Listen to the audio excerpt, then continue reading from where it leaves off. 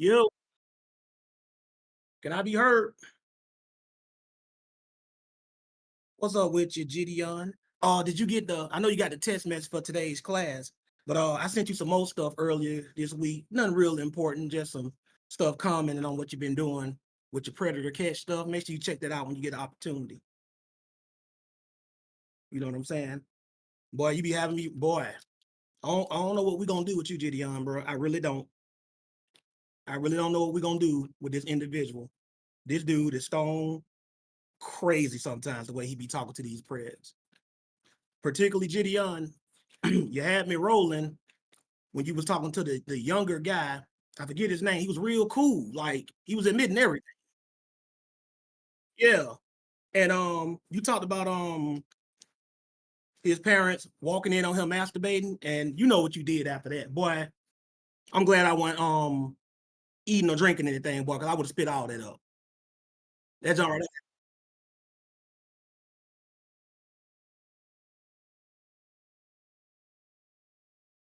Right.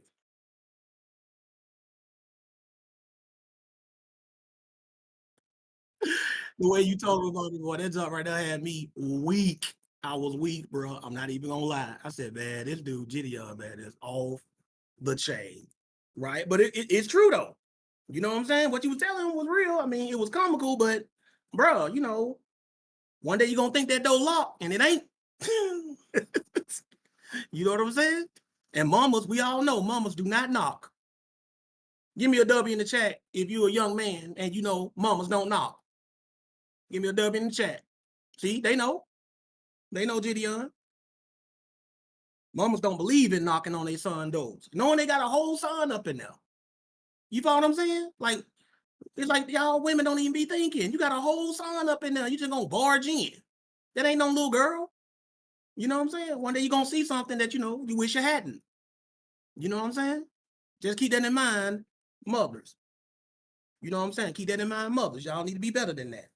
I ain't getting on nobody case. I'm just saying do better. That's all I'm saying. Y'all know how I do. Kevin J, how you doing, bro? Hey man, hey, something wrong with Let you, me in man. that. Something wrong with I'm Gideon, confused. bro. Something wrong with This Gideon. Don't get brother at me. said, I'm "Mama's picking just gonna bust it." You know what, man? You said what? You said mothers they don't knock, they just bust in, and They do. bro,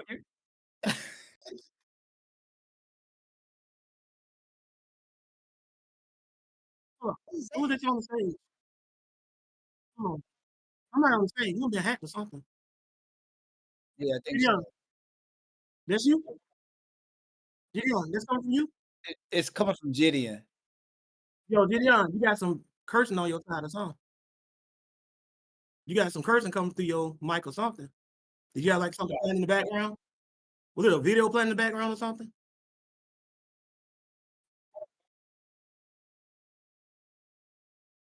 Yeah. Everybody heard it. Yeah. I mean, he was what you call he was he was casually cursing. He wasn't cursing nobody Yeah, out, but he was F-bomb on us casually there, cursing. dear brother.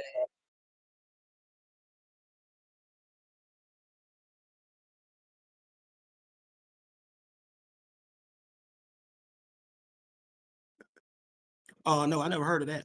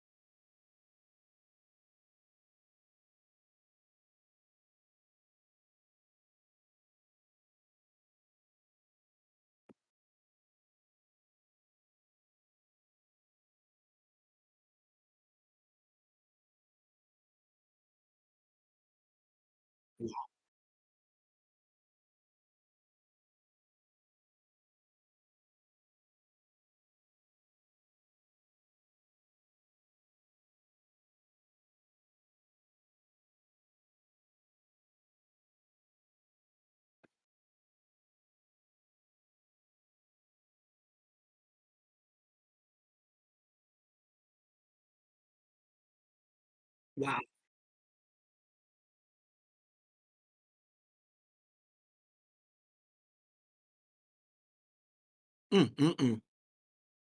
Computers taking over. But y'all know one thing that these computers cannot replicate? Somebody teaching this word of God. They can't replicate that. You know what I'm saying? They can't replicate that. Try to duplicate that.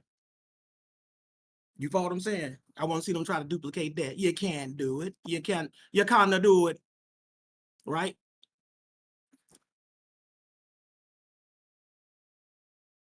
It's gonna be bootleg. You know that. It's gonna be ultra bootleg. Let me use the restroom right quick before we start. You know, so I was saying, you know, I'll try to hold. I said, nah, I feel it a little tingle. So I'm gonna go ahead and get that out the way. Kev and Jay, talk to the people real quick. I'll be back like inside of a minute, bro. Hey, man, Shabbat Shalom to everybody, you as well, Gideon. Keep doing what you're doing. It's good to see each and every one of y'all here. It's amazing to be here. Had obviously a tough week, but here we are. The Lord brought us back here for one more Shabbat.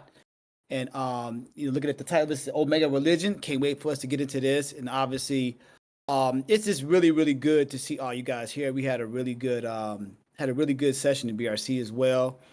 Talked about David, we talked about Saul, and just the faithfulness that thereof, discipline, a lot of things we talked about there as well.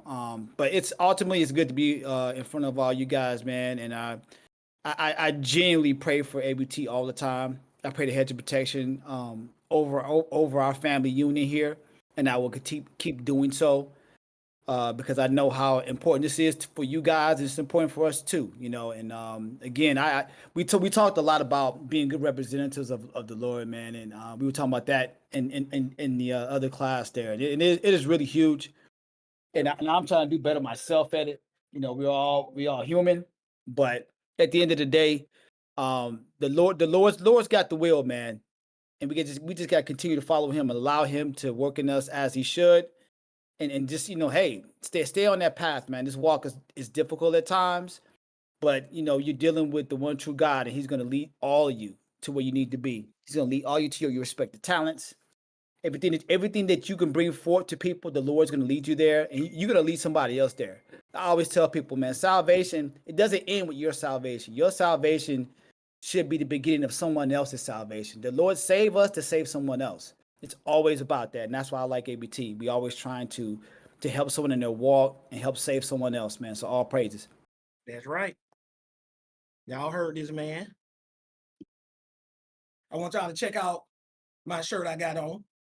I want to see if anybody can figure it out before we get started in the chat what it means. I want y'all smart some people on the chat. No, that's a ratchet.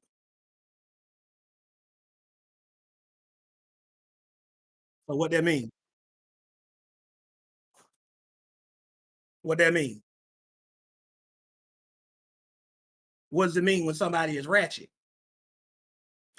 That means no ratchet. That's exactly what this said. It literally means no ratchets. No ratchetness. There you go. No ratchet girls, no 304s, none of that. That's what that means. No ratchet. I want to see if people gonna be able to figure that out. You follow what I'm saying? No ghetto activity, right? Only people, you know what I'm saying, who really in them streets like that, they'll understand that. No ghetto activity. Okay, we're gonna get this thing started, but before we do, Kevin, Jay, we gotta do our ritual. What do you think today's class is about? The Omega Religion. That's right. Yeah, well, Omega means the end. I can say that. Okay, the Omega Religion. Okay. The end religion. I'm gonna go with. Man, I honestly don't know. I really truly don't know.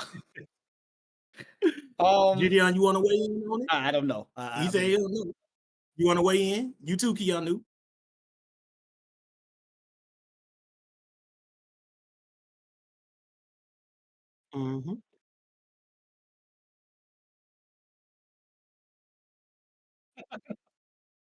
You had it half right last week when you guessed. Like it was what you guessed was part of what I was doing. You didn't get it wrong. You just didn't have the whole thing. So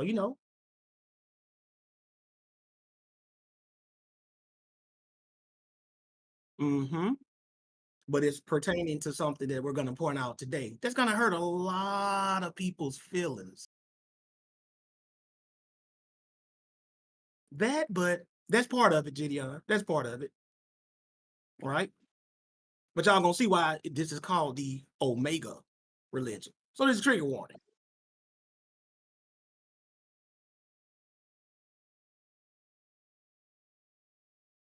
You should have quit while you was ahead, bro. You were good.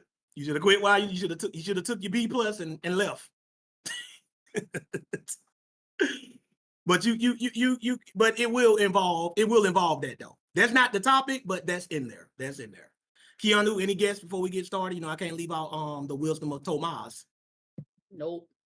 Not even gonna try it. She ain't even gonna tell. Okay. All right, we're gonna get this thing started now. Good afternoon, everybody, and welcome to another edition of The Absolute Truth.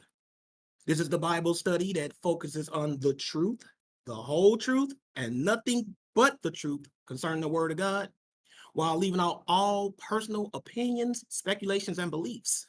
I'm Brother Joshua, and today reading for me is an individual who I consider to be one of my spiritual big brothers, and when needed, my personal yoke master bodyguard. He is an absolute Bible truth graduate. He teaches Sabbath study every week. Right before we get into this Sabbath study we're having now, this is the one, the only Kev J. Go ahead, Brother Kev. Hey, Shabbat Shalom to the family. I appreciate all the people coming out today. Obviously, I appreciate you allowing me to help get this word out to the people. Blessings and praises to all of the elders and teachers here at ABT. Good to see everybody. And hey, man, it's good. It's good to be here, man. Feels good to be here and read for you this Shabbat, man. Praise God, brother. Praise God. And it's a privilege to have you read for us when you do, and any and all commentary you may have. And you're going to have something to say about this one. Also joining us on the stage, she is the matriarch of the Simmons family. She is also the co-pastor of Mint Ministries. This is the one, the only Sister Keanu, aka the Wisdom of Tomas. How you doing, sister? I am doing amazing. But first, let me give a shout out to you, Brother Josh, for continuing every week. Brother Kevin J and Brother Jeffrey, y'all reading like y'all have no idea how much I appreciate y'all. And my husband Thomas, that man put it in this week with Zephaniah. He did pretty good, in my opinion. Yes, Nonetheless, yeah. shalom, everybody. You know, and y'all got to get a shout out to Tommy X. I also call him Tommy Malcolm. Most of y'all don't know this, but that brother got red hair like Malcolm X. I never knew that. I never seen that man face, even online, until the day I met him and his wife and his family to baptize them. And let me tell you, that red hair just shook me. I was like, what? You follow what I'm saying? So I started calling him Tommy X, and sometimes I call him Tommy Malcolm, right? You follow what I'm saying? But that brother, he puts in work. What'd you say, Kevin J? You said Tommy Malcolm, is that what you call him? I call him Tommy X and sometimes Tommy Malcolm. You follow what I'm saying? Because he got that Malcolm X red hair. You know what I'm saying? Yeah. You know, that's what he got. And of course, always hosting the events. The guy always hosting the party. Y'all give a shout out to brother Gideon. What's up, Gideon? If you still there, you know, Gideon, he'll walk away from the mic in a minute. Praise God, praise God. Y'all got to give a shout out for the apex predator catcher himself. He's the apex predator catcher. You know, y'all, you know, it's going to be ups and downs, but you always get them. Y'all got to give a shout out for this man. And of course, prayers, because this man is out here. I know it might sound like I'm exaggerated, but he's out here looking out for your children. And in some of y'all cases, y'all, because y'all underage. You follow what I'm saying? So y'all got to give a shout out for a man that's always trying to look out for the children. Gots to do that. And prayers, you know what I'm saying? Supreme honors to Brother Gideon and his team. Keep praying for him, keep rooting for him, right? And the title of today's class is The Omega Religion. That's right, y'all heard correctly. Today's class is titled The Omega Religion. And I figured this would be a good class to piggyback off the class we did last week, which was titled Salvation is of the Jews. And in that class, I showed y'all that Jesus Christ himself said that salvation is of the Jews, which means the Jews is who God chose to help us find salvation in Jesus, right? He did not choose the Catholics. He did not choose the Eastern Orthodox Church or any Protestant churches. None of the church out there did he choose. He chose the Jews, the Israelites, the Hebrews.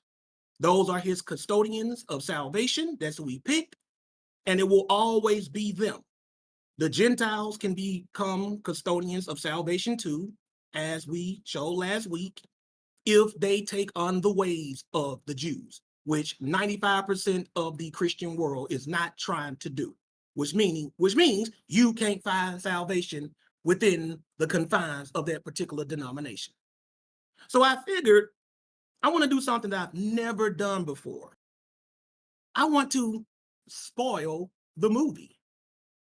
See, why sit here arguing back and forth about whose religion is right when the Bible tells us whose religion is right? And when I say whose religion is right, I'm not talking about denominations and stuff. When I say religion, the word religion means worship or ceremonial worship. That's all it means. Because, you got people got a problem with religion. I don't like that word. It just means how you worship. If you worship in any shape, form, or fashion, you have a religion. Don't get mad at me. Get mad at the definition of the word religion. You got people who are mad at words. The words don't have any kind of negative connotation in of themselves. Y'all impose negative attitudes on these words, and then y'all discard the word. I don't do no crap like that. Religion means what it means. It could be a synonym with your spiritual system or your spirituality. I don't care. As long as I understand we're talking about the same thing, I don't care. But everybody who worships has a religion, because that's what religion means, right? So what I want to do is I want to spoil the movie. Because what's the point in me arguing back and forth with Catholics, with Muslims, with Mormons, if the Bible already tells us what's gonna be the Omega religion? And as some of y'all in the chat correctly guessed, it means the last religion, because Omega is the last letter of the Greek alphabet, and it's often used to represent anything that's last, final, or at the end, right? So if the Bible tells us what's going to be the religion at the end, what's God's true religion, why are we up here debating every day about what's the right way to do this? Why are we doing this? I'll tell you why. Because Christians hate prophecy. You never see most Christians dealing with prophecy, because prophecy is a spoiler. I want y'all to put this in your notes. Prophecy is a spoiler. And when it comes to prophecy, Brother Josh is like Paul Heyman from Wrestler. How am I like him? Because he used to always say, I don't give predictions. I give spoilers. Predictions mean you're making a guess of what's going to happen in the future. A spoiler is you already know. That's why people say don't spoil the movie for me. You have to have seen the movie to spoil it for somebody. You know how we all say when it comes to religion, well, I guess we won't know until the end which religion is right. Some people even say we won't know which religion is right until we die. That is incorrect. God did not do that to you. He did not leave you ignorant and wondering and guessing like that about his worship. He did not do that. He told you in prophecy what would be the Omega religion. And I got news for like 95% of Christianity. It's not your religion. It's not. If your religion, and I want y'all to hear me on this, If your religion is not the Omega religion, then it is not the true religion. That would mean you believe God lied to his prophets when he told them what religion would be practiced in the end. And by end, I mean when Jesus comes back. When Jesus comes back, he's going to bring a religion with him. And that will be the religion of the world. There will not be any denominations when Jesus comes back. There's going to be one way to do this. Just like it started out with one way to do this. So if you are a Catholic, if you are a Eastern Orthodoxy, if you are a Protestant, a Mormon, a Muslim, please do not get mad at me. Just grab your Bibles, grab a bucket, go outside in your backyard, throw that Bible in the bucket, put some lighter fluid on that Bible and burn it, because that's who you're mad at. You're not mad at me.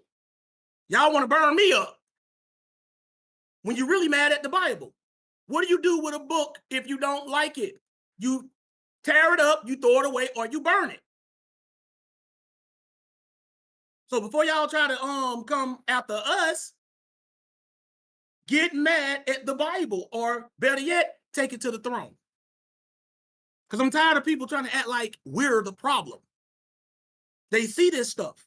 They can clearly see it. And in this class, you people are going to clearly see it. It's not hard to see. And your religion, I'm sorry, is not in the cards. It's not in the future. It's not mentioned. So how can it be the truth? Think about it, Christians. I mean, really think about it. If your religion was the true religion, don't you think it would be mentioned in end time prophecy so we could easily identify it? But we're in Babylon, y'all, and Babylon means confusion. And everybody is confused. Not because God has confused us, not because he's left us in the dark. It's because we don't want the spoilers. So after you hear this class, if you're here listening right now and you're getting agitated, getting mad, good. But make sure you direct that anger at the right people, because don't get mad at me. I'm getting tired of people getting mad at me because I told them their girlfriend cheating on them. Go get mad at your girlfriend for cheating on you and thank me for telling you, so you will stop getting played. This is what people like to do. This is what Christians do. I'm telling you, bro, you're getting played. Girl, you getting played. They want to attack the person that's letting them know they're getting played instead of attacking the person that's playing them. The Bible never says it's wrong or sinful to get angry, but you got to know how to properly direct your anger. You got to properly channel your anger. And a lot of us, we get mad at the wrong people. We have a right to be angry, but we get angry at the wrong people. So don't come in here with all this attitude and get mad at me, because you're going to find out that if your religion is not the Omega religion, it's not the real religion. Do not get mad at me. If God wanted your religion to be the real one, he would put it in prophecy. He would have told all of us, be on the lookout for those Catholics. Be on the lookout for those Mormons. Be on the lookout for those Muslims or Islam. He would have told us that. He didn't. It's not in the book. So before we get into actual scripture, I got to take y'all through some history. Not much, but just a little bit. I'm going to send this to you, Sister Keanu. This is a link that we're going to go to. This link is livescience.com/Christianity-denominations. I just sent it to you. Because now y'all going to see, because I'm tired of y'all getting mad at me. See, what I'm giving y'all now, this is the alpha, the beginning, the first. That's what I'm giving y'all now. And I'm going to show you that the alpha religion is the Omega religion. I'm going to show you that. Right? So y'all can stop all these debates over a movie that anybody can go out and see the ending to and know how it ends. Why would we do that? Why Kevin J with Brother Josh and Kevin J argue back and forth over how a movie will end when we can just fast forward to the end and see, or just watch the movie all the way through and see the ending. This is what Christians like to do. They like to argue about the end like the end ain't already been told. And one of the things the prophets reveal is the Omega religion. And spoiler alerts, it's nothing like this modern day Christianity crap you're getting. That's why Christians don't like prophecy.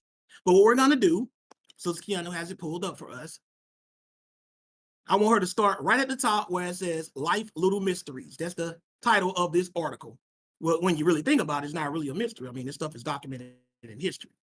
But when you get there, Keanu, read where it says, why does Christianity have so many denominations? Why does Christianity have so many denominations? By Donovan Coffey. There are more than 45,000 denominations globally. Now, did y'all hear that? There are more than 45,000 denominations globally. More than 45,000. They can't all be true, y'all. Do y'all know what that means? If there are 45,000, just straight up 45,000 denominations, that means 44,999 of them are wrong. I don't like them odds if I'm one of those denominations. Do everybody understand that? Like, we're just keeping it simple mathematically. Do everybody in the chat understand that before she read on? Do y'all like those odds?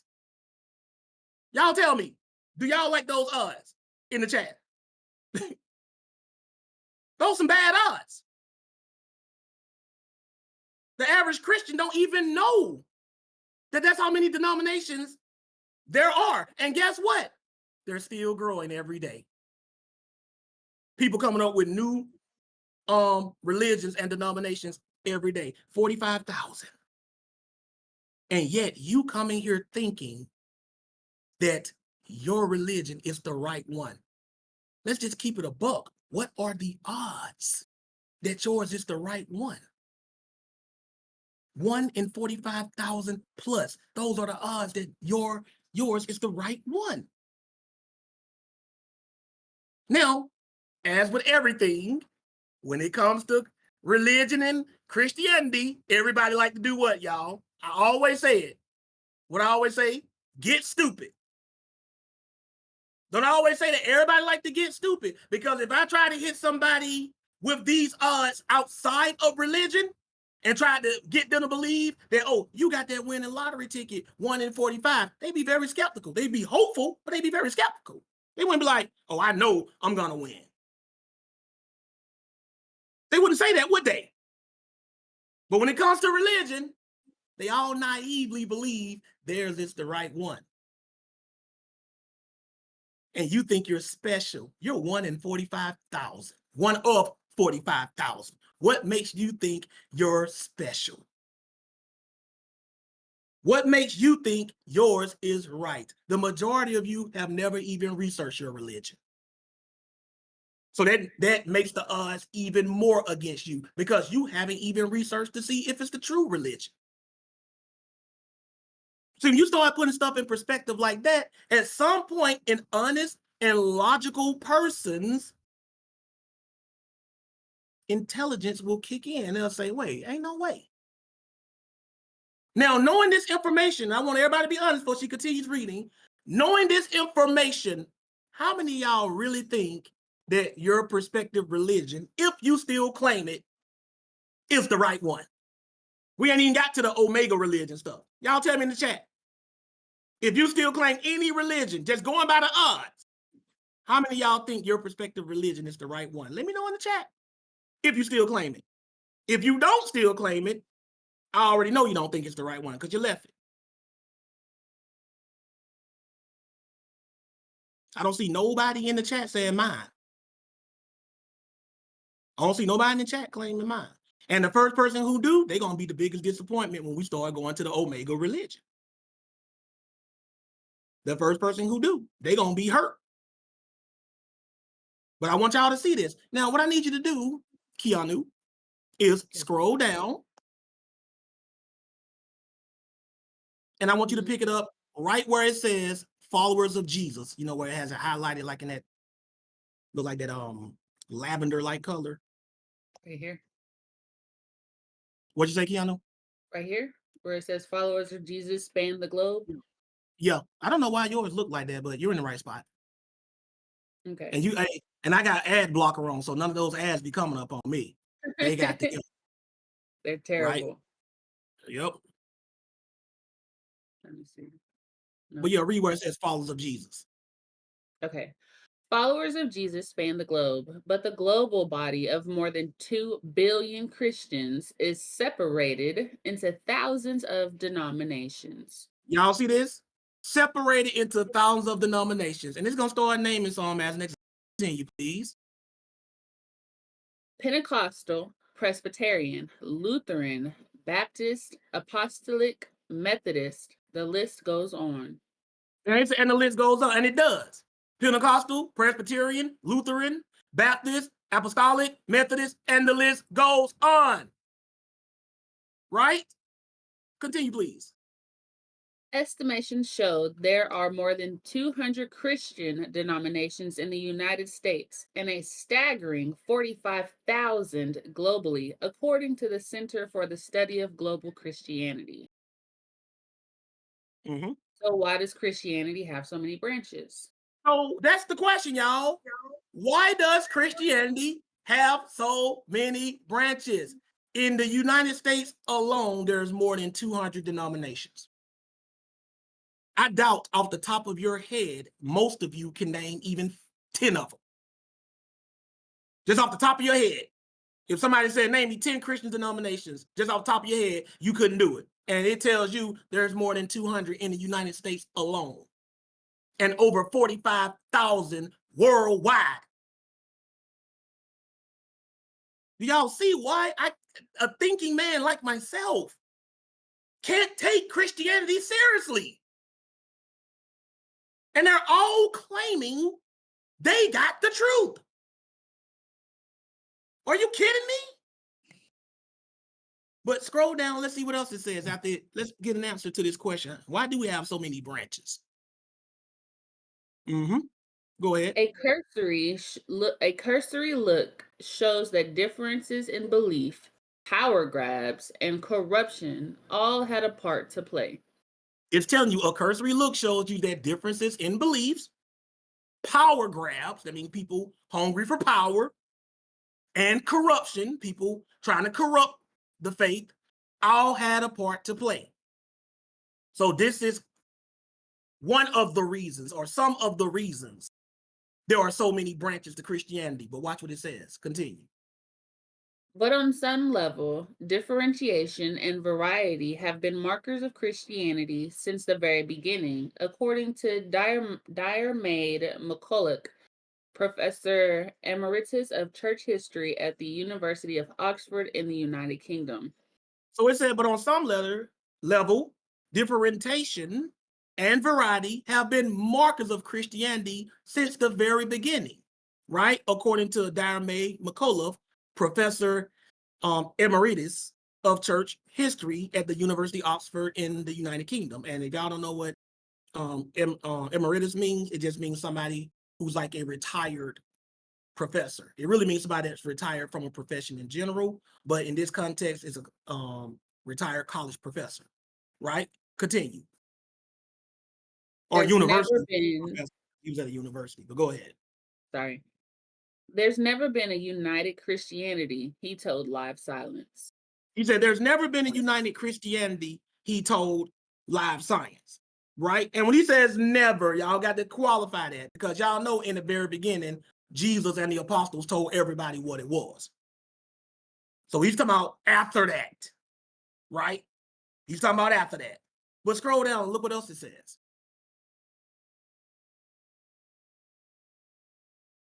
Early splits. Y'all finna learn something. Catholics, Eastern Orthodoxies. Y'all about to learn something. Because I'm tired of y'all saying y'all got the true religion when history disagrees with you. But continue. Early splits. The early church, which spans from the start of Jesus' ministry in AD 27 to AD 325, was divided primarily based on geography. So it said the early church, which spans from the start of Jesus' ministry in AD 27, and scholars, they disagree on the exact time of Jesus' ministry beginning, but it's still in a general area. Some people say as early as AD 27 or as late as AD 30 or 33 or something like that, but it's still in the first century, right? And it says to AD 325 was divided primarily based on geography, meaning these divisions and differences in beliefs were because of them living in different parts of the world, right? But continue. Worship styles and interpretations of Jesus' teachings varied based on region, cultures, and customs, according to Bruce Gordon, a professor of ecclesiastical history at Yale Divinity School. And notice we're quoting scholars here. These are scholars of divinity. So these not just some dudes on the internet running their mouths. And you can fact check them, which I have done, and all of this is true, right? But it's telling you worship styles and interpretations of Jesus's teachings vary based on regional cultures, meaning if Christianity spread to an area where they already had existing pagan cultures, then these places would accept Christianity and still hold on to some of their pagan cultures. So that would make their religion a little different from somebody in another region based on their cultures and customs. Do everybody in the chat understand that before we move on? I want to make sure I ain't lost anybody. Everybody understand that, right? Pretty simple, isn't it? Not really that deep, is it?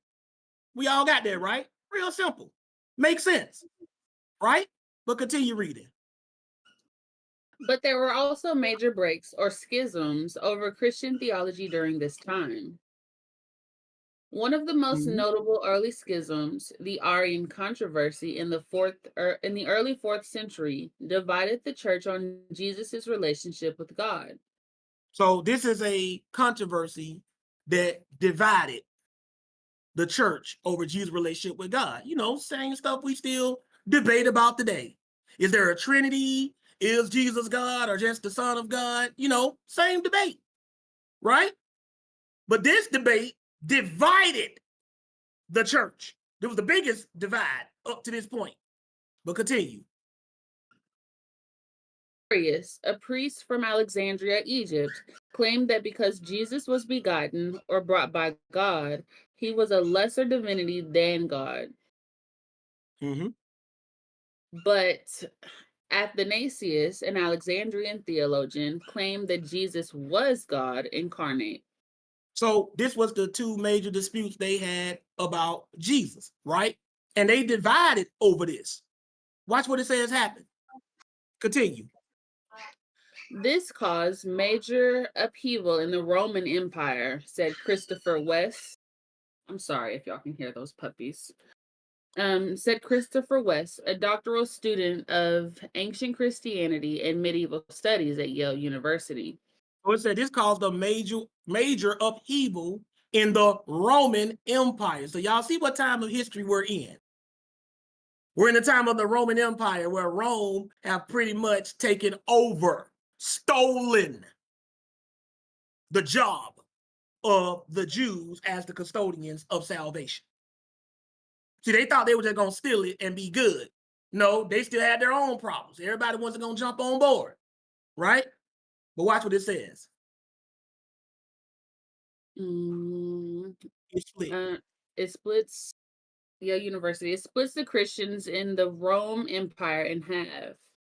The Council of Nicaea, a group of theologians and scholars gathered by Emperor Constantine I in AD 325, ultimately sided against Arius.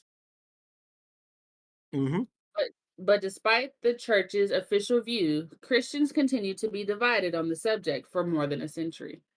So it says the Council of Nicaea, a lot of y'all have heard of this council before, a group of theologians and scholars gathered by Emperor Constantine I in AD 325, which is almost 300 years after Jesus started his ministry. Look how late in the game they are arguing about doctrine. This is about 300 years after Jesus started his ministry. Because remember, earlier they gave us the estimate of 27 AD. So if you do the math, there's like 298 years. Right? So it's about 300 years. And they said ultimately they sided against Arius. But despite the church's official view, meaning they gave their official stance on what they believed about Jesus' divinity, Christians continue to be divided on the subject for more than a century. So just because they gave the verdict, everybody didn't buy it. Because that's what people do. That's human nature. Just like no matter what we show some people in the Bible, they're going to continue to believe and think whatever they want to believe and think. They're just human nature. It's wicked human nature, but it's still human nature, right? But this is the part I really want her to pay attention to. Scroll down, please. I really want y'all to pay attention to this. Read, please. Am I in the right spot? Yeah. Yeah. Okay. Mm-hmm. Then, in 1054, the Eastern Orthodox Christians split from the Western Roman Catholics in what is known as the Great Schism. Wait a minute. Then in 1054, the Eastern Orthodox Christians split from the Western Roman Catholics in what known as the Great Schism. Sisters and brothers and basic students of history, when was the Eastern Orthodox Church officially born as a church into itself? Y'all tell me in the chat. Give me the date. 1054. How is the Eastern Orthodox Church the original church when history tells you it's nothing but an offshoot of the Catholic Church?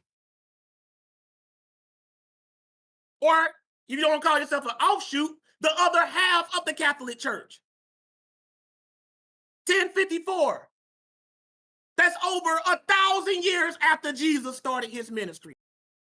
Y'all mean to tell me something that came into existence over 1,000 years after Jesus is the true religion? Are y'all kidding me? How stupid would you have to be to think that your church, which was born from a split,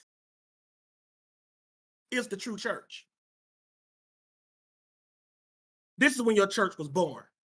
But what they try to do is retroactively put their church back into history and claim, oh, it was there all along. No, it wasn't. The Muslims try to do the same thing. Oh, Islam was around from the beginning. No, it wasn't.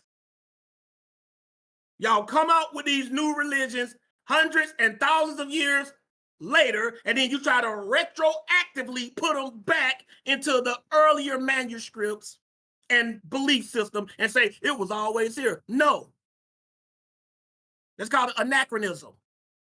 An anachronism is when you try to place something outside of its real time period into another that it don't belong. They would be like me saying they had cell phones during the time Jesus walked the earth. And they think you're stupid, and you very well may be, because you don't want to do the history and find out it's documented in when your religion came into existence. 1054 Eastern Orthodox, y'all over 1,000 years too late to be the truth. Over 1,000 years too late. This is history. Some of y'all are in college.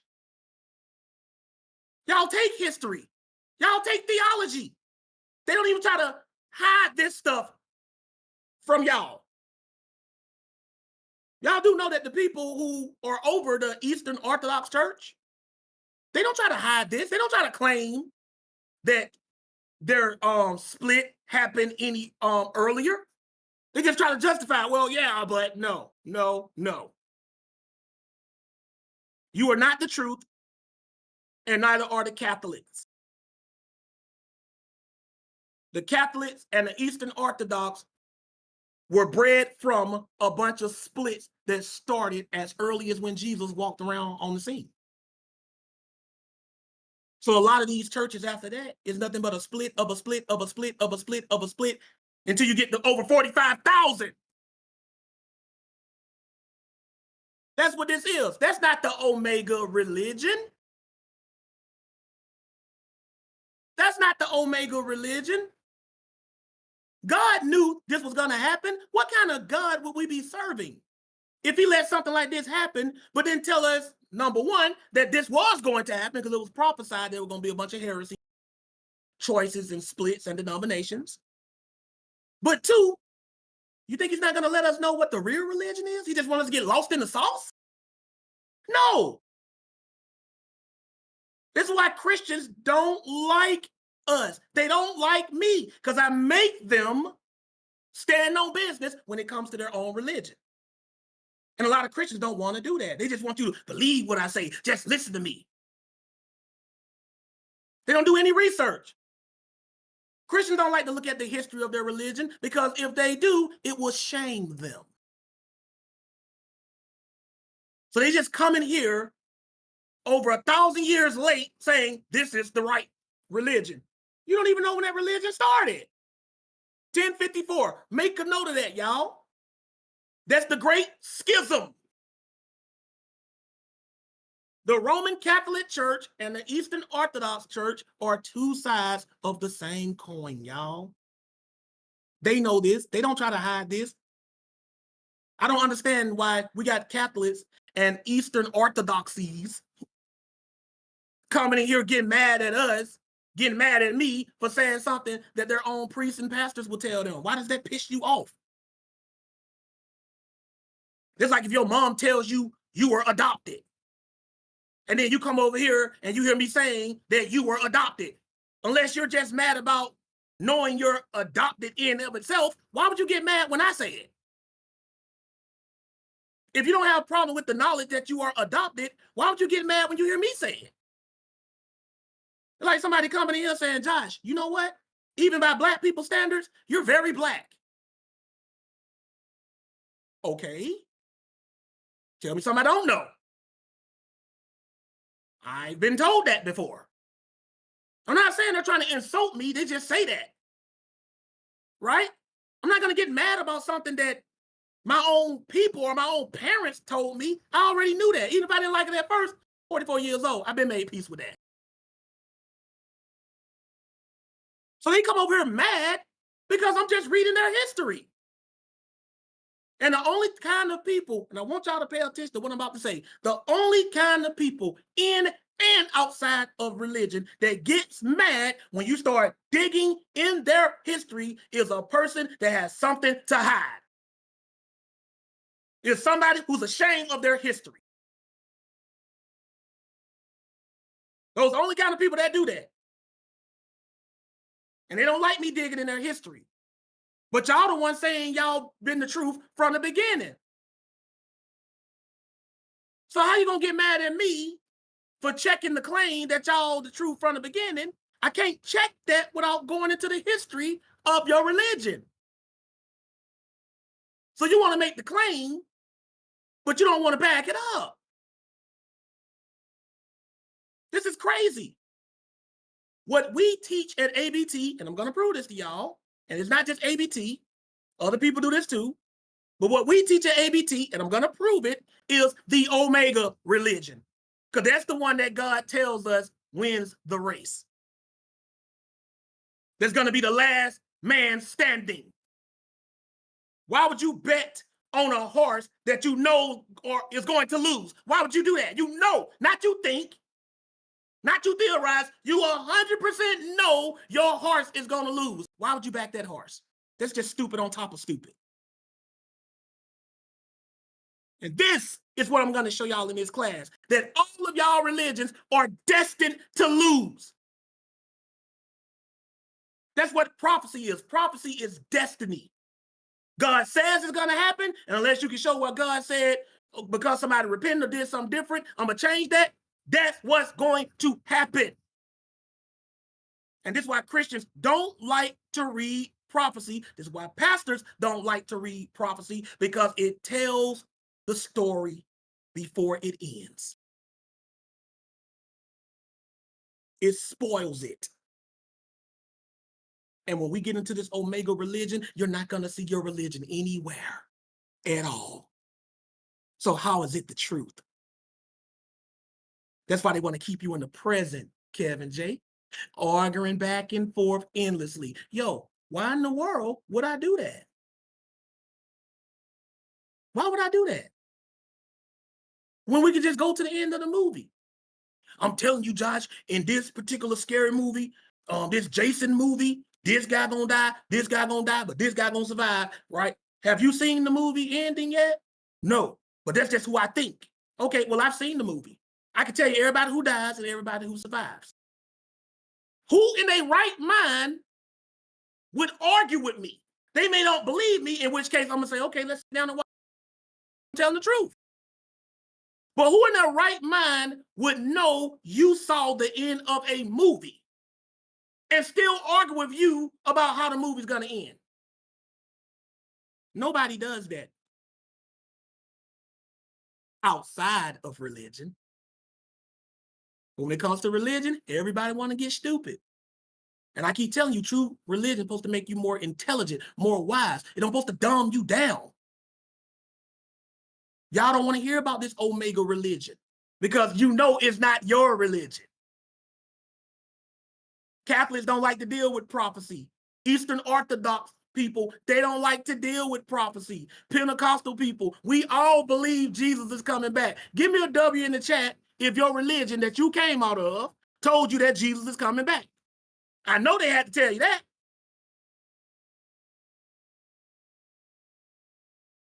Okay, very good. And they were right to tell you that. Now let me ask you this. Give me another W in the chat if your religion told you that Jesus is coming back with a religion. Or give me an L if they didn't tell you that. If they didn't tell you that. And that's the problem. Because all through the Bible, it's telling you that Jesus is coming back with a religion. It tells there's going to be a religion that the whole world is going to be practicing. That Jesus instituted. And this is why they come in here, Brother Gideon, were you baptized in the Eastern Orthodox Church? Why would he do that? That's not the Omega religion. Josh, why don't you ever go debate Sam Shimon? Why? Catholicism is not the Omega religion. I already know he's wrong. I already know his religion is wrong. I already know Islam is wrong, according to the Bible. Not me. Not even my interpretation. Y'all gonna see the same thing? Why argue with somebody? I want y'all to really think about this. Why argue with somebody over a movie that you already know how it's gonna end? Because let's just be honest, y'all. In this day and age, nobody can say which religion is the right religion just on belief alone. God ain't came down and personally validated any religion today. He ain't did that for us. He ain't did that for them. God ain't came down and said, this is me, God. Like, for real. Y'all know I'm God. No denying it. Catholicism is the right religion. He ain't did that for me. He ain't did that for the Eastern Orthodox religion. He ain't did that for the Muslims, the Protestants, the Mormons. No, nobody. But we all claim we drawing from the same book, the Bible. We all claim we believe it. So if your religion is the truth, then we'll find out in the end. Kevin J, don't we always say that? Well, in the end, we'll know who. Don't we always say that? All the time. All the time. Don't we say that, Keanu, Gideon? Don't we always say that, Nautica? Don't everybody say that? In the end, we'll see who was right. Yes. Chat, y'all tell me. YouTube, Clubhouse, Discord, y'all tell me. Don't everybody say that. In the end, we'll see who's right. We all say that. And I agree with that. I don't want nobody to think I'm running from that. I agree with that. But what they don't tell you is that the prophets already saw the end. So if the prophets already saw the end, that means we don't got to wait to the end to see who was right. We just read it. That's all we got to do. Y'all the one make this hard. Brother Josh makes stuff simple. Y'all make stuff complicated. That's what y'all like to do. That's another reason, Keanu, why a lot of people don't believe me, because they say to themselves, it can't be this simple. It got to be more to it. It's really not. It really isn't. It's really that simple. You want to know what the Omega religion is going to be? Go to the freaking end and see what religion they're going to be practicing. And the Bible tells us repeatedly, constantly, numerous times. And y'all still walking around going, man, I wonder, man, if I'm doing the right thing. It's already been written. If you one of them people, like, y'all ever seen somebody, let me ask you a question, Keanu, because you know you're a woman, so I know you can relate to this. You ever watched a movie with somebody, like another woman, and this ain't a shot at women, you know, because this is how women do when they be watching like scary movies and stuff. So y'all know this. You ever watched a movie with another woman, like a scary movie, and every time something bad, she's like, I don't want to know, just tell me who go. You ever seen somebody do that before? Yeah. Or something like that? Yeah. Right. You know, women, they see them scary, like, oh, just tell me if they gonna live or not. I don't even want to know. My middle sister, because I got 3 sisters, all of them older than me. The one in the middle, she's like that when we be watching movies and stuff. She's like, oh, I don't want to know this character. I don't want to know if they're going to die. Just tell me right now. They just want to know right now. They don't want to see it. They don't want to experience it. Just tell me right now if he's going to live or die. They want you to spoil it. So why in the world would we do this? I'm telling y'all, I know how this is going to end. Not because God personally told me, but because he told them and they wrote it down. Right? This class right here, this is an Isaiah AC class right here, because he'll spoil something in a minute. This him. He'll be telling everybody, yo, your religion wrong. It ain't it. It ain't it. It ain't it. He'll be handing out pamphlets. Just standing on the corner every time somebody come around. Your religion wrong. Okay, here you go. Don't forget them. You might need to take 2. Your religion wrong. Your religion. That's how Isaiah AC will be out there, boy. He don't play. He'll spoil the mess out of it. And that's what y'all need. That's what prophecy is, y'all. I want y'all to put this in the chat and write in your notes. Prophecies are spoilers. Somebody put that in the chat so somebody can copy and paste it. They won't forget it. Put it in every chat. Put it on Clubhouse. Put it on YouTube. Put it on Discord. Put it on Rumble. Prophecies are spoilers. Everybody understand that? That's what they are. And you don't argue against spoilers. Nobody does that. You ever seen anybody do that, Keanu? You ever seen somebody argue against a spoiler? No. Anybody in the chat? Y'all let me know. Y'all ever seen somebody argue against a spoiler? Not a prediction, a spoiler. Y'all ever seen anybody do that? Never. Never. And I'm giving y'all spoilers of the Omega religion. So we ain't got to wonder if it's Catholicism, Eastern Orthodox, Islam. We ain't got to wonder, y'all. We just go to the end and see what they're doing, and then we just start doing it now. That's real easy. Isn't that real easy? Don't y'all like that? Isn't that a very direct and quick way to get to the truth? Because y'all be like, Josh, how do I know if I'm doing the right thing? And that's good. That's a good question to have. It really is. So now I'm giving y'all the ultimate cheat sheet. We're talking about going from kindergarten to college in a couple of hours. We're talking about saving y'all decades of search and trying to figure it out. That's how long it took me to just understand that. Decades. So what I'm saving y'all literally, and this is on God, a lifetime of struggle and searching in this class. I'm just going to take it straight to the end. You ain't got to debate anybody else after that unless you just don't believe the Bible. No more debating about the real religion. You know, we can go back and forth about the particulars and stuff, but in of itself, we know what we're supposed to be doing. So let's stop all these games. Stop wasting y'all time, or let's just go to the end, y'all. What do you mean go to the end? Prophecy, it tells us what's going to be the real religion. Right? Well, let's go back to the article. I want y'all to pay attention to this, right? So it says the two groups, that's where you start from after Great Schism. And if you're saying anything, Keanu, I cannot hear you. I wasn't. I just unmuted. Okay. The two groups disagreed on the taking of the sacraments, religious symbols believed to transmit divine grace to the believer.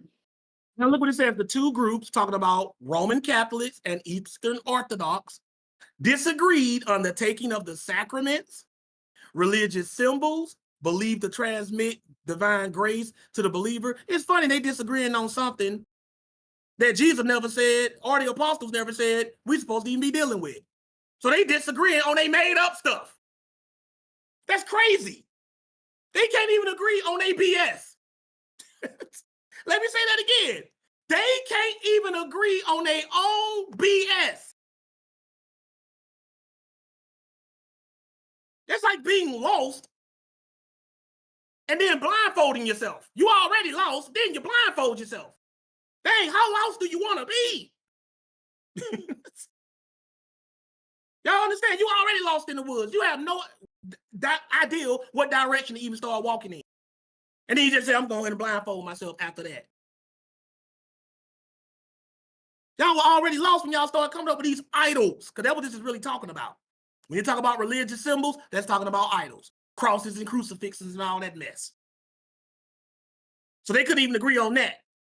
What else couldn't they agree on? Go ahead.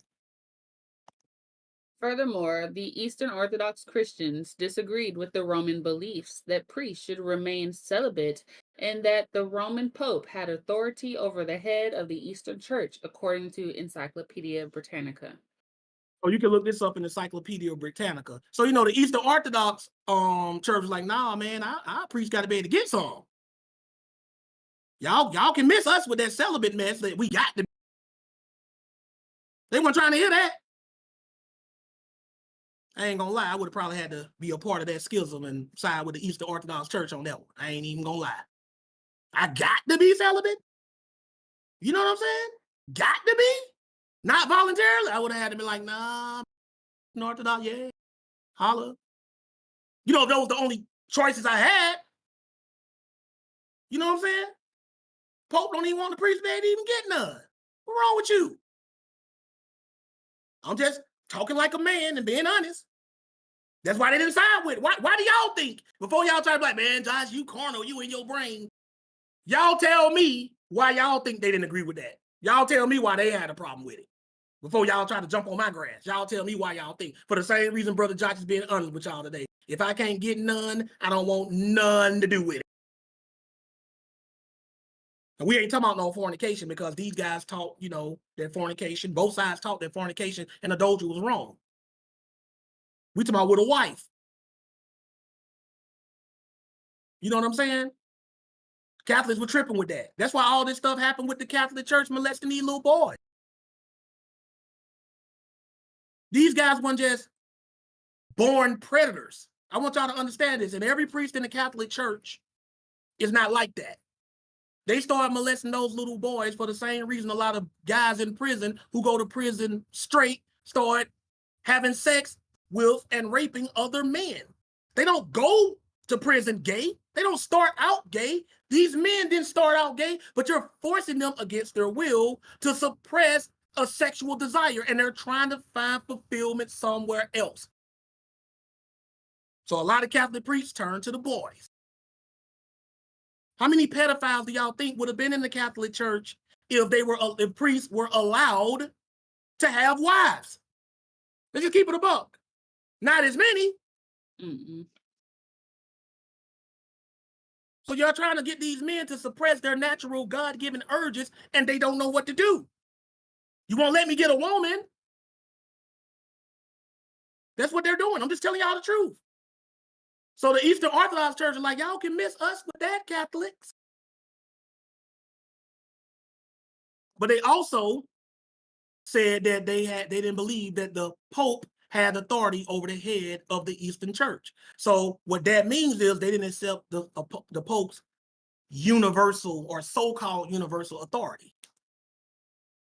So they basically gave the Pope the middle finger, y'all, just so y'all can know that. But keep reading.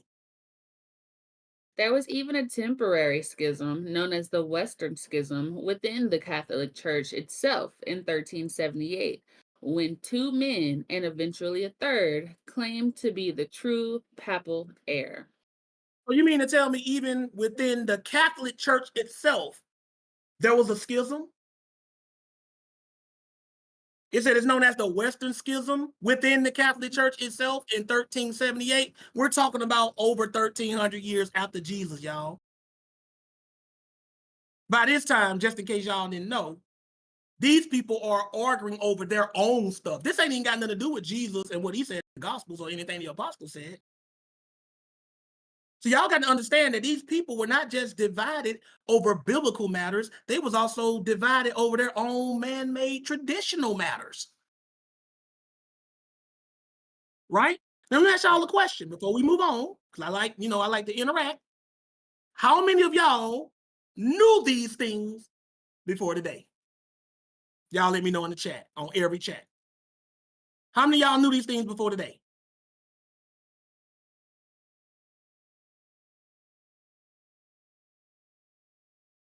And I doubt most of the people who argue from Catholicism and Eastern Orthodox know these things either. See, I'm not just some crazy guy who Gideon just saw one day and said, hey, I think you should be my pastor. I'm a guy that actually do my research. I don't pounce before I ponder. I carefully investigate and think things out. That's what I do. I don't just jump into something. Y'all just dive in. Y'all don't know what y'all getting into.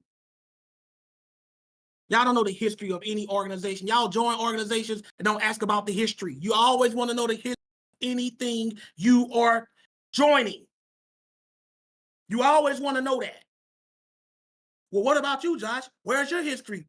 My history all over social media. Just go on Debate Talk for you. Go before Blog Talk shut down. My history was all over Blog Talk.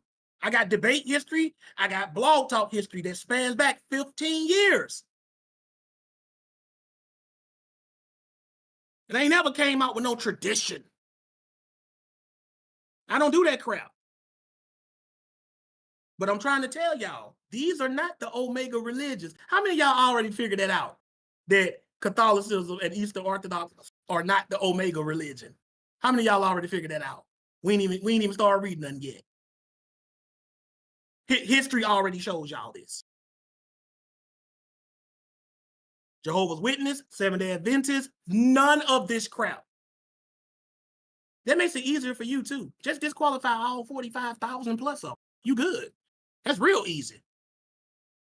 Keanu, if you were the ABT sonographer, and you are, and I gave you some files to sort through, and I told you, Keanu, you can sort through these files one of two ways. It's 45,000 files, and only one of them is right. And I know which one is right.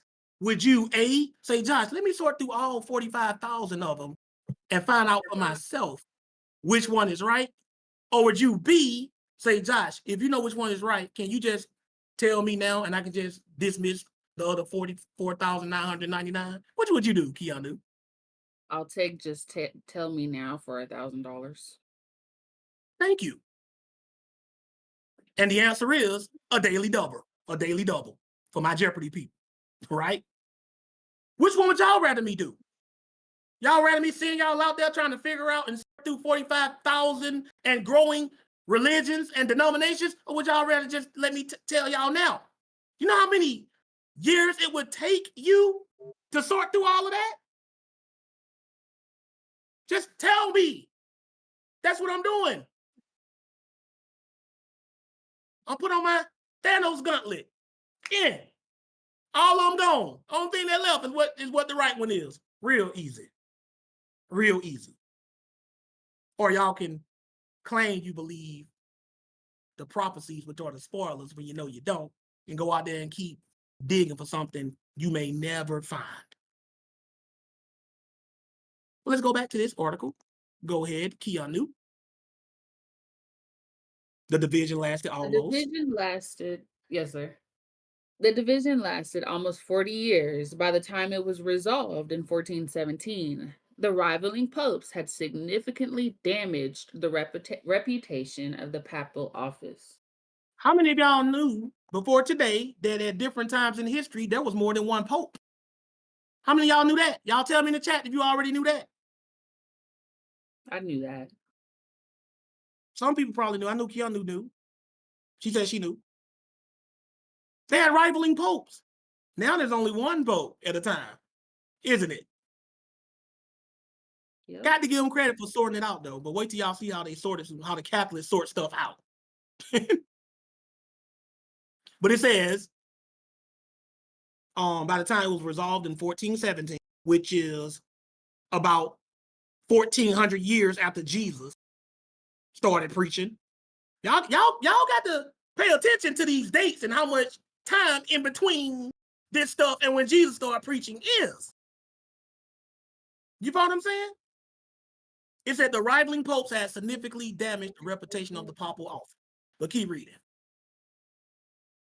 Despite this handful of schisms, the Catholic Church successfully suppressed other potential Christian offshoots, partly by sustained persecution, including actual military expeditions against some labeled heretics, but then also a new system of inquiries into people's beliefs called inquisitions.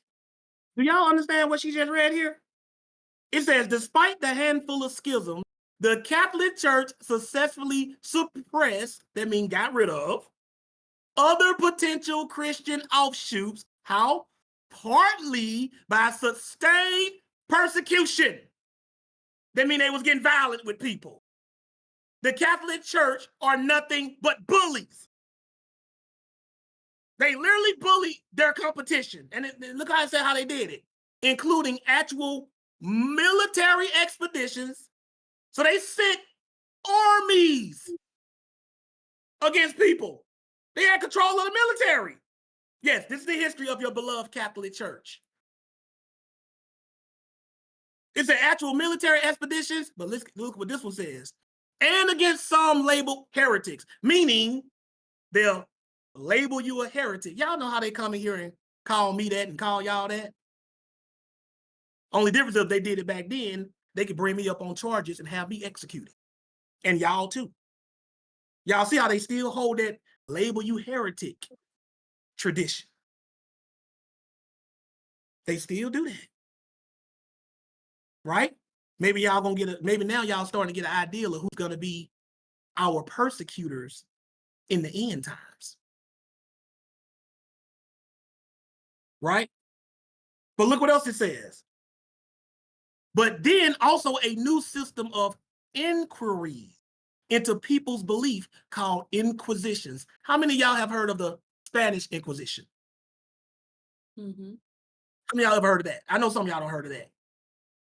Do y'all know what the definition, the literal definition of inquisition is? You know what that is, Keanu, Gideon, Kevin J? Do y'all know what the literal definition of inquisition is? No, not extermination. Inquire. That's all it means, to ask. Meaning, this is what they would do. They would come to you and ask you, what's your religious belief? And if it was anything but Roman Catholicism, you're either in prison, tortured, or dead.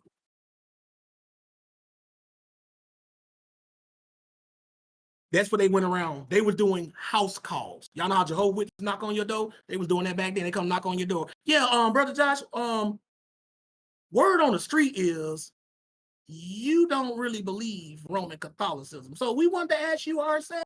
But they didn't come all asking all nice. They had a couple of soldiers with them. They might have a Catholic priest knocking on your door. That's why it was called the Inquisition. They weren't just killing people randomly left and right. No, they wanted to know, what side of the line are you on? And if you told them you were anything but Catholic, you're going to either spend the rest of your life in prison, you're going to be tortured until you recant. Recant means to denounce your religious belief. You will be probably thrown to the lions. You will be burned alive at the stake. These Catholics didn't play. They were the first notorious religious bullies. They were the religious bullies before the Muslims. Y'all think the Muslims were terrorists? People like to call the Muslim terrorists. Nobody was the bigger terrorist than the Catholic Church. They literally bullied their competition out of existence. The Muslims ain't did that. Islam is big and it's growing, but Islam ain't bullied the rest of the world out of their religious beliefs. So they don't tell you this stuff. Look what y'all are learning just on the way to the Omega religion. Now let me ask everybody a question. Who can show me anywhere in the Bible where Jesus ever told us to kill, persecute, or torture anybody in his name? Nope. He says that we will be persecuted, not He for says us we to will. persecute other people. But all of these people, they were doing this in the name of Jesus. Oh, and if you look at your history, the Protestants aren't any more innocent. They were doing it too. Google it. Because the Protestants love to throw this in the Catholic's face like they weren't doing it too. Oh yeah, Brother Josh got the history for y'all. And you can fact check me on any of this.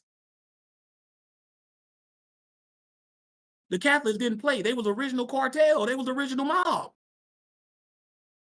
They were the original Beanie Siegel. Get down or lay down. That's what the Catholics were telling people. Get down or lay down. Y'all who from the streets, like especially up north, like Philly, Chicago, y'all know what get down or lay down means. Who know what get down or lay down mean in the Gideon, do you know what that mean, Kevin J? I know you know. You from Chicago. What do get down or lay down mean? Put out. Yeah, get with the program and get put out. Get with the program or get put out. That's how it was, Catholic. Get down and lay down. They were the original gangsters. Now all of a sudden, they're the beloved Catholic Church. Yeah, for now. For now. They cool now. Most of them anyway. They cool now. But y'all gonna see one day, you don't mess with the Catholic Church. They will slaughter your butt. They do not play. All in the name of Jesus. Right? They send whole armies. Like they control the army, y'all. Can you imagine? We're over here in America right now, most of us. Can you imagine if Donald Trump one day just said, you know what? Y'all go get Gideon. And when he say y'all, he got the whole United States military behind him. Gideon don't stand a chance unless God sends some kind of miracle. You can't beat anybody who has the country's entire military backing them. And that's how powerful the Catholic Church was and is. Oh, y'all didn't know that the Vatican still has its own private military? Did any of y'all know that? Give me a W in the chat if y'all knew that or L. The Vatican has its own private military. Oh, yeah. Look this stuff up. In addition to everybody else in the normal country's military, that's the Swiss Guard. That is correct. Somebody been doing their research. And those dudes don't play. They do not play. They are trained soldiers. They are the rough equivalent of our Navy SEALs. You follow what I'm saying? Y'all better do some research on the Catholic Church. You got to get the Catholic Church for one thing. They know what kind of world we live in. They ain't naive. They know they got to have some bullies on their team. They know that. Right? But it said called the Inquisitions. When it says with the backing, go ahead. Okay. With the backing of secular rulers, heretics might be burned at the stake or forced into denying their beliefs, McCulloch told Live Science via email. It says, with the backing of secular rulers. Do y'all know what, Keanu, what is a secular ruler? What does that mean? A worldly ruler. Right, yeah, worldly, but secular really means non-religious. Let me have y'all understand something. It said that the Catholic Church had the backing of secular rulers, meaning they even had influence over people that didn't even believe in Catholicism.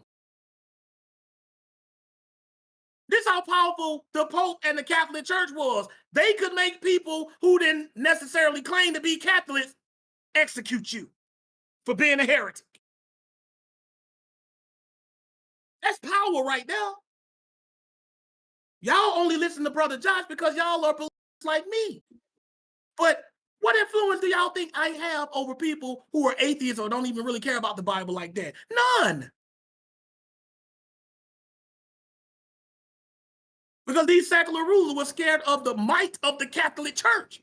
If you don't do what I tell you to do with these people we call heretics, I'm going to send these other dogs over here to knock you off your... Yes, your holiness. Round them up. Y'all heard them. Round them up. We ain't even got into no scripture yet, y'all. We ain't even got into any scripture yet. This is just a history lesson.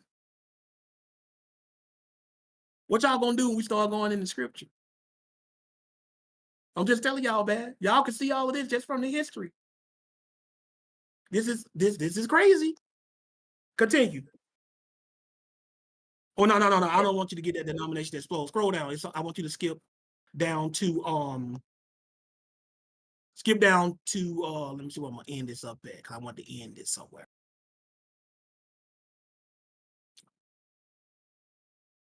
Oh no, that's good. We'll stop right there. That's good. I'm gonna get into some scriptures. That's good. Y'all can read the rest of this on your own. Now, do y'all see, before we continue on, how we got all these different denominations? Do y'all see how we got all these different denominations? Bunch of corruption, greed, power hungry. That's what led to all these schisms. But one thing we learned is that the Catholic Church did not start with Jesus or Peter. Peter was not the first pope. That's no different than the Muslim claiming that the Comforter is the Holy Ghost. They take something in the Bible or a person and they try to place their religious belief on there and say it started here. We don't fall for that crap. The Comforter is not Muhammad, and Peter was not the first pope. Peter was never called a pope. Pope means father. That's why some people call him Papa. That's what pope means, father. Why would the first pope have a wife? Popes are not allowed to have one. When the prototype set the tone, Peter had a wife. The church is built on Christ. He is that rock, not Peter. That's just something they came up with. But we can disprove that. We ain't got to argue back and forth if Peter was the first pope. We ain't got to do none of that stuff, y'all. Let's just spoil the whole show. Who's with me? Give me a W in the chat if y'all just want to spoil the whole show. Y'all let me know if y'all want to just spoil the whole show. So we ain't got to do all this. I'm about to save y'all 20, 30 years, 40 years, because some people it take them a lifetime to learn this. If you 19 or 20, be happy, because you ain't got to go 10, 20, 30 years trying to figure this out. I'm finna say y'all a lifetime of trouble right now. Let's go. Let's go to Galatians chapter 1. I know that he didn't go to no dang Galatians. He going to Paul? Yeah, that's where we going. Paul is going to be integral to me proving the Omega religion. Because since they love Paul so much, I'm going to Paul. Hey, Josh. I'm going to show y'all Paul. Yes, sir. Really quick though, so before we get into this though, you just saw the connection between the Catholic Church and like the army and political, like actual political leaders now. And political power. Yeah, it's starting to sound like Revelations up here, ain't it? Yeah, they got an army. Really? Okay, let's go, brother. I got you, brother. And they still do. And they still do. Most definitely. Pope go to countries right now. Kings, rulers, governors, presidents, they bow down and kiss his ring. See if anybody bow down to one of y'all go to a country. Hey, Josh, what's Y'all the better- religion we know of right now? Say what now, sir? What's the richest religion we have right now today? Catholicism. Roman There Catholicism. you go. There we go. There you go, there, brother. Oh, and they got money too. They got money. Oh, yeah. Right? We're going to Galatians 1. This is what Paul is talking about. Because this class is called the Omega Religion. And a lot of people don't like to talk about religion. The Bible tells you about different religions. It even uses the word. We're going to see that right now. It's Galatians 1, 13 to 16. When you get there, Kevin J, read, please. Now we're just getting into scripture. Go ahead and read. This is Galatians chapter 1, verses 13. For ye have heard of my conversation in the time past in the Jews' religion, how that beyond measure I persecuted the church of God and wasted it. Now look what Paul is saying. For ye, talking to the Galatians, you've heard of my conversation. You know what I'm saying? In time past in the Jews' religion. Conversation means, you know, how he carried himself, his conduct, right? Mhm. In the Jews' religion. First thing we notice, Kevin J, is that Paul acknowledges have Religion. Can't hear you, Kevin J. They got what? You broke up a little bit too on my side. I'm Say that one sorry. I said the first thing we notice here is that Paul said that the Jews have what? Oh, religion. They have their religion. And Paul said he was a. Yep. Why is this important? Because I'm letting you know that Paul was conscious of his religious roots. Hmm. And what Christians want you to believe is that he cut ties with his religious roots after he met Jesus in a vision on the road to Damascus. Amen. But that's only the beginning of it, right? He said in the Jews' religions, how he persecuted the church of God, that the church of God is referring to the believers in Jesus. So this is before Paul converted over to belief in Jesus, or what we would call Christianity, right? But continue. Galatians 1 and 14. And profited in the Jews' religion above many my equals in my own nation, being more exceedingly zealous of the traditions of my fathers. And Paul said, I profited. That word profited in the Greek means excelled or got further ahead, right? In what? The Jews' religion above my equals in my own nation. Meaning I outperformed them when it came to the Jews' religion. Like I wasn't just a regular believer. I was a super Jew, so to speak. Right. That's what he's saying. So he knows about the Jewish religion, right? He says, above many my equals in my own nation, being more exceedingly zealous of the traditions of my fathers. And the traditions of his father right here is referring to what the children of Israel were given, which is the law of Moses. Paul was very intelligent when it comes to what we know as Judaism. And I'm going to show you that this is exactly what this is talking about, right? It mentions that twice. Read verse 15 and 16. Go ahead. 15. But when it pleased God, who separated me from my mother's womb and called me by his grace, to reveal his son in me, that I might preach him among the heathen. Immediately I conferred not with flesh and blood. So Paul is telling the Galatians that when it pleased God, he separated Paul from his mother's womb and called him by his grace. But notice that Paul didn't say he separated me from the Jews' religion. Did he say that, Kevin J? Nope. Keanu, Gideon, chat? Did he say that? Because that's what Christians want you to believe. No, he didn't. He did not say that. That's what Christians want you to believe. I'm going to show you that Paul continued in the Jews' religion. But let's see what Jews' religion is. What we're gonna do is go to the Strong Exhaustive Concordance, and we're gonna look up the word translated Jews' religion in both of these verses, in verses 13 and 14. And that's 2454 in the Greek section. Let's see what that word is. 2454 in the Greek section of the Strong's Exalted Concordance. The King James translates it Jews' religion. What is that word?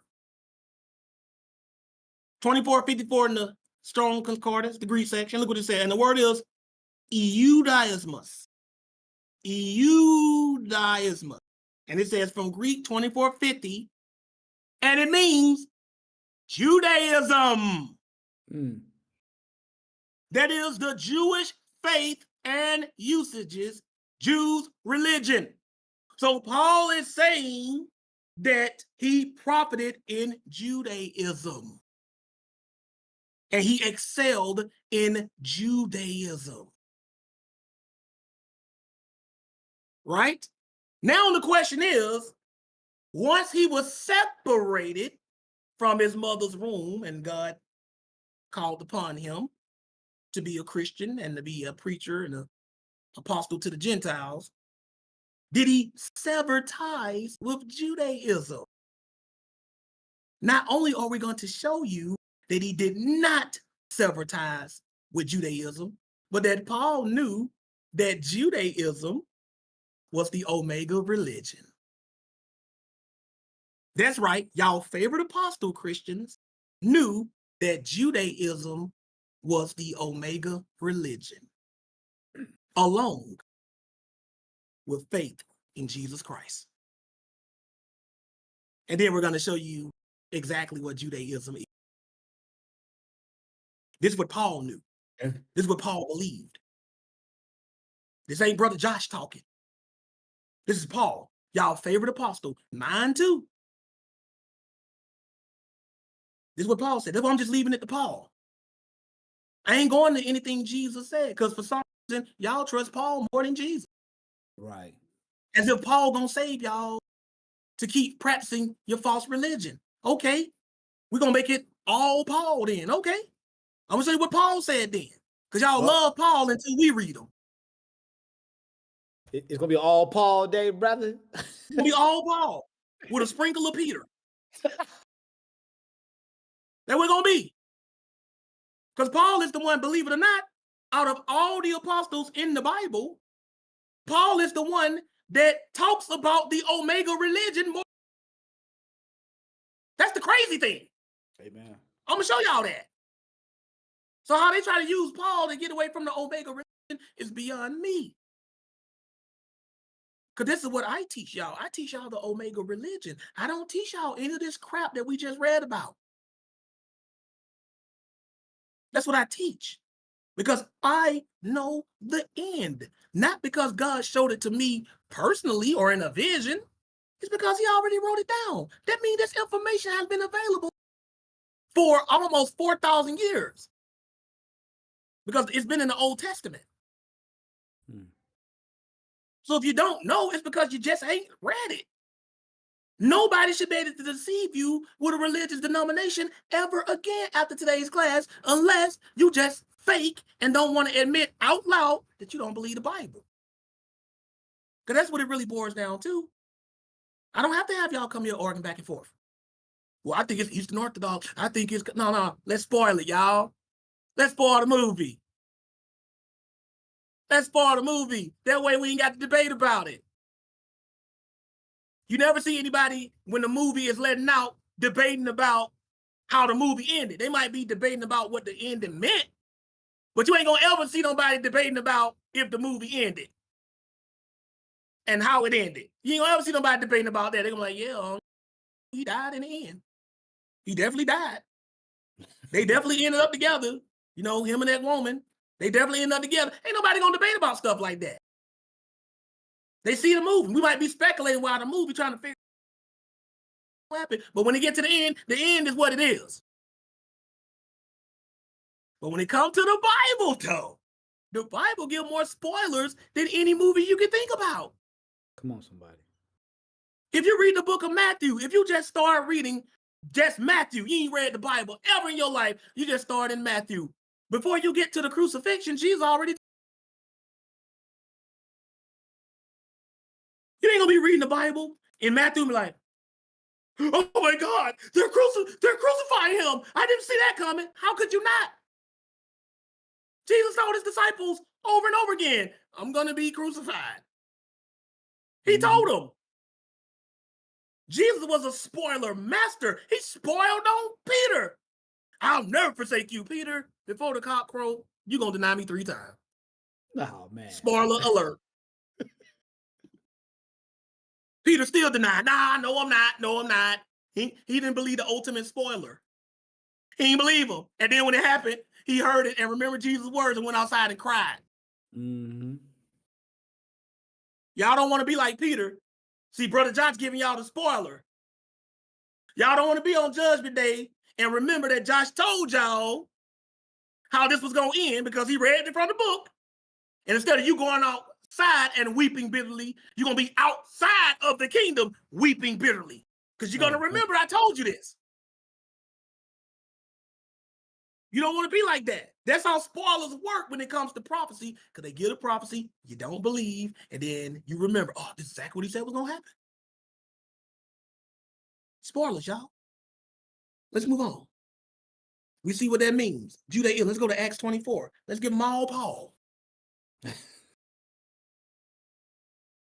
Y'all got to remember, Paul's my favorite apostle. Y'all know I'm not going to run from my favorite apostle.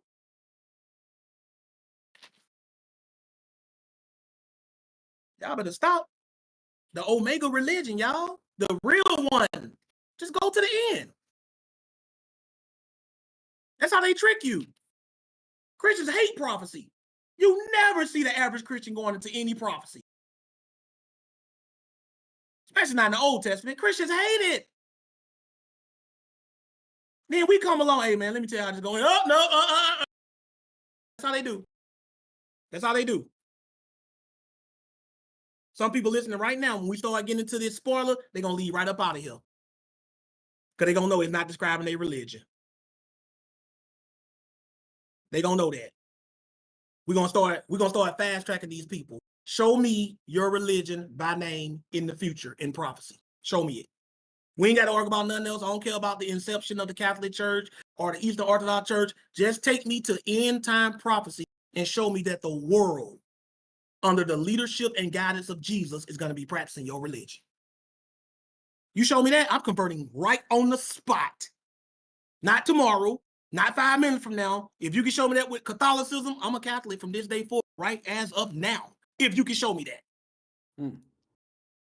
But you can't.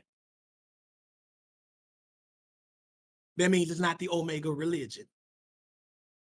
Because in order for it to be the Omega religion, what religion did it have to be first, Kevin, J, and chat? Y'all tell me. Somebody gonna figure it out. In order for it to be the, Alpha. There you go, Caleb got it. The Alpha religion. Kevin J got it. The Alpha religion. It has to be the Alpha religion, meaning the way Jesus did it, because Jesus is the Alpha and Omega. Y'all have to understand that the Alpha was when he came the first time. That's the Alpha religion. When he comes back, it's going to be the Omega religion. But Jesus is the Alpha and the Omega, meaning it's the same individual, meaning the Alpha religion got to be the same as the Omega religion. So if we go to the Omega religion and we see them doing it a certain way, that means this is the way we're supposed to be doing it now, because that's the way the Alpha religion started. Did I lose anybody? Does that make sense to y'all? Everybody got that? We good? Yep. Real simple. Looking good. All this crap in between, this other stuff they've been doing, no, that's not the Alpha, and it sure ain't the Omega. People want to argue about the Alpha. That's easier to do. I can still prove the Alpha, but they want to try to play around there. Okay, let's just go to the end of the movie. Y'all ever seen one of the movies before? I know you don't see this cat where the movie starts at the end and then they ride back to show you how they got there. Yeah. Who in the chat ever seen a movie like that? Who in the chat can name a movie like that? where it starts at the end and it rewinds you all the way back and show you how they got there. Yep, Boruto did that. The anime. Yep. Memento. That's another one, Stanley. Yep. This is what I'm doing here. This is what I'm doing here. Only difference is I took y'all into the history of the falsehood. This is what we're doing. I'm giving y'all the end. And then if y'all want to, y'all can take y'all butt all the way back. Y'all can take y'all butt all the way to the back and see how it started. But I'm giving y'all the end in the beginning. Yeah, Quentin Tarantino movie. Some of his movies start in the middle. You know, he's known for doing that. Exactly. It's a well-known literary device for people to start at the end. A lot of movies do that. But you don't see nobody going into the movie and they see it is starting at the end, and then the narrator, oh, let's go before this. You don't see nobody in movies saying, oh, you idiot, it just showed us how it ends. When we go back, all it's gonna do is show how we got. But when it comes to religion, everybody gets stupid. I don't understand it. We never do this outside of anything else, do we? We never do it, do we, Kevin J? We never do it. Nope. Always this.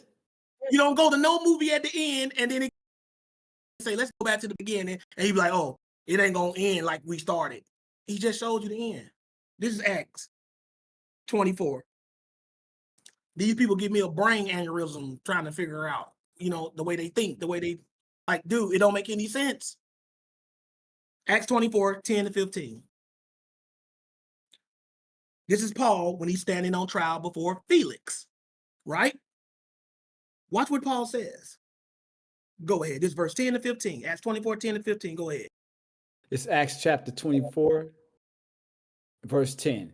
Then Paul, after that the governor had beckoned unto him to speak, answered, for as much I know that thou hast been of many years a judge unto this nation, I do more cheerfully answer for myself.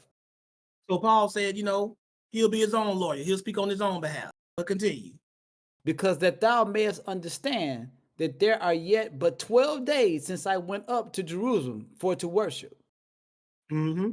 And they neither found me in the temple disputing with any man, neither raising up the people, neither in the synagogues nor in the city. Because this is what Paul's agitators were accusing him of. They were claiming that he was disputing with men, back then, just like today, you have something like disturbing the peace. Right. So they were claiming he was causing a riot, right? Neither raising up the people, neither in the synagogues, nor in the city. This is what they were lying on Paul about. But watch what else Paul says, verse 13. 13. Neither can they prove the things whereof they now accuse me. He said, neither can they prove the things. Why couldn't they prove them, Kevin J? Because they were lying. Yep. That's why Paul said, if I did all of this, where's the proof? They were lying on him. But continue. 14. But this I confess unto thee, that after the way which they call heresy, so worship I the God of my father, believing all things which are written in the law and in the prophets. Now, let me tell y'all something. If you're reading this off the King James and you read too fast, you miss it. So I'm going to come back and I'm going to slow it down for y'all so y'all can see exactly what Paul was saying, what his belief system is. Because right now, standing before Felix, Paul is declaring his complete and official religion. Look what he says. He said, but this I confess unto thee, Felix, that after the way they, the Jews, unbelieving Jews, the ones that didn't believe in Jesus, but this I confess unto thee, that after the way they call heresy, which is belief in Jesus, Christianity, so worship I the God of my fathers. In other words, he's telling you, I worship the God of my fathers as a Christian. But what else he says he believes? Because the Christians hear this part.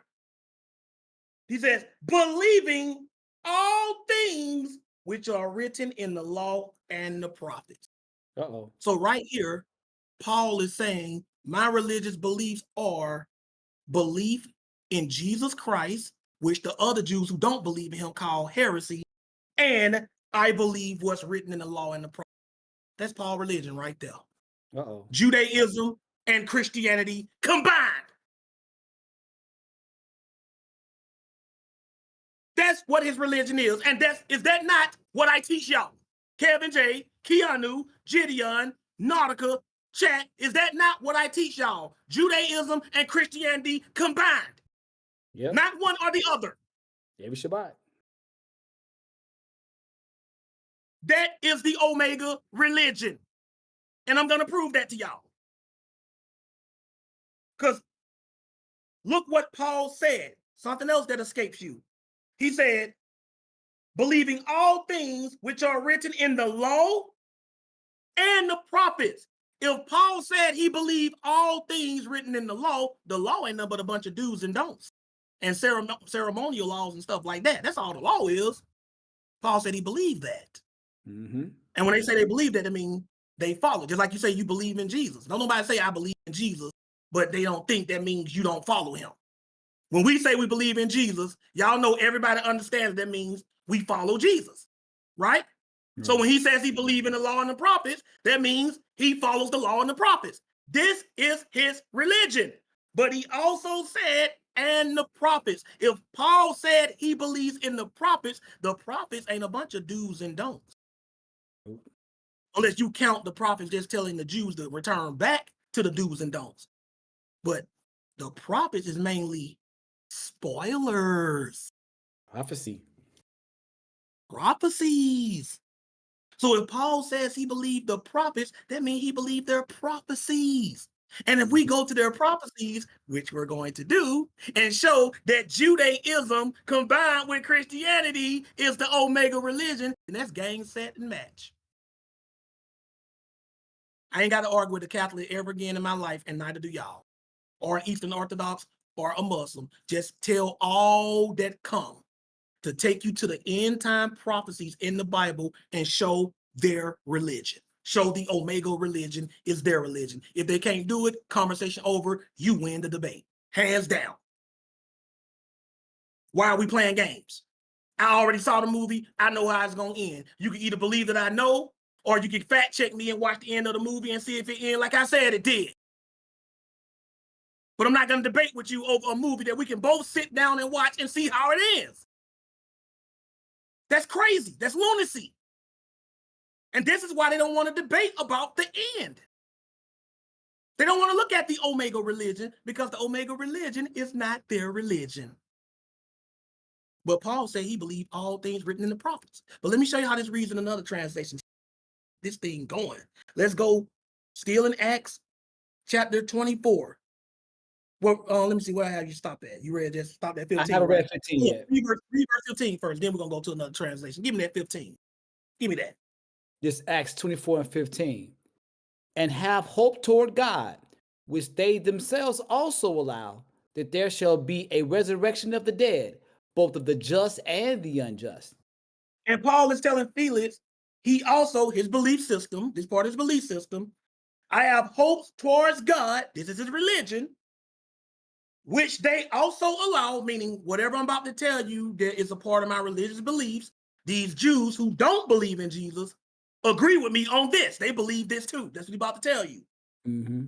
That there should be a resurrection of the dead, both of the just and the unjust. How could they agree with Paul on the resurrection of the dead, but don't believe in Jesus? Because the resurrection of the dead was in prophecy.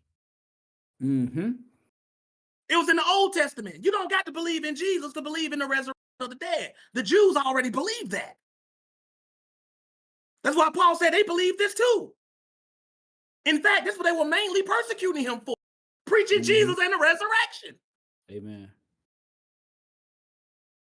But what is Paul's official religious beliefs that he stated? He believes in Jesus and he believes in the law of Moses and the prophets. Judaism. And when you say in the Bible that you believe in something or someone, that means you follow their tenets, their teachings. That's what they believe. This is Paul's religion. I ain't heard nothing about no Catholic. I ain't heard nothing about no Eastern Orthodox, all that crap, hundreds of years away. And then after that, over 1,000 years away. And Paul said he believed the prophets. That means when we go to prophecies, whatever we read in prophecy about the Omega religion, that's what Paul believed. You cannot get away from this. You cannot change a spoiler. Y'all try to retcon the past. You can't retcon the future because it ain't happened yet. But it's written. That's what's going to happen. Right? Now, let's go to other translations. I want y'all to see how this reads in other translations. Because y'all really got to understand this. These are spoilers, right? That's what I give. I ain't giving y'all no more predictions. I'm giving spoilers from now on. Meaning no arguing about it. No, well, we're going to have to wait and see. What we got to wait and see for? He already told us what it's going to be. This is Acts 26, right? You mean 24? Or you saying 24, I'm sorry, 24. And we're going to read, let me get here on my eSword so I can get there with Keanu. I want to make sure I can follow along. This is Acts 24, and we're going to read 14. Right?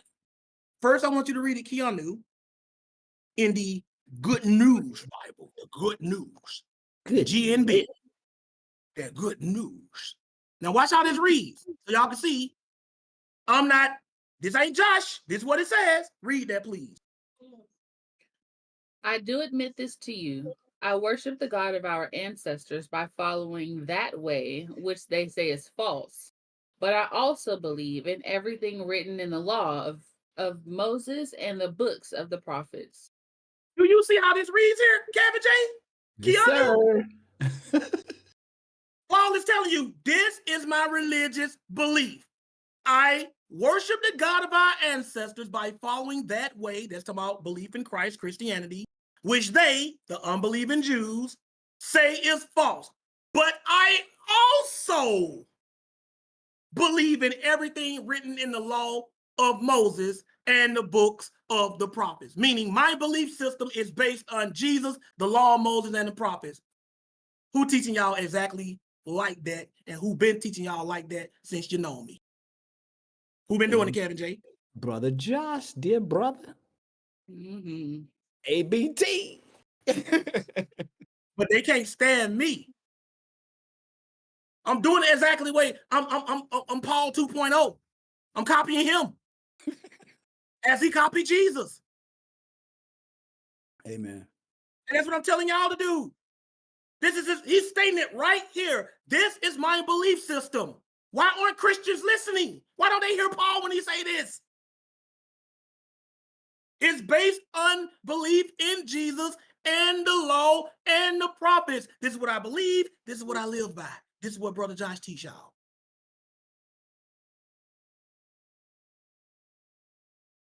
Gideon ain't stupid. He didn't just pick me because he liked the way I look or liked my voice. He did his homework. Y'all did y'all homework. That's why you're here right now. I did my homework. I'm telling y'all, this is it. This is the Omega religion. And we gonna see it. And we gonna see it. Because y'all all believe Jesus coming back. I just got to show y'all what the religion gonna be after he get back. That's all I got to do. And a lot of stuff gonna start sounding real familiar. Y'all gonna be like, hold up. And I'm gonna show you that it's all Judaism. Not Islam, not Catholicism, not Eastern Orthodox, not Pentecostal, Baptist, Presbyterian, Seventh-day Adventist, Mormonism, none of that crap. If you ain't in the end, you don't win. I'm trying to make it right. Y'all know Kevin. If you ain't in the end, you didn't win. How about that? There you go. And ain't none of y'all in the end. You're religious. None of y'all ain't in the end. Because there's a battle going on. Make no mistake about it. There's a religious, spiritual war going on every day, been going on for thousands of years, right? So if the Bible tells us who's in the end, that means that's who won. That's the last man standing, right? So you mean to tell me you know who's going to win and you're going to back the loser? You got to be the stupidest person alive to know you're going to lose and back the loser anyway. You got to be the stupidest person alive. And you got to be even stupider if you think I'm going to side with the people who I know who. All of them going to lose, y'all. You don't see anything about your religion in the end. If you don't, that means it died out or it was destroyed. That means everybody practicing it either left it, got smart and left it, or they died with it. And your religion is not in the end. I'm sorry. Already we see what was Paul's religion. Let me show you this reason in another translation. Y'all asked for it. I told y'all, Kevin J, Gideon, Keanu, Nautica, did I not tell y'all I was going to make these Catholics and these Eastern Orthodox pay for keep coming in here? Didn't I tell y'all that? I mean, you said a lot of people were going to be mad, so. I said a lot of people are going to be mad, but I've been telling y'all that for weeks because they always coming in here. They was even on Friday night when me and Gideon was talking about his baptism the next day. Gideon, were you baptized in Eastern Orthodox? Eastern Orthodox is not in the end. A better question, how about this, y'all? The better question we should just be asking them is, what happened to your religion when Jesus came back? Because I don't see nothing about it. What happened to it? It had to go somewhere. Because it ain't around when Jesus come back. That's the real question. That's what I want to know. They can't answer that. But I know what the answer is. It was wiped out because it was false. That's what's going to happen to all these false religions. So why don't y'all just get on the winning team? Get in on this, on the ground floor, as they call it. Right? Y'all better get on the winning team. That's ABT and others, because we ain't the only ones, other people who teach this. Y'all want to get on the losing team. You know they gonna lose. You already saw the tape. It's a tape of these people losing. You already saw it. That's just stupid on top of stupid. A lot of people need to hear this class. They need to hear it. But a lot of people don't like spoilers, do they, Kevin J? They don't like spoilers. Right? But this is the case, I want you to read this. Is the case where I want a spoiler right here. I usually don't like spoilers, but in this case, dear brother, I want to have that spoiler. In this case right here. Yeah. And at this point, I'm finna spoil y'all like a newborn daughter. I'm finna spoil y'all like a newborn. You know how when a man, cause the daddy daughter thing, when the daddy first get that little baby girl, he already know he finna spoil her. That's what I'm doing. I'm spoiling y'all like y'all finna get spoiled big time today. We finna spoil the heck out this movie. You know what I'm saying? Y'all gonna be pissed, man. Don't ever go to movie with John, man. He tell the whole movie. He can't shut up. Y'all gonna be when y'all leave up out of here. Let's read Acts, same thing that you just read, Keanu. Give it to me in the BBE. That's the Bible in basic English, sister. So y'all can see what Paul says his religion is. Read that, please. But this I will say openly to you, that I do give worship to the God of our fathers after that way, which to them is not the true religion, but I have belief in all the things which are in the law and in the books of the prophets. Kevin J, what is Paul's religious everything belief? you just said in one verse. What is Paul's religious belief, Kevin J? Keanu, Judaism. chat. What is religious belief? Jesus, the law, and the prophets. Jesus, the law, and the prophets. Real simple. Jesus, law, prophets. Say it with me, Kevin J. Jesus, law, prophets. Let's say it at the same time. Go. I like that. Jesus, law, prophets. Can you say it at the same time with me? Yep. You on delay? Okay, on the count of 3. 1, 2, 3, go. Jesus, law, prophets. Look at AC making it even simpler. JLP. That man right there, he should have been a special needs teacher. He the king of dumbing stuff down. My man.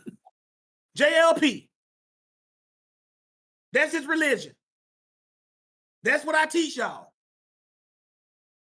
That's what I give y'all. That's what I've been giving y'all since I started teaching. And it's coming from everybody's favorite apostle. But read the same thing, if you will, please. Keanu. In the ERV. Easy to read version.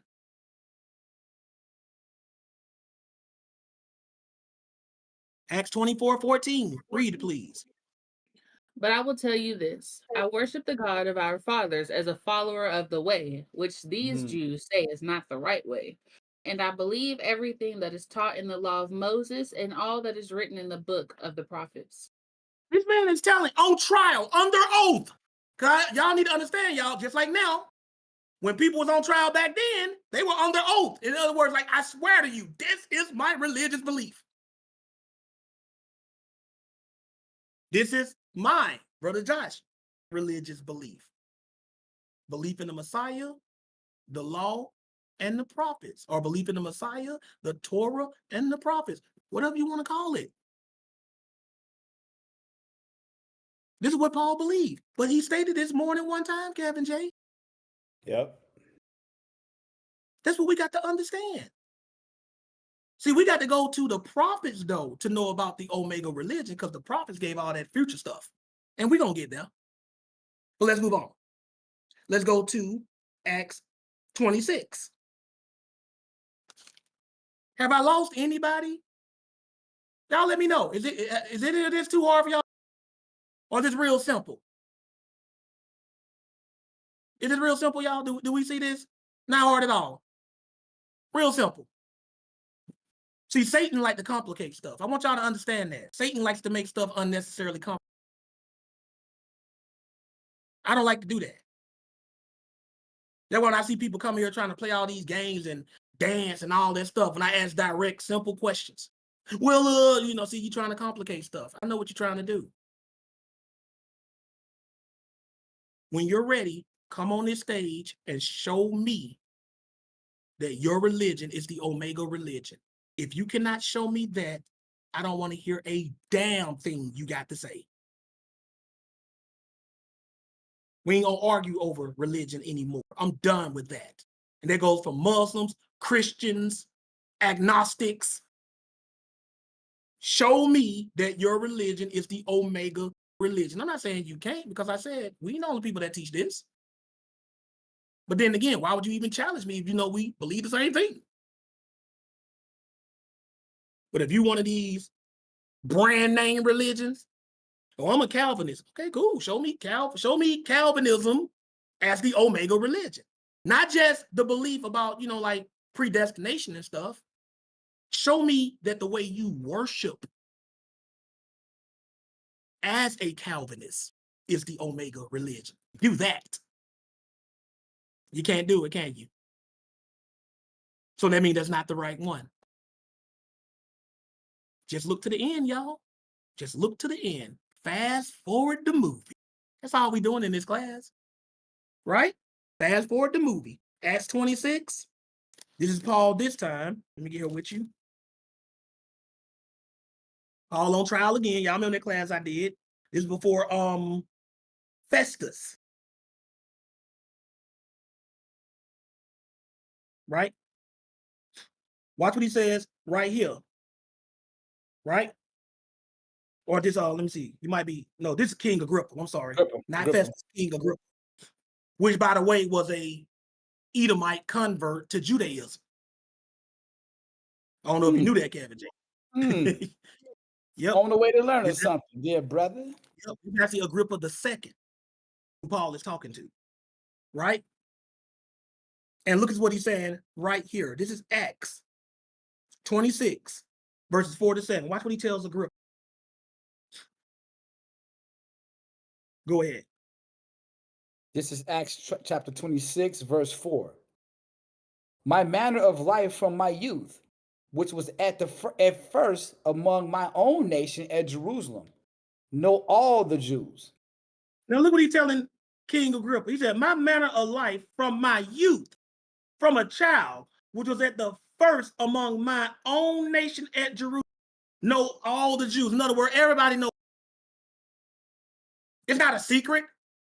And his manner of life he's talking about right here is Judaism. He did not meet Jesus and learn about Christianity until after he became an adult. So he's saying like everybody knows, right? Continue. 8. Why should it be, I'm sorry, not 8. I'm sorry, 5. Which knew me from the beginning, if they would testify that after the most straightest sect of our religion, I lived a Pharisee. So Paul said, I just didn't practice Judaism. I also practiced the strictest sect. That's what straightest mean here. The strictest sect among Judaism, which is being a Pharisee. Now that he did abandon. He didn't abandon Judaism, but he abandoned being a Pharisee. But the Pharisees were the strictest law keepers. They created extra laws on top of the law of Moses. Right. So he's telling King Agrippa, who also was a convert to Judaism, or you could say he was Jewish, these things, because King Agrippa understands that. Right? Continue. 6. And now I stand and am judged for the hope of the promise made of God unto our fathers. It says, and now I stand and am judged for the hope of the promise made of God and unto our fathers. And the hope of that promise is the resurrection through Jesus. Right? He's letting them know, this is why I'm on trial. Because I'm preaching Jesus and the resurrection. But he had to give King Agrippa a little background on him. But watch what else he says in verse 7. Read that. Unto which promise our 12 tribes, instantly serving God day and night, hope to come. For which hope's sake, King Agrippa, I am accused of the Jews. Now look what he's saying. This is one of those verses that if you read too fast, you miss the point. He says, unto which promise, that's the resurrection, our 12 tribes of Israel, the Jews, the Hebrews, the Israelites, he's telling you what they were currently doing at this time to achieve this promise of the resurrection, which includes himself. Because remember, Paul said he believes the law and the prophets. Remember that, Kevin J? Yeah. So he's letting you know I'm serving right alongside my fellow Jews. Look what he's saying. Unto which promise our 12 tribes, instantly serving God day and night, might hope to come. Kevin J, how did the Jews serve God? The ones who didn't believe in Jesus, how did they serve God? Through the law? Exactly. By keeping the law. By keeping the law. But notice he said that in present tense. He didn't say they did. He said they did at the time. Yep, sure did. Do y'all see that? He said, until which promise our 12 tribes instantly, and that word instantly here don't mean quick, it means intensely, severely, very hard, like doing it real hard. That's what that means, right? Serving God day and night, hope to come. They hope to achieve the resurrection by serving God day and night. The 12 tribes of Israel. At this time, the 12 tribes of Israel didn't believe in Jesus. So how were they serving God? How did Jews serve God? By keeping the law. Mm-hmm. And Paul is associating himself with them. Only difference is he believes in the way, which means belief in Jesus Christ, right? He said, for which hope's sake, King Agrippa, I am accused of the Jews. So Paul is saying they're attacking me because I'm teaching Jesus and the resurrection. But let me show you how this reads in one other translation. Keanu, if you'd be so kind, sister, give me that in the ERV. Just verse 7. Oh, never mind. Nope, that's it. I'm thinking of something else. Nope, we get it. Okay. I'm gonna go there next. Let's move on to 2 Peter. Do everybody see what Paul said he believed? Paul said the Jews were serving God just like him in hopes of the resurrection. Christians know Jews serve God who didn't believe, the ones that didn't believe in Jesus, they serve God by keeping the law of Moses. Everybody knows. Argue that. But Paul said he was doing the same thing. He said, "That's what I believe." Every time Paul was on trial, Paul letting them know, "I'm a Christian. Make no mistake about it. But I have not severed ties with my ancestral roots of keeping the law." That's why he said, "I believe in Jesus and I believe in the law and the prophets," meaning those are what I follow. Those are what I believe. You start talking about the law and prophets to the Christians today. What's wrong with you? You're a legalist. You're trying to Judaize. No. I'm trying to do it the way they did it. And this world has become so corrupt that they looking at us like we're crazy. We're doing it the way Paul did it. I know y'all like Paul. Paul's telling you what his religious beliefs are. But then somebody might come along and say, well, yeah, but we're Gentiles. So Paul was just doing that because he was a Jew. That's why he was doing that. The Jews, they still had to do that. So what's going to happen with the Omega religion and Jews and Gentiles? Thing. That would mean that's how we were supposed to have been doing it the whole time, which Paul tells you repeatedly in his letters. That we're supposed to all be teaching the same thing, believing the same thing. He actually said that. That means the Jews had to do something, the Gentiles had to do it too. If the Jews couldn't eat something, the Gentiles couldn't eat it either. They didn't start a divided church. What's wrong with these Christians today? They think the church started divided. No. Y'all are crazy. And they wonder why I hate modern day Christianity, Kevin J. It's not the Omega religion. 95% of it isn't. Mm-hmm. Let's move on. Watch this. Let's go to 2 Peter. Let's see what Peter says about prophecy. Paul said he believed the law and the prophets. That means whatever written in the prophets, he believed it.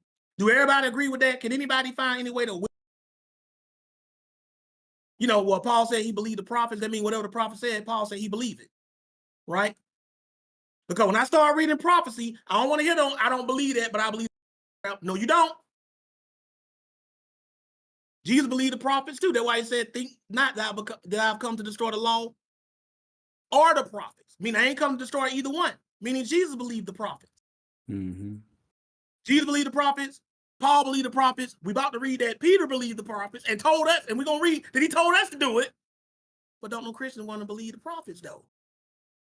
Y'all have no idea how badly y'all have been corrupted by the devil. Y'all have no idea. Y'all have no idea how bad y'all are tainted. Christians, y'all just don't know. You were literally born into deception. You've been fed lies ever since you were old enough to understand what was being said to you. You've been programmed from birth. I don't expect something that you've been programmed to believe from birth to be deprogrammed in this one class, but you gotta be honest about one thing. Your religion is not the Omega religion. You gotta give me that. You can meditate, pray, think about everything else in between. But one thing you can't argue with me about, or one thing it can't take you a whole lifetime to wrestle with, is that your religion is not the Omega religion. That's a 5-minute conversation, tops. Show me that your religion is the Omega religion. You can't do it, can you? Well, guess it ain't it. Right? That means it ain't the right one. And we're going to look at the actual practices to prove it. Let's stop the games. 2 Peter, let me get here with you, my brother. Chapter 1, 17 to 19. Look what Peter is telling us. And he's writing to Christians, by the way. Mm-hmm. Right? Go ahead and read. This is 2 Peter chapter 1, verse 17. Mm-hmm. For he received from God the Father honor and glory, when there came such a voice to him from excellent glory. This my beloved Son, in whom I am well pleased. And here Peter is talking about Jesus. It said, for he, Jesus, received from God the Father honor and glory when there came such a voice to him from the excellent glory, this is my beloved Son in whom I am well pleased. You can read about that in Matthew 3:17 after Jesus was baptized. Shout out to Gideon and Nee for getting baptized, right? Read verse 18. 18. And this voice which came from heaven we heard when we're with him in the holy mount. It said, and this voice which came from heaven, we heard the voice of the Father when we were with him in the holy mount. You can read that in Matthew 17:6. Y'all remember cloud overshadowed them and he was my beloved Son, hear ye him. Peter was there. Peter, James, and John were there. They weren't there at the baptism, or at least it don't mention them being there, but they heard this voice themselves, right? So what he's doing, why is he telling the Christians this in his letters? He's trying to authenticate Jesus's prophethood, that he's the Messiah, that he's really chosen. Like, we heard God ourselves speak to this dude. But just in case that's not enough, or just in case you need something, this can help you strengthen something else you believe in. Read the next verse. Watch what he says. 2 Peter 1:19. We have also a more sure word of prophecy, whereunto ye do well that ye take heed, as unto a light that shineth in a dark place, until the day dawn, and the day star arise in your hearts. Now, notice what Peter said. In addition to what they heard, and what he's telling the Christians what they heard, he said, we have also a more sure word of prophecy, right? Whereunto, like this confirms, right? Something. I'm gonna show you what it means, but we're gonna read it in another translation first. Whereunto ye do well that ye take heed. Now notice that there's more sure word, Kevin J. He's telling these Christians he's writing to, whereunto ye do well that ye take heed. Meaning we as Christians would do well if we take heed to whatever this more sure word of prophecy it is he's talking about. Do everybody get that? Did I lose anybody when I broke that down? Keanu, you got that? Nautica, everybody in the chat? Loud and clear. Whatever this more sure word of prophecy is, he said we would do well if we take heed to it, right? Why? Because it's as unto a light that shineth in a dark place, and boy, Christians are in the dark. And guess why? Because they're not taking heed to the prophecy, right? Until the day done and the day star arise in your hearts, right? Now, read the same thing, Keanu, in the ERV. And then we're going to go back to the King James and we're going to verify what this more sure word of prophecy is. This is verse 19, right? Yes, in the ERV. Okay. 2 Peter. Just verse 19. Just verse 19. Oh, verse 19? Yeah, just read verse 19. Okay. This makes us more sure about what the prophet said. It is good for you to follow closely what they said, which is like a light shining in a dark place. You have that light until the day begins, and the morning star brings new light to your minds. Now, look what Peter said makes them more sure about what the prophet said. When Jesus spoke, when the Father spoke to Jesus, he said, this makes us more sure about what the prophets said. We're going to find out what prophets he's referring to. And then look what he says here, Kevin J. And it is good for you to follow closely what they, the prophets, said.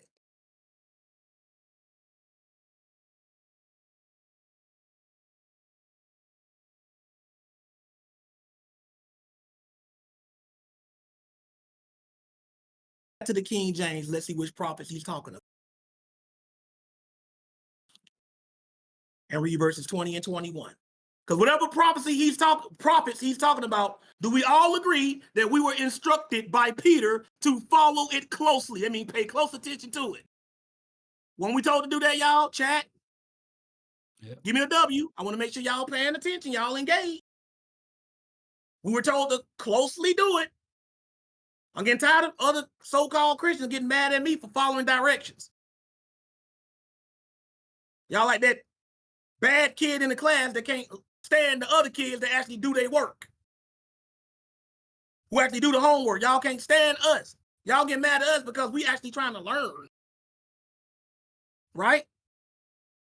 Let's see what prophets he's talking about, because there were prophets in the New Testament.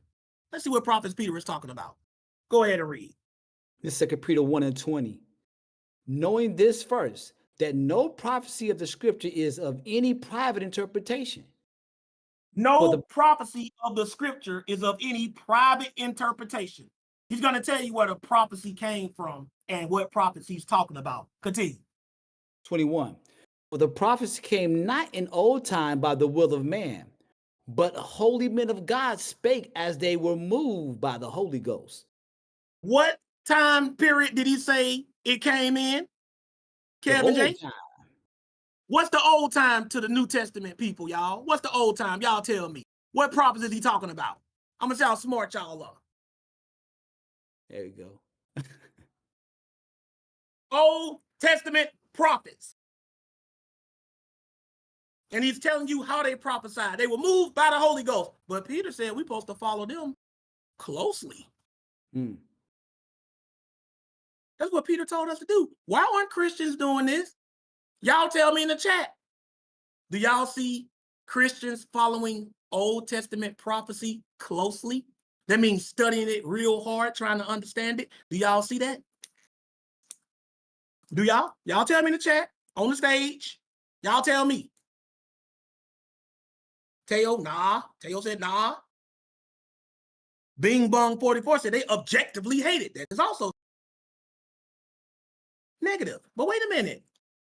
Where were we told in the Bible, Kevin J, to follow the Old Testament prophets closely? Who did we just read that told us to do that? Peter. Is Peter, or the writings of Peter found in the Old Testament or the New? New Testament, there, brother. So if they're not doing this, and I want y'all to listen to this now. So if they're not doing this, that means Christians don't even really follow the New. Agreed? If the New Testament apostles tell us to do something and Christians are not doing it, that means they don't even really follow the New Testament, does it? Yep. And y'all wonder why I don't take these people seriously. See, y'all don't got to listen to me if I suggest y'all read the Old Testament to get a better understanding of what's going on. What's called? Am I cutting out for anybody else? Every now and then. Every now and then. Y'all know what I'm going to do. Hold on one second.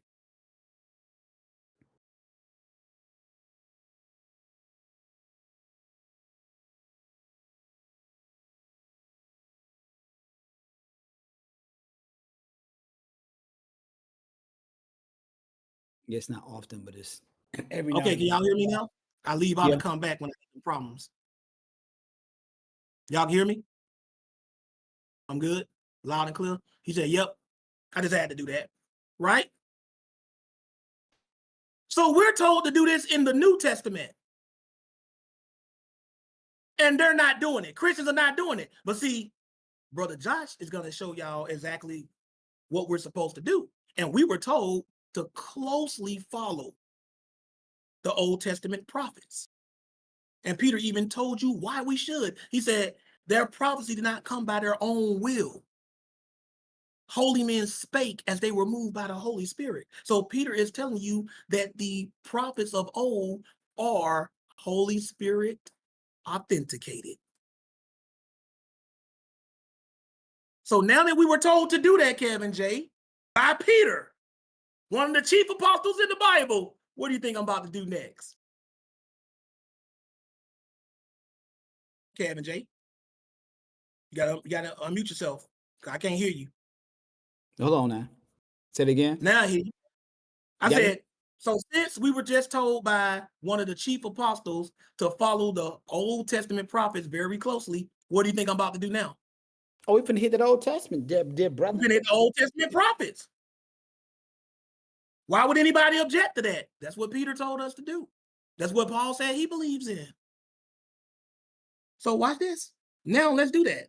Let's finally go to the prophets, the spoilers, and let's see what the Omega religion is. We've read this a million times, but now it's going to hit even harder, it's going to slap harder.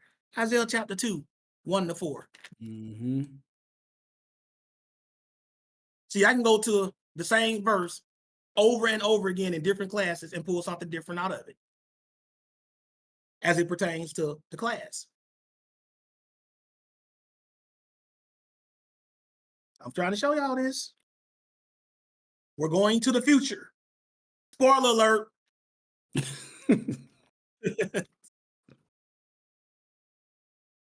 It's Isaiah chapter 2. I was told by Peter to follow the Old Testament. He said, and you will do well if you do this. Did he? He even gave us an incentive. He said, you will do well if you do this. Yeah, you're going to be all right. You're going to be good. Right? Let's take a look at the Omega religion. And y'all tell me when it starts sounding familiar. Go ahead and read. Isaiah 2, 1-4. Go ahead. It's Isaiah chapter 2, verse 1. And the word that Isaiah, the son of Amos, saw concerning Judah and Jerusalem. And it shall come to pass in the last days that the mountain of the Lord's house shall be established in the top of the mountains, and shall be exalted above the hills, and all nations shall flow unto it. It says, and it shall come to pass in the last days. Last days can also be translated latter days or later days. That's talking about future, right? Yep. Everybody agree with that?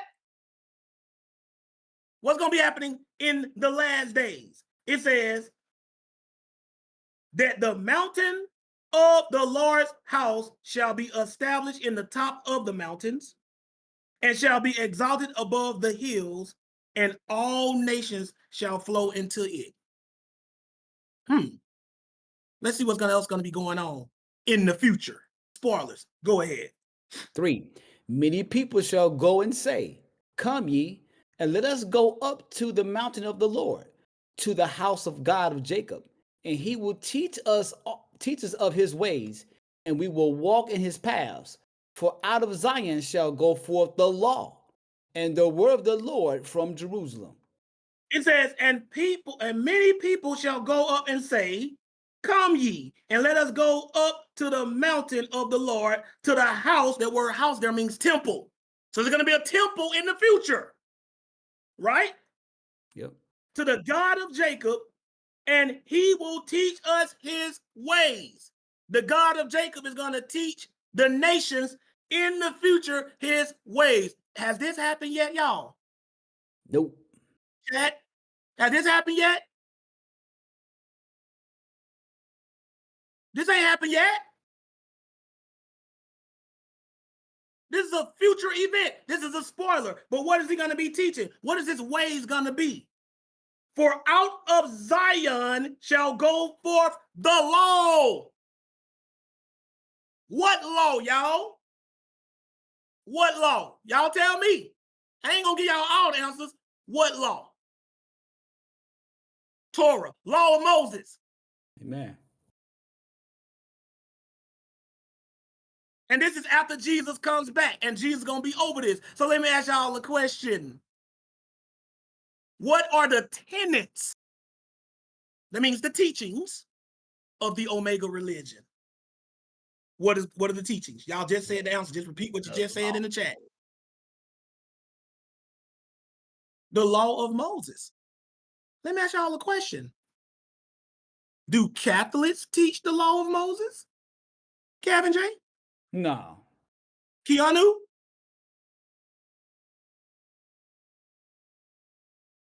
They don't. They don't. Do Eastern Orthodox teach the law of Moses? We know they don't. Are they established in Zion, which is Jerusalem? Because that's what it said it's going to be established at. It's the headquarters.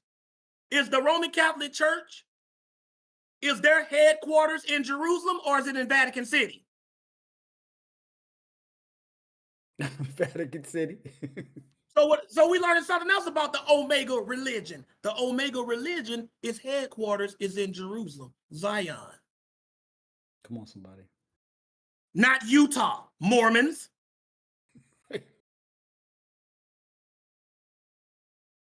Not Mecca, Muslims. If this don't describe your current religion or your current religion's aspirations, meaning this where you want to go, then it's not the Omega religion. And what is he says going to be coming out from Jerusalem or Zion? The law of Moses. I just eliminated like 95% of Christianity from being the Omega religion when I just read that. Amen. Because 95% of Christians that are going to come in here are going to tell you we ain't got to keep the law anymore. Then why in the heck is this the Omega religion? Because remember, the Omega religion is the one that's the last one standing and the one that Jesus really endorses. Do y'all understand that? This is the one he endorses. This is the one at the end he's going to be giving the thumbs up to. So why do we see in the end, in the future, back to that law of Moses? Because we really never left it. And the nations, what does it say? And many people shall go up and say, come ye, let us go up to the mountain of the Lord, to the house of the God of Jacob. Notice how they're describing the biblical God. Mm-hmm. They said the God of Jacob. Jacob is another name for Israel. Another name for Israel, Hebrews, Israelites, Jews. So notice they are associating the Omega religion with being the God of the Jews, not of the Romans, not of the Eastern Orthodox Church, the God of Jacob. That's the God of Israel, y'all. Ain't no church. The church, they ain't describing God in that manner. Salvation is of the Jews.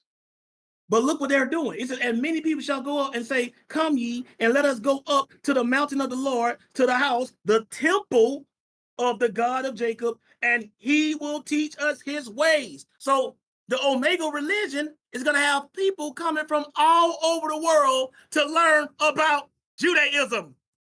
Yes, sir. Because that's what the law is.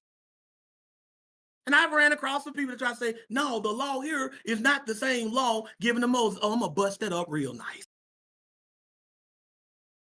Y'all know I make it airtight. Y'all know that.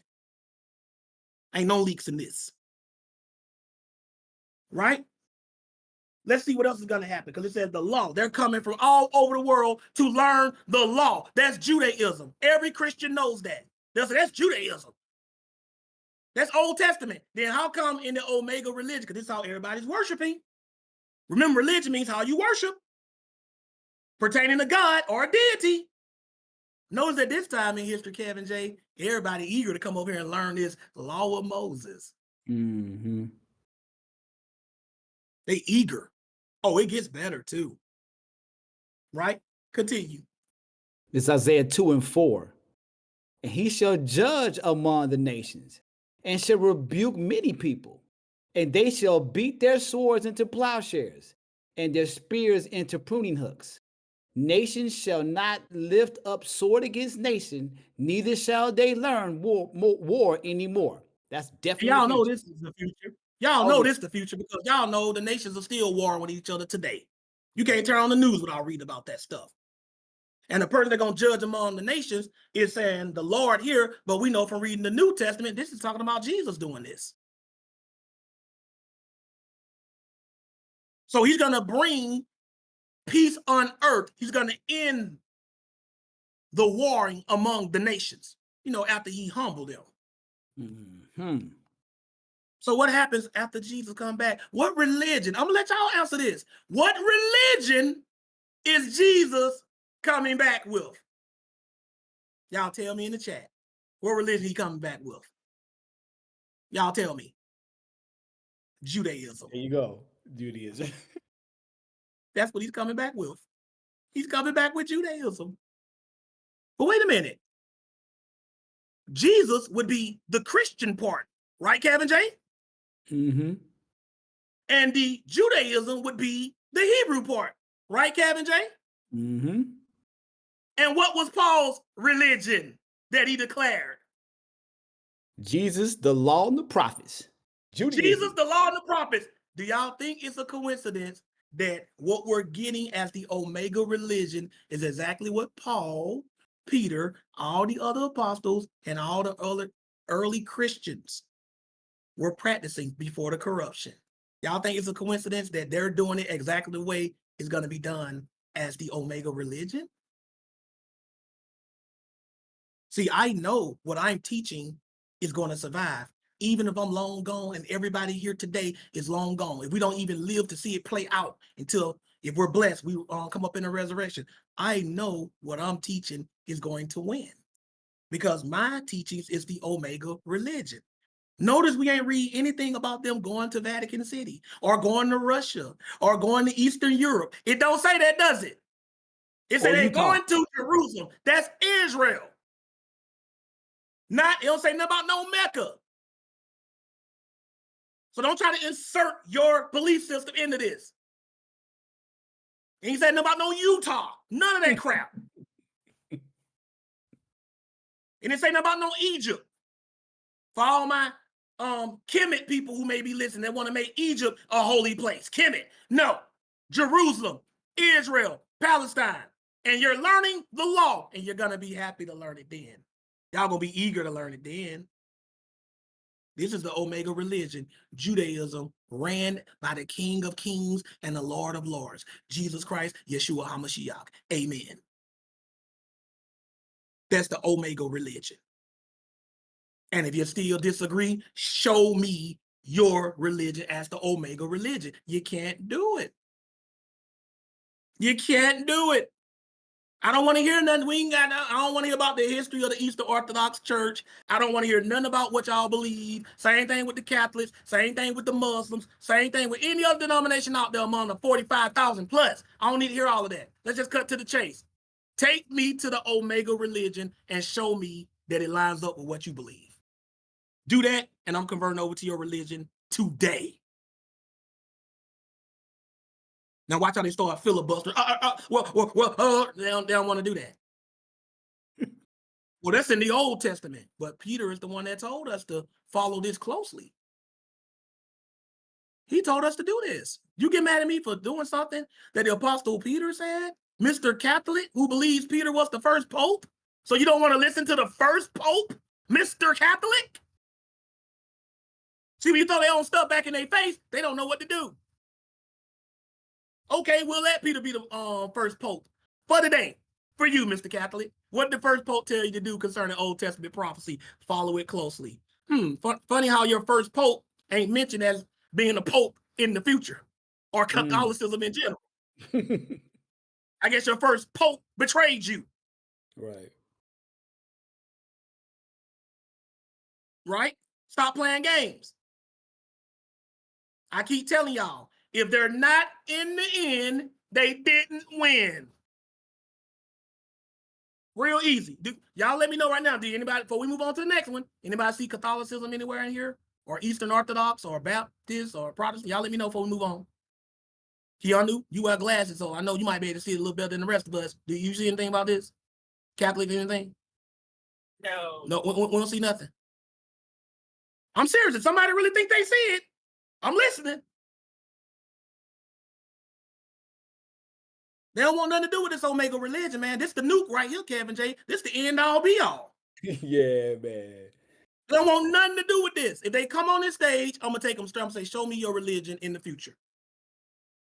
That's all I'm gonna do. Show me in prophecy that's what we're gonna be doing in the end. That's all I want to see. Let's move on.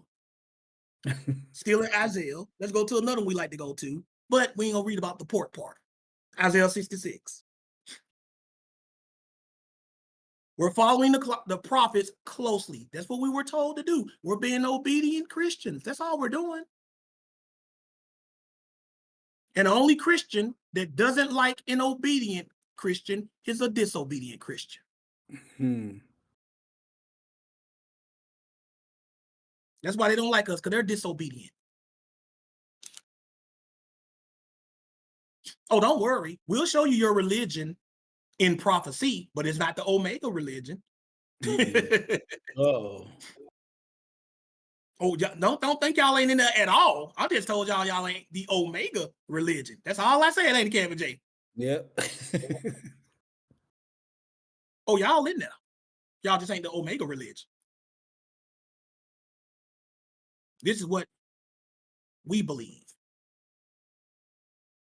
That's what we do. We do it the way they did it. You ain't even in the end of the movie, but you gonna win. You follow what I'm saying? You ain't even in the end of the movie. Go on somewhere, man. This is Isaiah 66. Watch what it says here. We're going to read verses 22 to 24. Now we're going to get specific because they try to say, well, that law, that ain't talking about the law of Moses. Okay, let's see specifically what these tenets are and see if they start, coming to memory. Because, okay, we'll just say for argument, Kevin J, it just said the law, right? It just said the law. That could be any kind of new laws in the future. Okay, let's get the specifics then. Isaiah 66, 22 to 24. Read, please. This is Isaiah 66, verse 22. For as the new heavens and the new earth, which I will make, shall remain before me, saith the Lord, so shall your seed and your name remain. And this is God talking about the children of Israel, specifically or especially the Levitical priests. Oh, yeah, that's coming back too. Sacrificing animals. That's part of the Omega religion. Oh, I can do a whole class on that too. What? The sacrificial law is coming back? I know he done lost his mind now. No, it never went away. Just the symbolism changed. Y'all don't even understand that. That's a whole other class right there. But that's not even what we focusing on. Continue reading. Isaiah 66 and 23. And it shall come to pass that from one new moon to another, and from one Sabbath to another, shall all flesh come to worship before me, saith the Lord. And what does all flesh mean, Kevin J? All flesh, everyone on earth. Everyone on the earth, nationwide. But what did he say they were going to be doing? He said from one new moon to another and from one Sabbath to another. Wait a minute. What religion talks about new moons and Sabbaths, y'all? That Torah. Judaism. You put a label on it. Judaism. What the name of the religion? What? Judaism. Judaism. Right? What name is on that? Judaism. Did it say from one mass to another? Did it say that? No, it didn't. Did it say from one Sunday to another? Did it say that? No, it didn't. Did it say from one Ramadan to another? Did it say that? No, sir, it didn't. What tenets do y'all read about that's talking about new moons and Sabbaths? What do y'all read about that, y'all? Y'all tell me. What religion?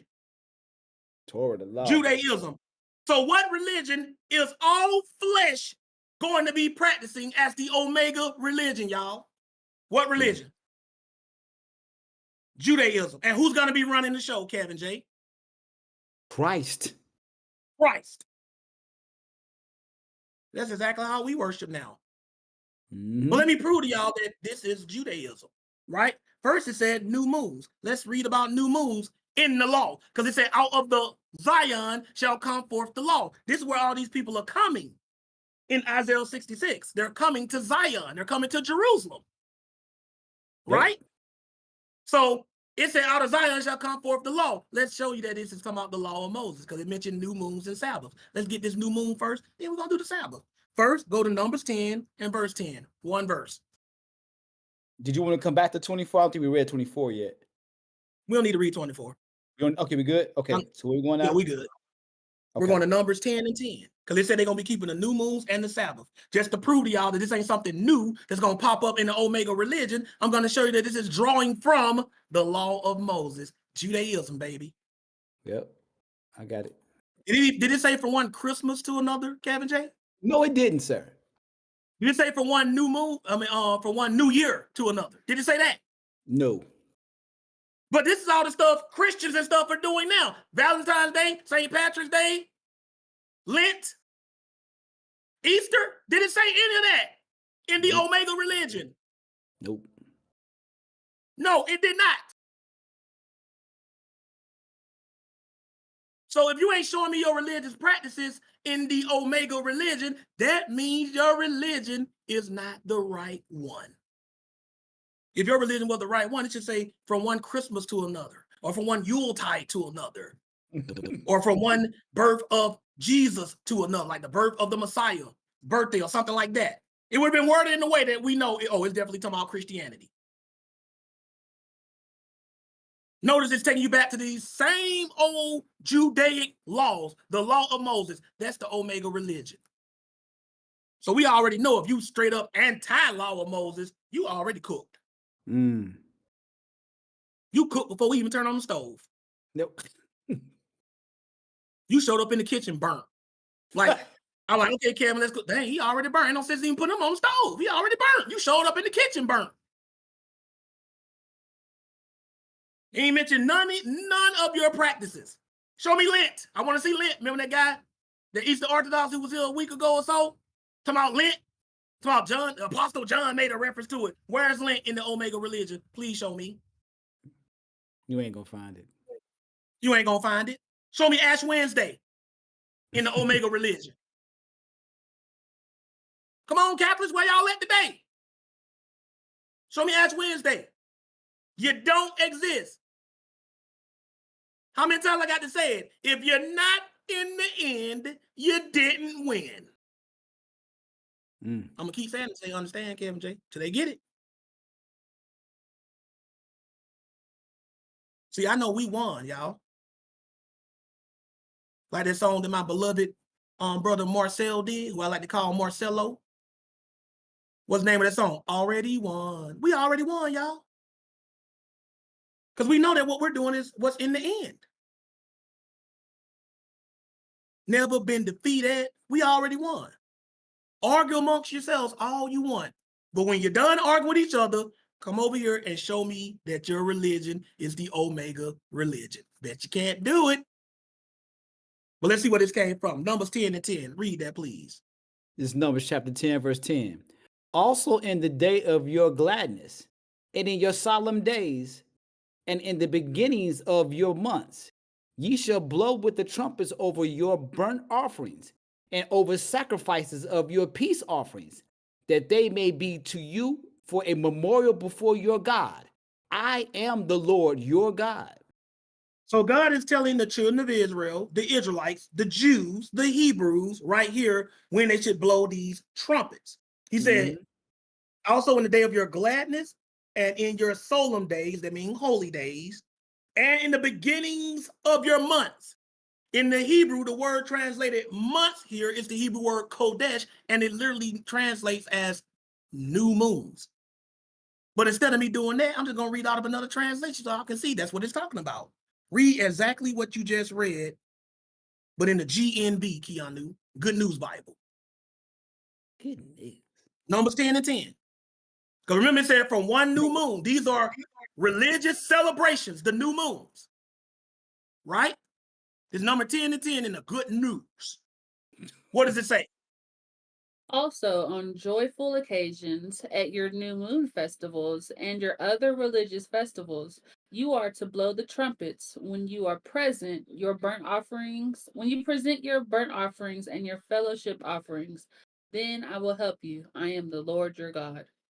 It said also on joyful occasions, at your new moon festivals and your other religious festivals. So in the GNB, it's telling you that the Sabbaths and the new moons are religious festivals. So where did Isaiah 66 get the ideal of new moons and Sabbath? Well, we're going to read Sabbaths later, but where did he get the ideal of new moons from, Kevin J? The Torah.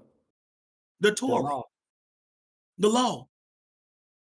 Y'all show me in Catholicism or Eastern Orthodox or any other of these denominations, anybody talking about a new moon.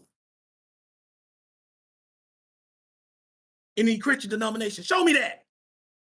But this is what is gonna. This is gonna be one of the religious festivals in the Omega religion. That means Judaism. Judaism is the Omega religion being ran by Christ, who is the head of Christianity. That's what Paul said his religion is. I believe in Christ and I believe in the law and the prophets. That's our religion. We believe in Christ and we believe in the law and the prophets. We're doing it exactly the way they did it. I'm teaching it to y'all exactly the way they taught it to us and exactly the way they lived it.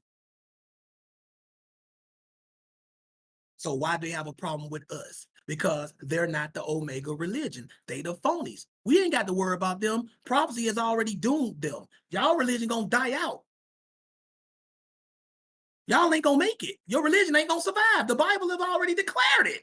When Jesus comes back, the only religion we're gonna be practicing is the Omega religion. And we're gonna read about some people that might try to renege and still do their own thing. Oh, they got something coming. But this is gonna be the religion. This is how Paul lived, this is how Jesus lived, this is how Peter lived, all the apostles, all the real Christians. Y'all part of the schisms. Y'all part of the divisions. Y'all part of the 45,000 plus. Y'all lost in the sauce, needles in a haystack. I'm trying to pull y'all out from that. This is why they can't stand me. Because they know they're not going to be in the end. The Bible tells you in Revelation 13, or no, Revelation 12, that Satan is going to be persecuting people because he know he got a short time. What does short time mean? A short time until he loses. Like forever, for good. Satan already know he's going to lose. Did y'all know that? Give me a W in the chat if you didn't know that Satan already knows he's going to lose. If you didn't know, give me a W. If you didn't know that.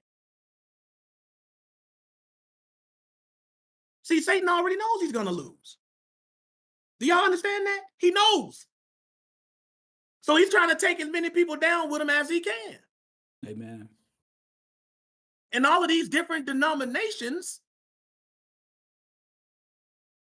is his religions. They all belong to Satan. See, Satan know he's going to lose. He already know. He know it's over for him.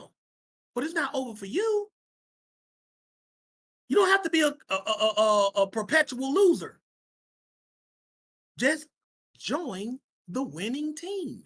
Join the Omega religion. That's all you got to do. Just look at the end. Isaiah 66:15. My religion don't say nothing about no new moons or no Sabbaths. Then you already know you ain't the Omega religion. It's really that. Is it really that simple to y'all? Because that's how simple it is to me. Is it really that simple, Kevin J? Tell me the truth, man. Don't cap on me. Don't gaslight me, man. Is it really that simple? Because it is to me. It's that simple, brother. It's that simple. It's that simple.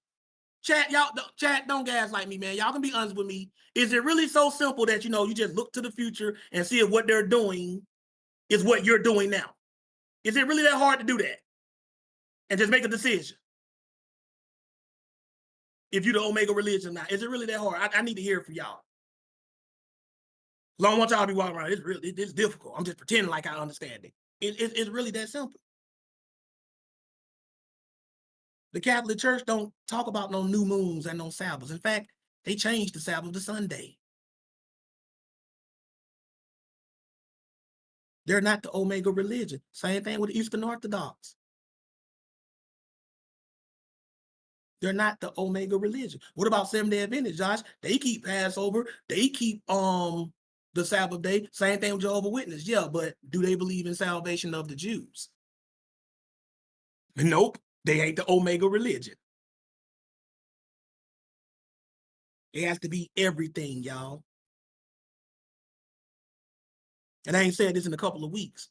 I want you to look at your neighbor and put in the chat and say, I believe in the Omega religion. I ain't did that in a while, have I, Kevin J? We're old school with the church. Yeah, it's been a minute since you did that one, brother. Yep. Post in the chat. Look at your neighbor and say, I believe in the Omega religion, or I follow the Omega religion. How way you want to word it. That's us. Let everybody know. We don't want your Catholicism, your Presbyterian, your Catholicism, Eastern Orthodox, Islam. Keep it all. We don't want it unless you can show it's the Omega religion. You can't. You can't do it. Sorry. Let's move on. Try to tell them, man. They don't be want to hear it. Just go to the end. Now, it said new moons and Sabbaths in Isaiah 66, 22 and 24, 22 and 23, didn't it? Yep. It said both, didn't it? Right? Yep. Let's get the Sabbath. Let's see where that Sabbath stuff came from. Let's go to, let me see. Well, we'll do this first. Let's go to, I think I put something ahead or something out of order here. Let's go to Leviticus 23. Okay. Hold on, wait. Let me make sure I didn't skip this. I might just have to add this in real quick. Hold on, let me make sure I ain't skip nothing. You know, when I be putting my notes together sometimes, I remember where I'm gonna go. Okay, Exodus 31. That's where I want to go. Exodus 31, 12 and 13. Because it said new moons and Sabbaths. Didn't it say that? That's what it said. We see Isaiah was talking about something from Judaism, from the law of Moses. That's what new moons are. It's a religious celebration. But he said, and Sabbaths. Let's see about this. This is Exodus 31.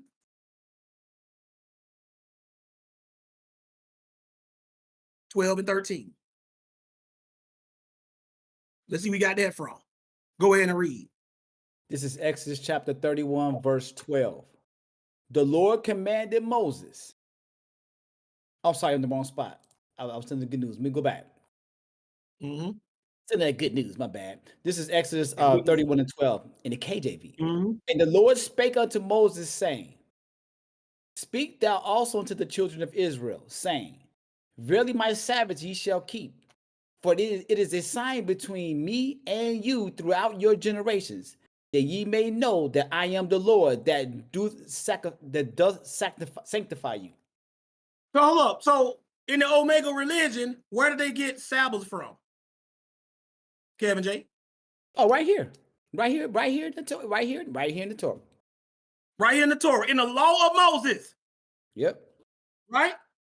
So the Omega religion saying that from one Sabbath to another, and Sabbath can also refer to other holy days, not just the 7th day of the week, but it's telling you from one new moon to another, from one Sabbath to another, all flesh, meaning everybody in the world, gonna come to worship. And Isaiah chapter 2 lets us know they're gonna be in Jerusalem, in Israel.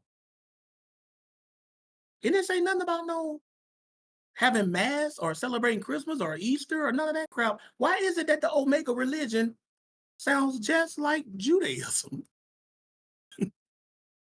Because that's what it is. This is simple. Show me any of this crap they do in Christianity today in the Omega religion. I'll wait. No, it's not in there. Then shut up. I don't want to hear about your religion. It's going to be dead.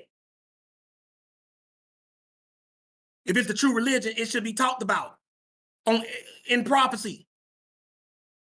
I don't see nothing about no Ellen White. I don't see nothing about no Calvin. I don't see nothing about no Charles Russell. All I see is Judaism and Christ. Judaism and the Messiah. Law of Moses and the Messiah. That's all I see. And most of y'all religion is anti-law of Moses. So you already know you cooked. And when I say cooked, I don't just mean metaphorically. I mean in the lake of fire cooked. You going to hell if you ain't trying to get down with the Omega religion. Even if you survive until this event happens, you really think you're going to hold on to your falsehood? You really think Jesus is going to be like, well, you can just keep on being a Catholic. I'm cool with that. No. All other false religions are done. DOA when Jesus show up. Dead on arrival. Y'all need to understand that. So you can have fun with it right now while you can, but if you die in it, you're going to be one of them people on judgment. They said, ain't I done many wonderful works in your name? You're going to say, depart from me, I never knew you, you worker of iniquity. Mm. You know why he never knew you? Because you didn't want to get down with the Omega religion. And he already told you what the Omega religion is. We all see what it is. So you ain't gonna have any excuse. I didn't know I was supposed to be keeping the Sabbath, Lord. I thought it was Sunday. I thought the Sabbath was that Jewish thing. But did you ever go to ABT? Yeah. What he show you about what I'm gonna be doing when I come back, when I set this up? What religion? Well, he mentioned something about that Judaism. So you understood that then, right? Yeah. Then we have nothing to talk about. You knew and did what you wanted to do anyway. So now I'm gonna do what I want to do, which is throw you in the lake of fire. Mm. Like I said, you have no excuse. You know what the final religion is. The final one is the right one. That's the one we're gonna all be practicing when Jesus come back, one way or another. So you already know, but you're gonna hold on to one of the false ones. So if you're gonna do that, fine. But I don't want to hear nothing about it. Keep it to yourself. You know it's not gonna be in the end. You ain't nowhere around. You can do that with anything, with a movie, with a book, with a TV show. Some of y'all watch TV shows where people die in the TV show. The show might be on for 6, 7, 8, 9 seasons. You come around in the 9th season, and they talking about a character. Like, say if you just start watching in the 9th season, and they talk about a character, and they's like, yeah, I remember when he died. If you go to the first season and start from the beginning, and you see that character, you already know he ain't gonna be around come 9th season. You already know. That's common sense. We'll do that with movies. We'll do that with TV shows. Some of y'all watch The Walking Dead. Y'all know people die on The Walking Dead. You start on season 5, you hear them talking about somebody who died in season 1 or 2. Don't take a rocket science to know. They ain't gonna make it to 5. We can do that everywhere else in the world. But when it comes to religion, somehow you think, even though the Bible tells us what's going to be the Omega religion, the real true religion, you somehow think you're going to be around in the end. My only explanation is either you're incredibly stupid or you don't really believe the Bible. Maybe it's a little both. We got the Sabbath, right? We read that. That's where that comes from, right? Now, let's go to Zechariah 14. We've read this before, but now it's gonna slap even harder. All this Judaism stuff, ain't it, Kevin J? What's up with all Judaism stuff? A whole lot of law going on around here, dear brother. Whole lot of law. We doing what Peter did. Yep. Father, we're being obedient. We're being obedient. Peter said, follow the Old Testament prophets closely and we will do well. I believe that because I believe the Bible. That's what we're doing. And we're following them very closely. I ain't seen nothing about no Christmas, no Easter, no Lent. None of that crap Christians do today. If that's the truth, we should be able to read about it in the Omega religion. But everything we're doing right now, y'all, Passover coming up, we can read about that in the Omega religion. Feast of Unleavened Bread, Omega religion. Sabbath day, Omega religion. Wearing fringes, Omega religion. Yeah. Oh, y'all didn't think I was going to show all of this stuff in the Omega religion? I got to show y'all that. I ain't going to put the fringes part in here yet, though. I'm going to save that for when I do the fringe class. But yeah, that's in the future too. All of that stuff in there. Y'all seeing it, ain't y'all?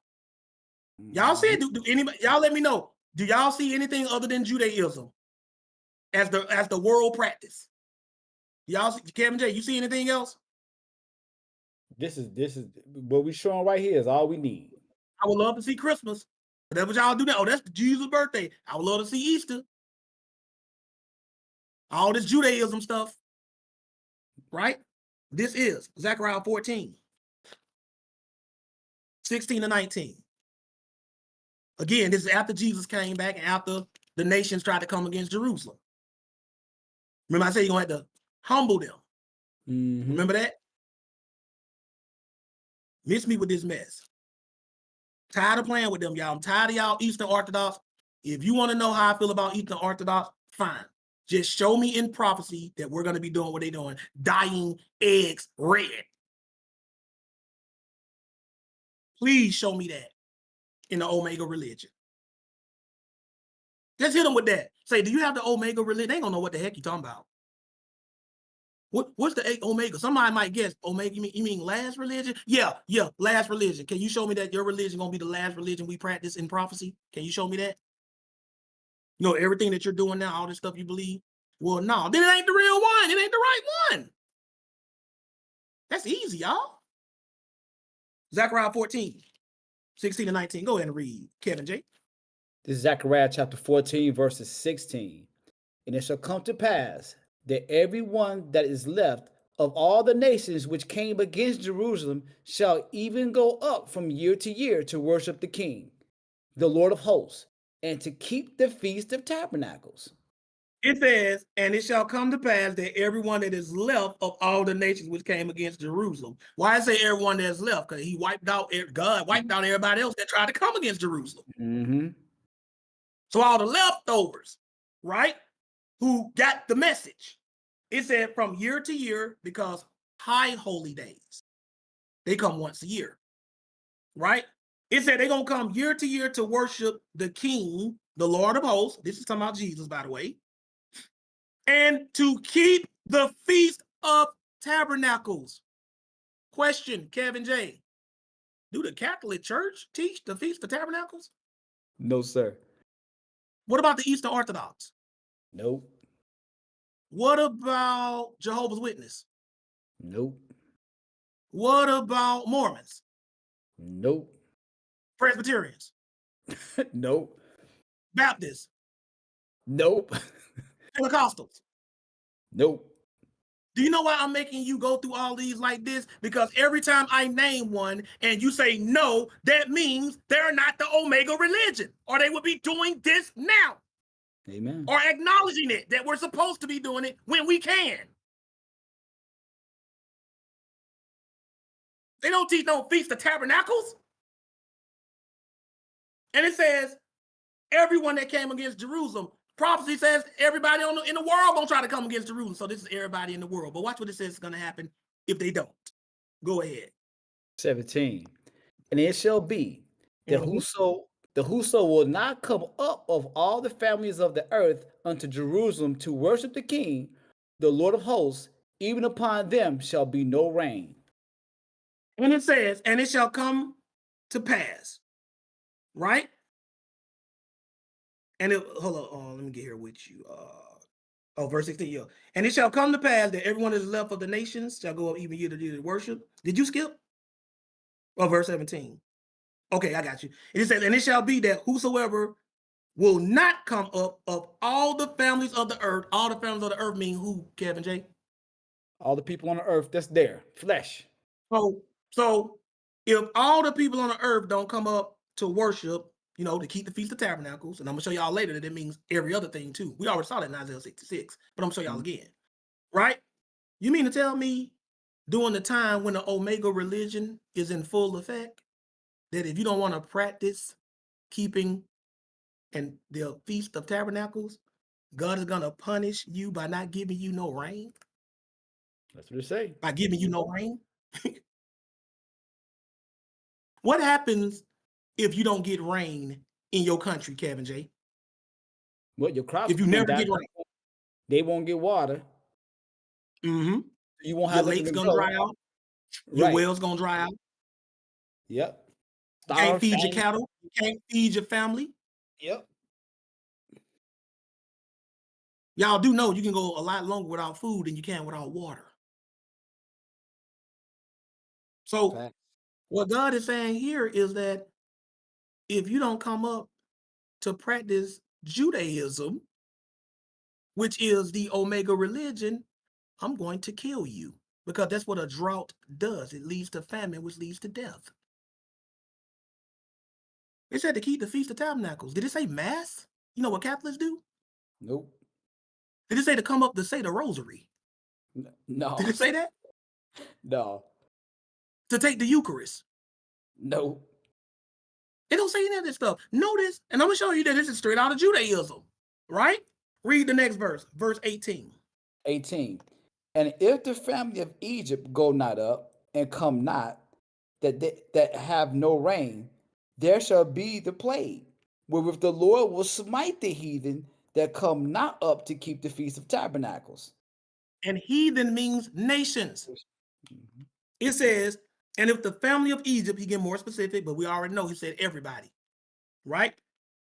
And if the family of Egypt go not up and come not, that have no rain, there shall be the plague wherewith the Lord will smite the heathen that come not up to keep the Feast of Tabernacles. God wants the whole world to have people coming up to Jerusalem to keep the Feast of Tabernacles.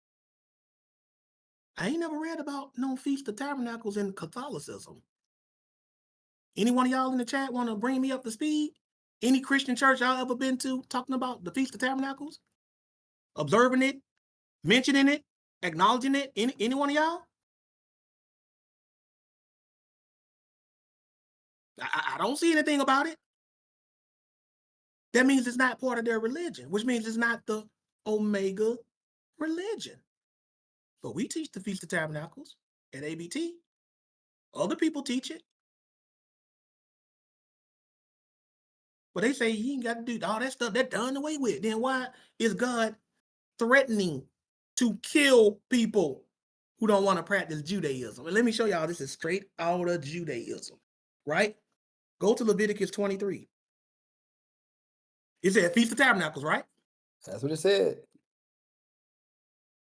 Let's see if that's just a new religious festival that pops up when Jesus comes back, or is it something very old? Leviticus 20. All this is future stuff. See, I stump Christians every time. I stump them every time when I start taking them to prophecy. Christians don't know what to do with prophecy. They really don't. And that's a shame because Peter told them they need to follow Old Testament prophecy closely. See, this is how I know it ain't even really a New Testament, Old Testament thing. It's a Bible thing. Christians don't read the Bible. I can keep a Christian in the New Testament and show all of this stuff. They don't really read the Bible. If I go to something in the New Testament and you straight skipped over it, that means you're not reading the New Testament. So you don't want to read one and you're too lazy to read the other. So you're really not reading the book at all. Right? Wow. Wow, wow, wow. But they wonder why I do what I do, Kevin J. Or some of y'all, after studying with us for this long and hearing this class, or some of y'all starting to feel my frustration and my hate toward all this falsehood out here. Have y'all started to share that yet? I know Kevin J hated more than me. Yeah, and it's for good reason. It's for good reason. That's for good reason. Do y'all see why I hate modern day Christianity? Not modern day Christians. Modern day Christianity. Because 95% of it is crap. And I don't care if you take a turd and cut a small piece off of it and set it to the side and it starts its own religion, it's still a piece of turd or a piece of crap. Because that's what they did. They took a turd and they cut a little piece off over here. And they cut a little. I don't care what you do. It's still a piece of crap. If I were to jump up on my table right now and pull down my pants and take a dump right in front of y'all, if I'd be like, Kevin J, you want this? Kevin J, I'm like, no, boy, you don't lost your mind. I'm going to come out and choke you out, Josh. I'm like, all right, my bad, Kevin, my bad. Okay, my mistake. Let me get a knife and cut a little piece off it and offer you that. Same reaction, right, Kevin J? Right, chat? Right. Same reaction. So it don't make no difference to me if you the original fat turd or a piece that was chopped off. I don't want nothing to do with a turd. What's going on around? Y'all understand that analogy, right? See, I got to make it real simple for y'all. And y'all wouldn't want it either. A small piece of crap is still a piece of crap. It's still crap. Yeah. And that's what a lot, and that's what these denominations are. They're just a bunch of tiny little turd nuggets. Oh. Y'all know what them turd nuggets are. We don't all had it before. You go to the bathroom, look down in it. Dang, just a little nugget. Not very satisfying. You want to really get in there and, evacuate your bowels. That's what a lot of these denominations are. They're just turd nuggets. That's all they are. Still a turd, though. Right? Right? Everybody agree with that? Ain't nobody. I noticed that ain't nobody saying it's not a turd no more. Still a turd, though, ain't it? Make sure y'all understand. Kevin does say he really elaborating on this. I got to make sure they understand it. Yep, we got it. Oh, and by the way, I can go to the book and show you that God compared this stuff to dung. D-U-N-G. That's what we do. So while y'all going out, man, the Bible, everything I say, I can back up the analogies with the scriptures. I don't want nothing to do with it. None of it. You can't dress it up for me. If I know it's a turd, I don't care if you put it between two pieces of Subway bread, you know what I'm saying, with my favorite kind of deli turkey. You could throw some mayonnaise. If I know a turd in there, I'm not biting that sandwich. Do everybody agree with me on that sentiment? Yes. Everybody agree with me on that? Right. Because that's what they do. They try to dress the turd up. Right. I'm still not going to eat it. Put a little lettuce on that, throw a pickle on that there, dear brother. Throw a pickle on there, throw some lettuce on there. No, it's still a turd. No. No. Up on that, brother. Have yourself a... I don't want none of that. Have yourself a turd burrito there, brother. Ugh. Wow. You might have killed me on burritos for like a month. Thank you, Kevin J. Do what I can. Do what I can. This is Leviticus 23, 33 to 35. Kev of the Dust, get on the stage, man. Get on the stage. Raise your hand. You think I'm gonna let you get away? Get on this stage. Please raise your hand. You're gonna be messing with me. Kev of the Dust, please elaborate on me elaborate. Please do it. Go, Kev of the Dust. Go ahead, Kev of the Dust. Unmute yourself, man. Please elaborate on me elaborate. I'm just being silly right now. Oh yeah, I have myself. Yeah, I was like, man, yeah. I mean, in true Josh fashion, he's gonna make sure we get it. He's gonna make sure we get it. Yeah. Now I was just somebody in the chat brought up like Ezekiel, essentially, and I think that's what you were referring to. Like, God was like, hey man, like I give you a choice, human dung or cow dung. Like, right. Those are your options. So crazy. And Paul said that he count all things dung that he may gain Christ. Paul said that. Yeah.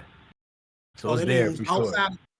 So that means outside of Christ, and Christ taught Torah, Paul said everything else is doo-doo. That's what Paul said. So when Josh say the same thing, before y'all get all up in arms, go talk to Paul, because Paul said it first. Yeah, no, it's 100% biblical. You follow what I'm saying? Yeah. And I bet when Paul wrote that at that time, they had the same graphic visuals when he said it. Right? I don't want it. Leviticus 23, 33 to 35. Kel said, man, he really elaborated. Kel, what it does, man. He be messing with me, man. I ain't studying you, Kel, but you ain't messing with me today, man. You ain't meeting me today, man. You throwing me off today. You know what he be trying to do. Go ahead and read, Kel. This Leviticus. I'm gonna drop down. I'll be back later. All right. Go ahead, Kevin J. This Leviticus 23 and 33. And the Lord spake unto Moses, saying, speaking to the children of Israel, saying, the 15th day of this 7th month shall be the Feast of Tabernacles for 7 days unto the Lord. Wait a minute. Another law of Moses celebration, Kevin J? Correct. Okay, read verse 35. How did they observe it?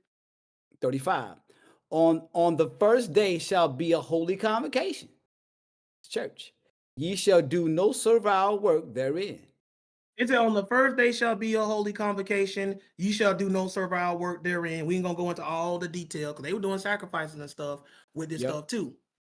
But It said the Feast of Tabernacles. This is Judaism, y'all.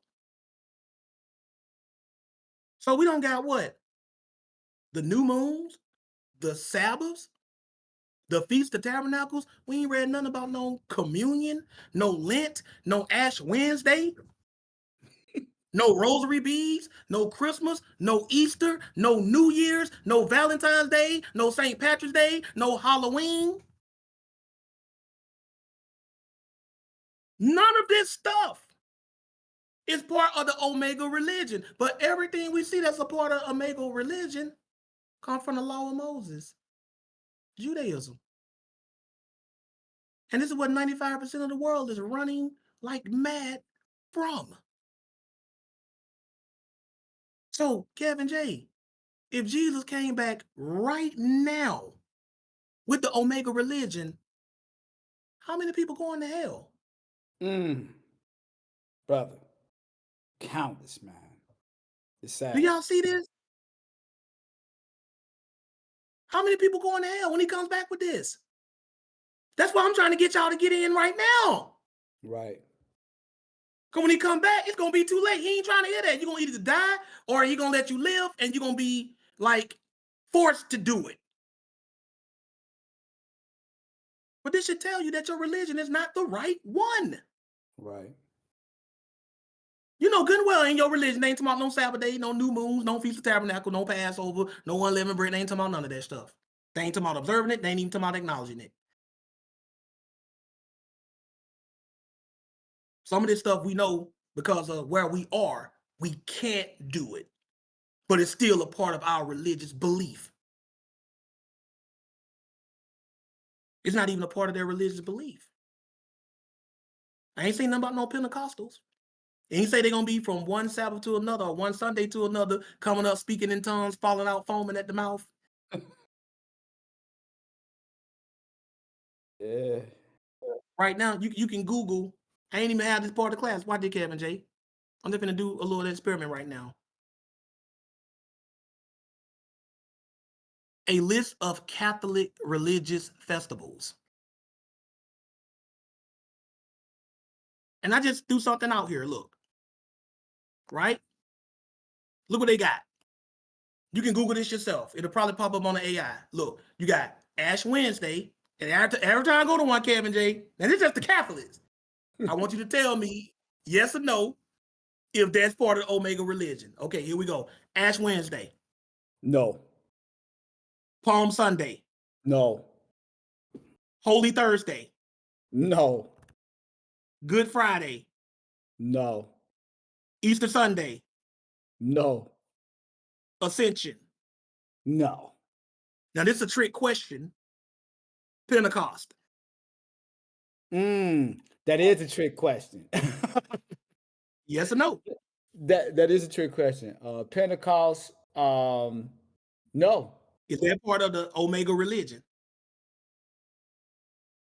I mean, when you mix them in it, yeah, it is because it tells us to do it's a feast of Okay, weeks. So right, yeah, right. It is. But Pentecost for them ain't the way they ain't celebrating it the way the Jews did. Yeah, I know. I knew it was gonna So that's get the me on no one of part these. of it. That's why I said it was a I knew tricky it wasn't question. gonna be that easy. I knew it wasn't Right. gonna be that easy. So Pentecost is called the Feast of Weeks in the Old Testament. Right. They That's like the Pentecostal church take the name, but they don't do the celebration. Right. They just take the name. Right. Here's another one. Corpus Christi.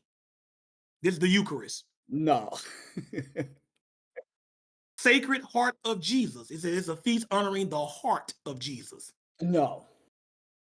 Immaculate Conception celebrates the conception of Mary without sin. No. The Assumption of Mary celebrates Mary's bodily assumption into heaven. They believe Mary ascended to heaven just like Jesus did. That ain't even in the New Testament. That ain't nowhere. So no. Yeah. All Saints Day. No. Solemnity of Mary, Mother of God. It celebrates Mary as the Mother of God. No. Epiphany. It commemorates the visit of the Magi to Jesus. No. All of these are specific feast days. And none of them are part of the Omega religion. I just did this at random. Y'all can do the same thing with Protestant celebrations. We ain't read about none of this crap. Why would I debate a Catholic when I already know that his religion is not going to be around in the future? All of these religions are on borrowed time.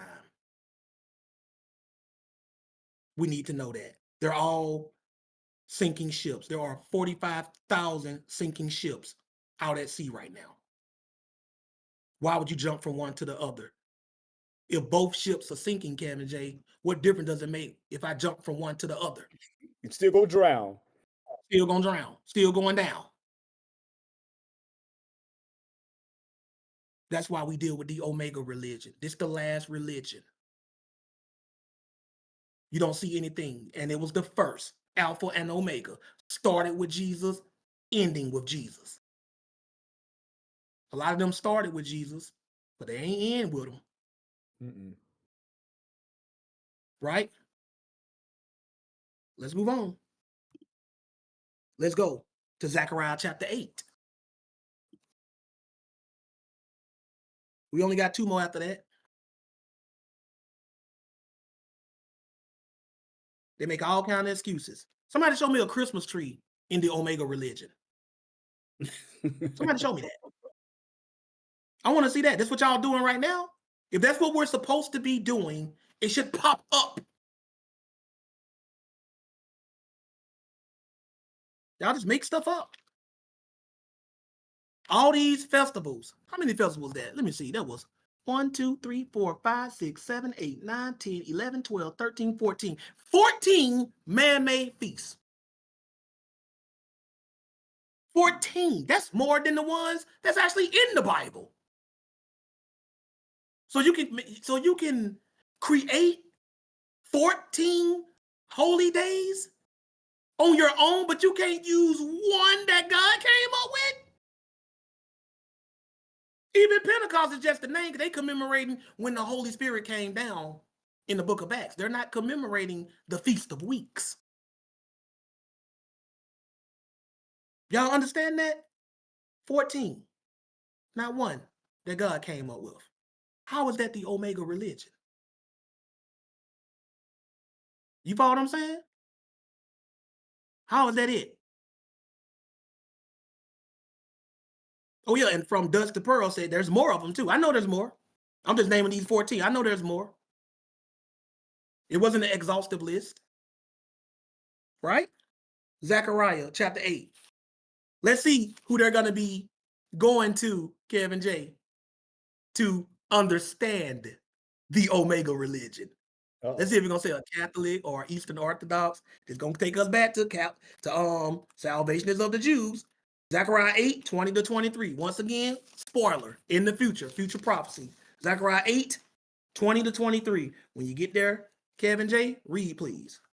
This is Zechariah chapter 8, verse 20. Thus said the Lord of hosts, it shall yet come to pass that there shall come people and the inhabitants of many cities. Mm-hmm. And the inhabitants of one city shall go to another, saying, let us go speedily to pray before the Lord and to seek the Lord of hosts. I will go also. We read that in Isaiah chapter 2 and verse 3. This is about all the nations coming to Jerusalem, Zion, Israel, to hear about the law. See, it said the law is going to be taught out of Zion. We read that. But do y'all think Jesus is going to be personally teaching people? No, he's going to have the Jews doing it. We're going to show you that.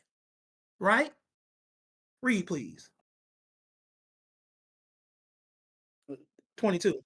22, my bad. Yea, many people and strong nations shall come to seek the Lord of hosts in Jerusalem and to pray before the Lord. So that sounds worldwide, don't it, Kevin J? Here it does. Everybody, right? So how are they going to learn about the law? Because it said the law going to be taught. That's what it said in Isaiah chapter 2 and 3. Read that last verse.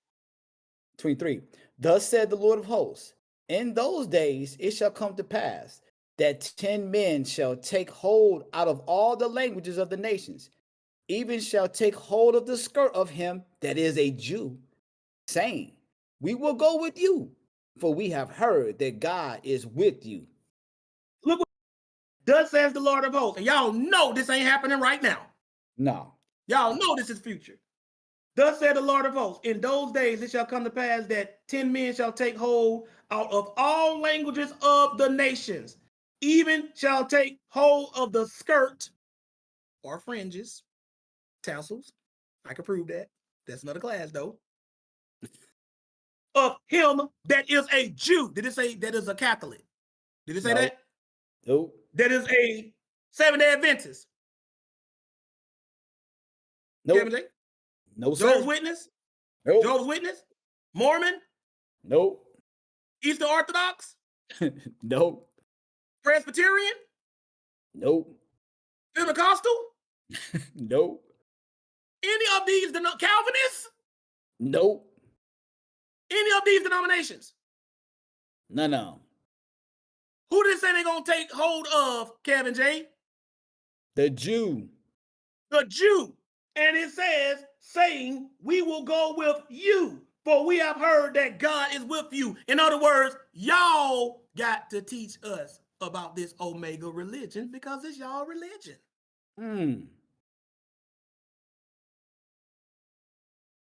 That's why they said we heard God is with you.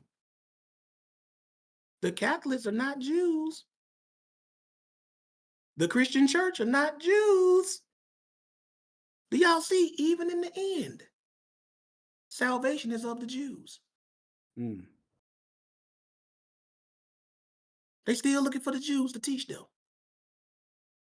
See, in the end, everybody gonna know. See, right now, 95% of the world is in the dark about this.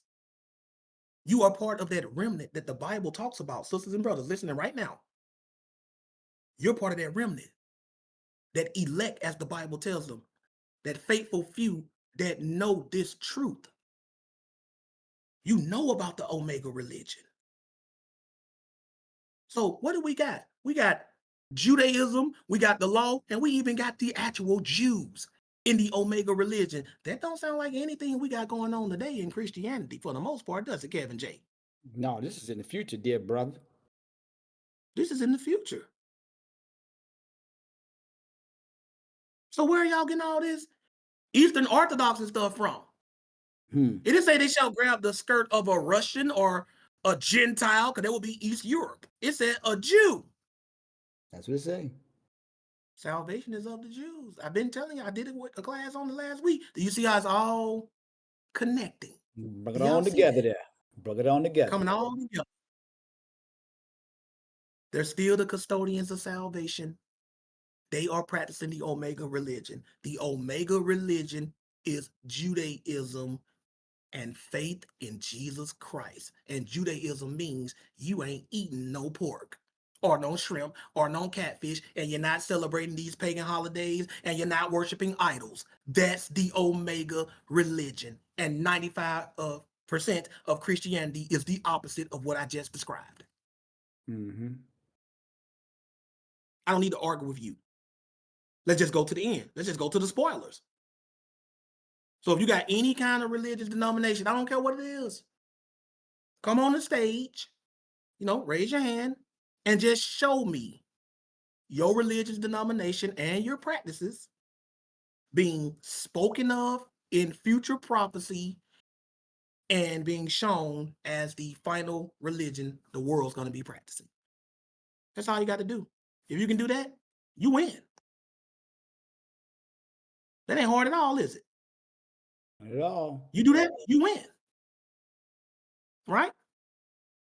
Let's move on. Let's go to Isaiah 60. And we got one more after that.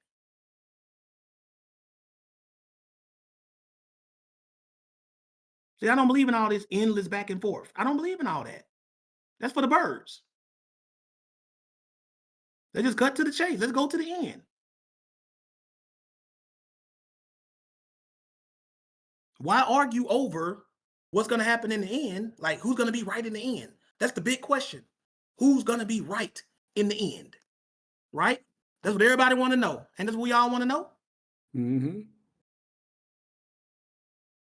So let's just go to the end. Let's put our foot on the gas and move. Right? They don't know nothing about this though, do they, Kevin J? They don't know about that Omega religion. They don't know nothing about that. You just a turd nugget. That's what you are. A turd nugget. That's what your religion is. It's just a smaller piece of a bigger turd. Because that's what it broke off from. That's all it is. Don't get mad at me. Oh, man. Don't get mad at me. It's Isaiah 60, 1-4. Go ahead and read. All righty. Isaiah And this 60. is God talking to the Jews, the Hebrews, the Israelites. He talking to them again. Go ahead. This is Isaiah 60, verse 1. Arise, shine, for thy light is come, and the glory of the Lord is risen upon thee. This is talking about the glory of the Lord rising upon the Jews, the Israelites, the Hebrews, specifically Zion. This is talking about like Jerusalem, right? Continue. 2. For behold, the darkness shall cover the earth, and gross darkness the people. But the Lord shall arise upon thee, and his glory shall be seen upon thee. So notice it tells us in prophecy that the world is going to be covered in darkness, not literal darkness, but talking about ignorance, being lost. But the light is going to shine upon the Israelites. This is future prophecy, right? Yep. And what's this light going to do? Read verse 3.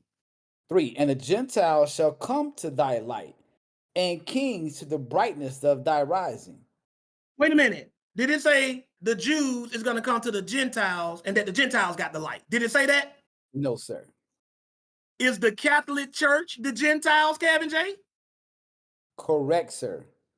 Is the Eastern Orthodox Church the Gentiles? Correct. So why are they trying to tell us to come to them when prophecy says in the Omega religion, the Gentiles going to come to the Jews for the light because the Jews going to have the light? He said, your light. You said. See, that's why they don't like to mess with me when I get into these prophecies. Because they're not in prophecy. Not as being the Omega religion. They're not in prophecy. That's why they want to keep you in the present. They want to keep you in the here and now. They don't want to go to prophecy because prophecy kills them, y'all. It takes their head clean off. They have absolutely no defense against this. This is an unblockable, unavoidable move. If this was a fight, there would be nothing you can do about it. Like if Kevin J was fighting and he said he could let you know ahead of time, Josh, I'm about to hit you with this punch. He can give me the heads up. No matter what, that punch is going to connect. It's unavoidable, unblockable, can't evade it. That's what prophecy is to Christians. It's kryptonite to Christians. That's why they don't deal with it. They know they're not, their particular denomination is not in prophecy. They know that. So if it exists now, but we don't see it in the future, that means it's going to die one day. That's what that means. That's common sense. Right? You watch a TV show, you see a character here, then in the end of the movie, everybody mourning his death. Oh man, that was so tragic. You go back to the beginning of the movie, you know, by the end of the movie, dude is dead. Right. Ain't nothing to debate. We know how the movie ends. So in the Omega religion, again, we're reading that the Gentiles, non-Jews, come to the Jews for the light. That's the truth. That's the teachings. That's the law. That's Judaism. And they're going to be doing this under the rulership of Jesus Christ. Skip down, Kevin J. And give me verses 10-14. Let's see what else these Gentiles are going to be doing. Okay. You didn't want to read 4? Did you tell me 4 first? No. Or no. No, I Okay. didn't. Just 1 to 3. So 10. Okay. So Isaiah 60 and 10.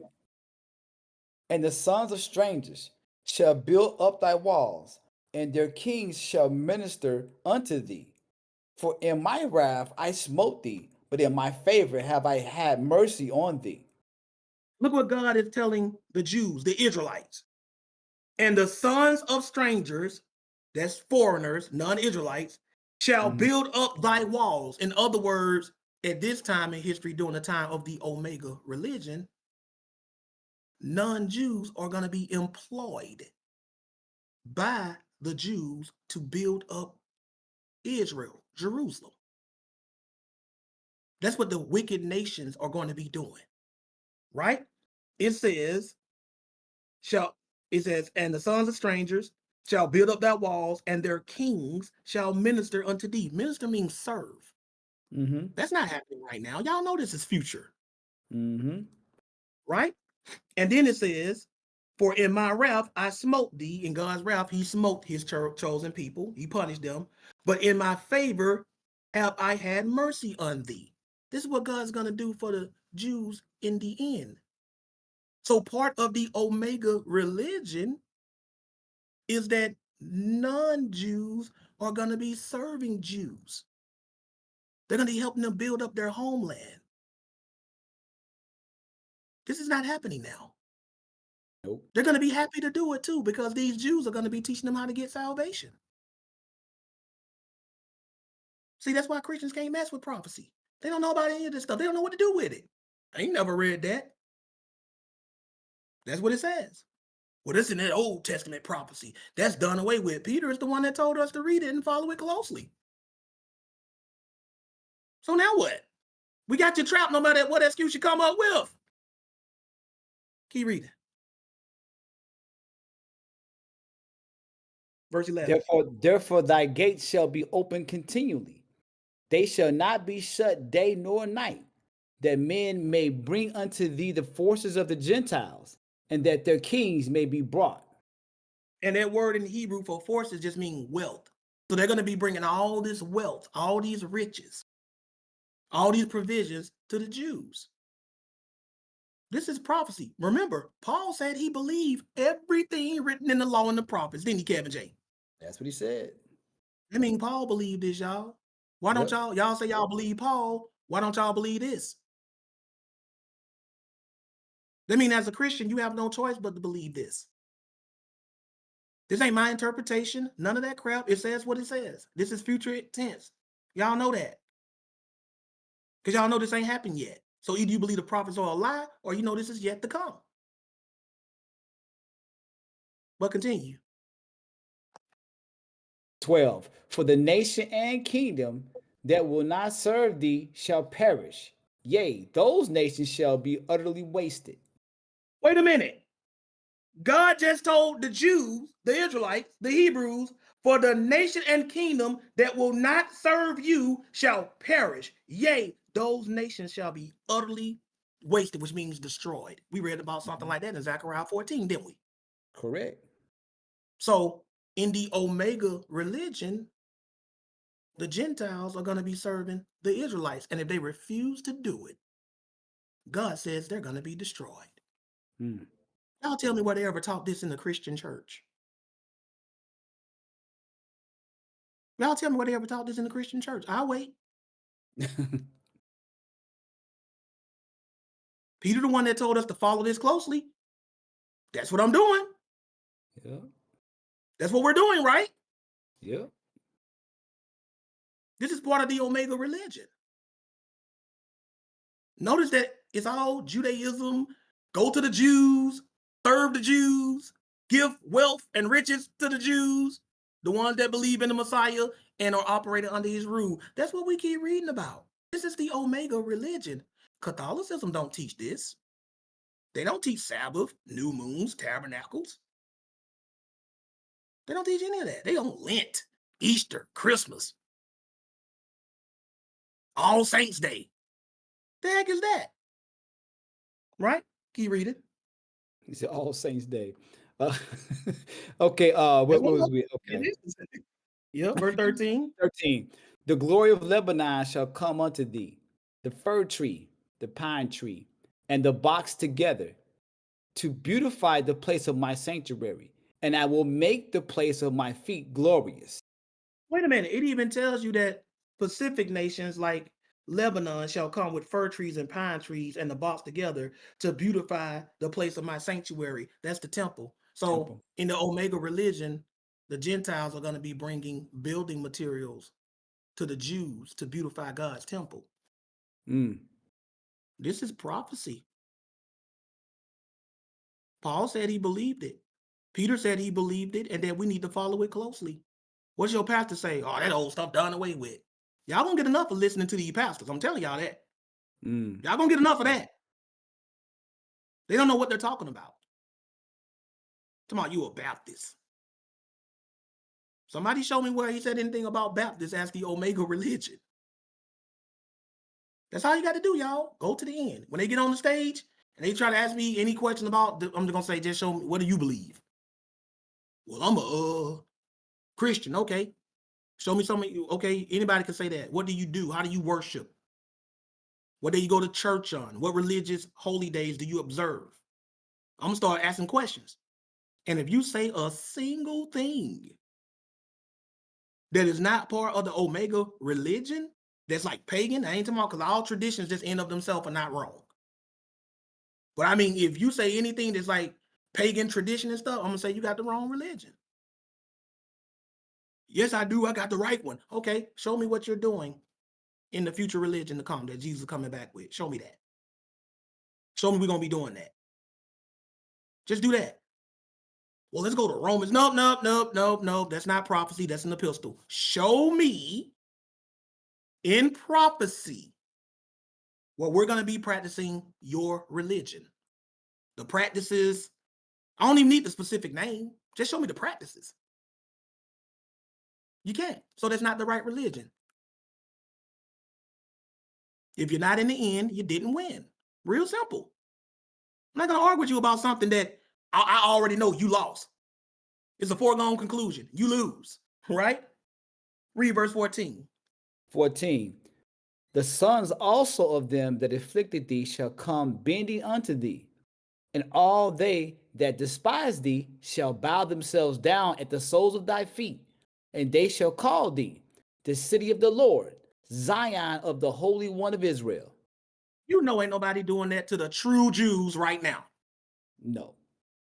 It says, and the sons also of them that afflicted thee, that means all of the nations who abused and punished the children of Israel when they were in captivity or slavery, shall come bending unto thee. That means they're going to come bowing to you. And all they that despise thee shall bow themselves down at the soles of your feet. And they shall call you the city of the Lord, the Zion of the Holy One of Israel. That's referring to Jerusalem. Ain't nobody doing that. They didn't do that to them fake Jews in 1948. This is the Omega religion. So the Omega religion don't just tell you about beliefs and practices. It also tells you what's going to be happening during the time of the Omega religion, Kevin J. Mm-hmm. You got people doing that now to the Catholics, to the Eastern Orthodox, but they ain't Jews.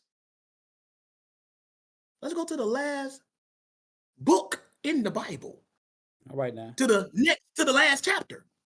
Revelation 21. Y'all need to stop this. Let's just spoil it. Let's go to the end. Your religion is not in the end. It's not there. It's not there. It's not there. So it's not the right one. Remember, when Jesus come back, we got to be on his page. He ain't got to get on ours. That's right. I mean, whatever he coming back with, we better already match that. We supposed to match what he's coming back with.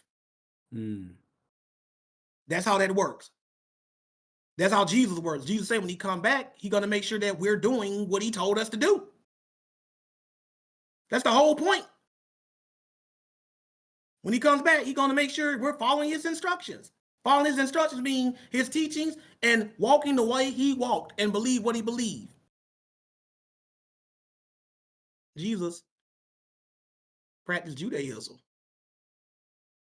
Paul practiced Judaism and he believed in Jesus. So did all the other apostles. So did all the other first century Christians until the corruption started seeking in. So whenever we get confused or worried, how do I know I'm doing the right thing, Father? What do I do? What do I do? Why don't you start by going to the end and see what we're going to be doing in the end? That's how you know. It's real simple. And then see if that's what you're doing now. See if the church you're going to, if that's what they're doing now. If not, then you already know. It's easy. That's not. That is not the Omega religion. Revelation 21. This is about New Jerusalem, y'all. This is after the 1,000-year millennial reign. Let's see what they still talking about after this. Revelation 21, 9-12. Read, please, good sir. Revelations 21, verse 9. And there came unto me one of the 7 angels, which had 7 vials full of 7 last plagues, and talked with me, saying, Come hither, I will show thee the bride, the Lamb's wife. And if you read verse 2, it lets you know that the Lamb's bride, the Lamb is Jesus, his bride is New Jerusalem, the holy city, right? Watch what it says in verse 10. And this person being spoken to is John, the Apostle John. But continue. Revelations 21 and 10. And he carried me away in the spirit to a great high mountain, and showed me that great city, the holy Jerusalem, descending out of heaven from God. The Holy Vatican. Did it say that? No, sir. The Holy Mecca. No. The Holy Utah. No. The Holy Chicago. No. Jerusalem is associated with what people, Kevin J? The Jews. The Jews, the Israelites, the Hebrews. It's called New Jerusalem. Not New Vatican, not New Russia, not New Eastern Europe. New Jerusalem. That's the Omega religion. Keep reading. Let's see what else it says. 11. Having the glory of God, and her light was like unto a stone most precious, even like a jasper stone, clear as crystal. 12. And had a wall great and high, and had 12 gates, and at the gates 12 angels, and names written thereon, which are the names of the 12 tribes of the children of Israel. Which are the names of the Vatican. No, Israel. The name of Muhammad and Islam. No, sir. The name of Mormonism. No, sir. Israel. The name of the Pentecostals. No, sir. The Baptists. No. Methodists. No. Any of the 45 denominations, Kevin J. No. The name of the 12 tribes of Israel. Y'all not stupid. Y'all know what it means when you walk through a door or a gate and it has the name over the gate. That means you are entering that particular name of that city or that town. The symbolism is clear, sisters and brothers. What this is telling you that if you want to get into New Jerusalem, you have to go through one of those 12 gates. And if one of those 12 gates each has the name of a tribe of Israel, what that is saying is you ain't getting in unless you go through an Israelite. That's what that is saying. That's what it means if you stick a sign of you are now entering the domain of. And then it said, and it had a wall great and high and 12 gates, and at the gates, 12 angels. What does it mean when you put an angel or somebody at a gate? They guarding something. They guarding it.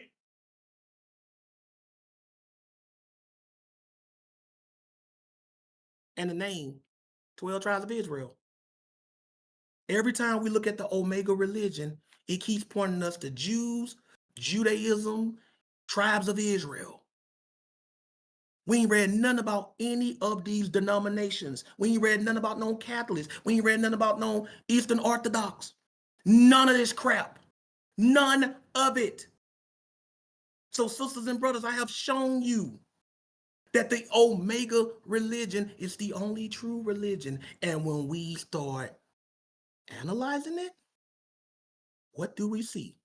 Belief in Jesus Christ and belief in the law of Moses and the prophets, which they call Judaism. So the true religion, y'all, is belief in Jesus belief in the law of Moses and belief in the prophets, meaning you follow and obey all to the best of your ability and all of them that can be followed. Because if anybody else ever approach you again after today, want to argue about denominations, want to argue about religions, just simply ask them this one question. Is your religion the Omega religion? First, you're going to have to explain to them what that is. And then once you do, just say, can you show me your religion as the final religion we are going to be worshiping and practicing when Jesus comes back? And if they can't, you need to tell them that their religion is false and you want nothing to do with that turd nugget. We'll be back after these brief announcements. Okay, everybody. Shout out to all 71 people still listening in the chat. First of all, we'd like to thank everybody for coming out today. As y'all know about our new schedule, we open the Clubhouse room at 3:30 p.m. Eastern Standard Time. I try to play some nice gospel music for y'all, and then for about 30 minutes, and then the class starts on Clubhouse, Discord, and our other platforms, YouTube and Rumble and Twitch, at 4 p.m. Eastern Standard Time. Y'all know about the schedules while y'all all popping up on time. Kudos to y'all. If anybody is interested in making a donation, if you feel blessed by what you're hearing and would just like to show some support, show some love, you can do so one of two ways. The first way is through PayPal using our email address. I think Isaiah AC will get that for me because Keanu, she's gone, which is absolute Bible truth forever at yahoo.com. There's absolute Bible truth, the number 4, EVA at yahoo.com. You don't spell out the word 4, you type the numerical digit 4. So it's absolute Bible truth forever at yahoo.com.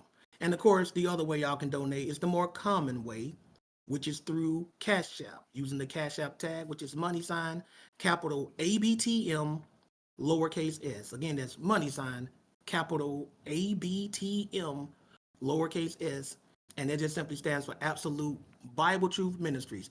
Also, everybody, the online store is back up and working. For all of y'all that been saying, y'all been waiting for this online store. If somebody in the chat can just type in absolutebibletruth.com. If you click on that, that'll open up the online store. I'm going to be adding more stuff to it, like merch and everything else for everybody that's been asking about that. Somebody post that in the chat, absolutebibletruth.com. You follow what I'm saying? Right?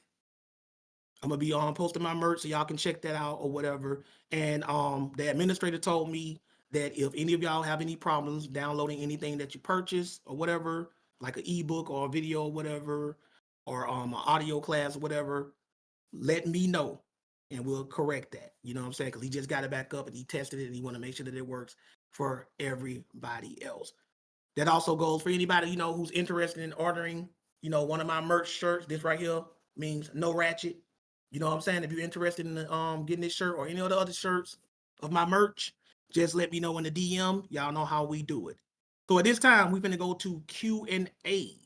But before we do, y'all know I get with my people on the stage first, my reader. So we're going to start with Kevin J. But don't get too deep into it, Kevin J. I got to use the restroom right quick. Don't give away I'm going to be right back. But talk to the people about what you think about today's class. I'll be right back. Without getting too deep, first of all, I think we got some new merch coming, man. I like that JLP, Jesus Law Prophets. I think that would be a good T-shirt. I would definitely get that one. And this is what was a deep class in and of itself. Really, we talked about discipline earlier today, even before this class, and discipline ourselves. And then we get to this class, and then we see why.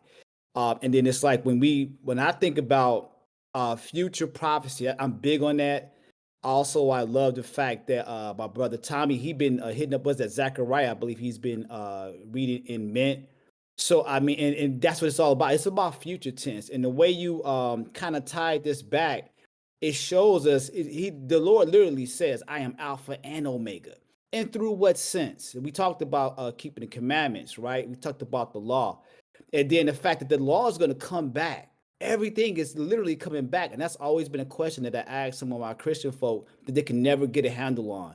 It's like they Dre used to say slipping in the shower when he used to be tying people up. It's a funny saying, but ultimately, when you have someone that's trying to push their religion on you, and then you say, well, wait a minute, what does the future say? Because obviously the Lord says, I don't come to destroy the law or the prophets. Well, there's a reason with this whole prophets thing, right? The prophecy is him giving us what's going to happen. And through faith, that's how we walk. We know and trust that this is going to happen, right? So first of all, us believing in Zechariah, and you went, I like how you went to Revelations last, that was perfect. But we go to Zechariah and Ezekiel where it actually showing you what the prophets say about future tense. And he lets us know, he gives us clues about, okay, this got to be way in the future. This couldn't be like in the next, 50 years. It literally gives us clues and facts as to it pointing to the future. This is what I love about this class. And the fact that you pulled the law, where? By guiding the Torah. You went to Numbers. You went to Leviticus, right? You went to all these sections that Christians kind of push off. Oh, well, that's that old law. And it's funny that it's old, but we're going to be doing it again. And then when you did that class last week, the Jew, he literally says that you will be a light to the Gentiles. That's in Isaiah. It's a reason that's being said. And you tied that up and you come back to Revelation, which I love. I love this Revelation 21 in New Jerusalem and Zion and how that's mentioned. And my man Peter was like, you got to look at these prophecies. You know what I'm saying? They literally was teaching out the Torah and the Tanakh in front of them. And you know what trips me out too, Josh? And this is what I noticed about reading, the gospel and the New Testament. You know how like Paul was talking to certain people who were like Pharisees and they're supposed to know the book, right? But they were so starch against Christ. But wait a minute, didn't you read that in the Old Testament, brother? Didn't we see Christ literally in Isaiah's writing? You mean tell me y'all know the law and y'all didn't read, y'all not picking up what Paul was picking up? So it's very interesting how Paul, who was a very strict learner of the law, he picked up on this. Like, wait a minute. And I like to see when Christ called on Paul, he was like, "Is that you, Lord?" Like he knew who was talking to him. Well, how? Well, he's seen these things when he talks about Christ and Christ's coming. And it's funny that we couldn't get the other so-called Pharisees on board. They should have been on board right there with them.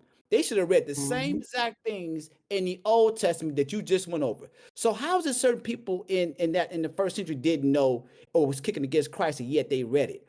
See, these are the type of things that stick out to me when I actually go back and look at the New Testament, look at the good news, the gospel, these different witness accounts. That's showing me that even people back then did not know Christ was who he was. So this is a very deep class in more than one way. And I think anybody who is not sure about this, do this exercise. This is an exercise. I've done it and it works. I ain't the smartest guy, but I've done this. When you start talking to a Christian about this, like the New Testament, like in terms of the kingdom of Christ coming, and you start pointing out laws that's in that Old Testament that's going to be there in the future, trust me on this. They'd have no answer. Just trust me. Try it, but they have zero answer as to why is the old law and it's abolished, but yet it's going to come back. When Christ literally comes back, they know Christ is coming. Most of them do. But they don't seem to have an answer as to why the laws is coming back too. It's an interesting exercise. Try it and see what happens. And you're not going to get much answers from it. But I digress, man. This is a great class. I hope everyone enjoyed it. These are the type of classes that just, you got all of these notes you get, and I like also you had that research in the beginning. We do have to sometimes do research and follow up and look at stuff first before you get all into stuff. Man, you went through a whole list of all their so-called days that they celebrate. Ain't not now one of them is in there. You got me with the Pentecost thing. But everything they ain't in there though. But all praises, man. This is a great class, man. I'm glad I was a part of it, man. God bless y'all. Praise God, man. And it's more than a privilege to have you read and give your input on these classes, because you give some strong commentary too, man. Though don't sell yourself short on that. And basically, at the end of the day, Ain't no sense in arguing over something when we can just settle it right then and there. And I know sometimes some of y'all, and I ain't mad at y'all for this, y'all like to play with your food a little bit. And I can get that. Y'all don't want to just take their head off. You know, y'all want to toy with them a little bit, and then y'all just want to put them out their misery. I get that. But if you just annoyed by all the drama like I am that they come with, I'm just gonna ask them that one question. And if you can't show me that your religion is the one we're gonna be practicing when Jesus comes back, then I already know it's not the right religion. I already know that. He's gonna have us practicing what we should already be practicing. Jesus ain't coming back to convert us from something he gave us. If Jesus is gonna come back and convert you from anything, it's gonna be something you were doing that he didn't tell you to do. So whatever we're gonna be doing in the end, we need to be doing that now so we can match what he's bringing. That's what we have to understand. That's how Jesus set it up. Jesus gave many parables about him leaving and coming back and making sure that he find us doing what he told us to do when he comes back.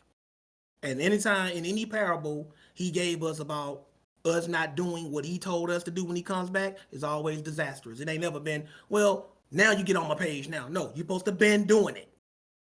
He wants to come finding you working, meaning doing what you're supposed to do. 95% of the world is not doing that as Christians. They want nothing to do with this. That's why I know, that's how I know the Catholic Church is not the true religion. They're not the Omega religion. That's how I know Eastern Orthodox and all these other 45,000 denominations. That's how I know. I don't have to debate Sam Shimon about Catholicism. I just ask Sam Shimon to show me Catholicism in prophecy. That's all I got to do. He can't do that. It just can't be done. Not in as the Omega religion, that is. He cannot do that. No Catholic can. And Catholics know stuff. They know this. So they're just like, okay, fine. We'll just take you to our own traditions. See, what they can't show, they create. The Eastern Orthodox do the same thing too. What they can't show, they create. But we talk about Bible stuff. Yo, prophecy, nobody can take any of these modern day religions and make them the Omega religion. I would love for y'all to try to do it. But appreciate it again, Kevin J. We're going to move on to Gideon. Gideon, are you there? If so, anything you want to add about today's class? Gideon, the apex predator catcher. All right, there you go. He moved. We can't hear you. We hear you. We hear you. Just want to ask you, got anything you want to add about today's class?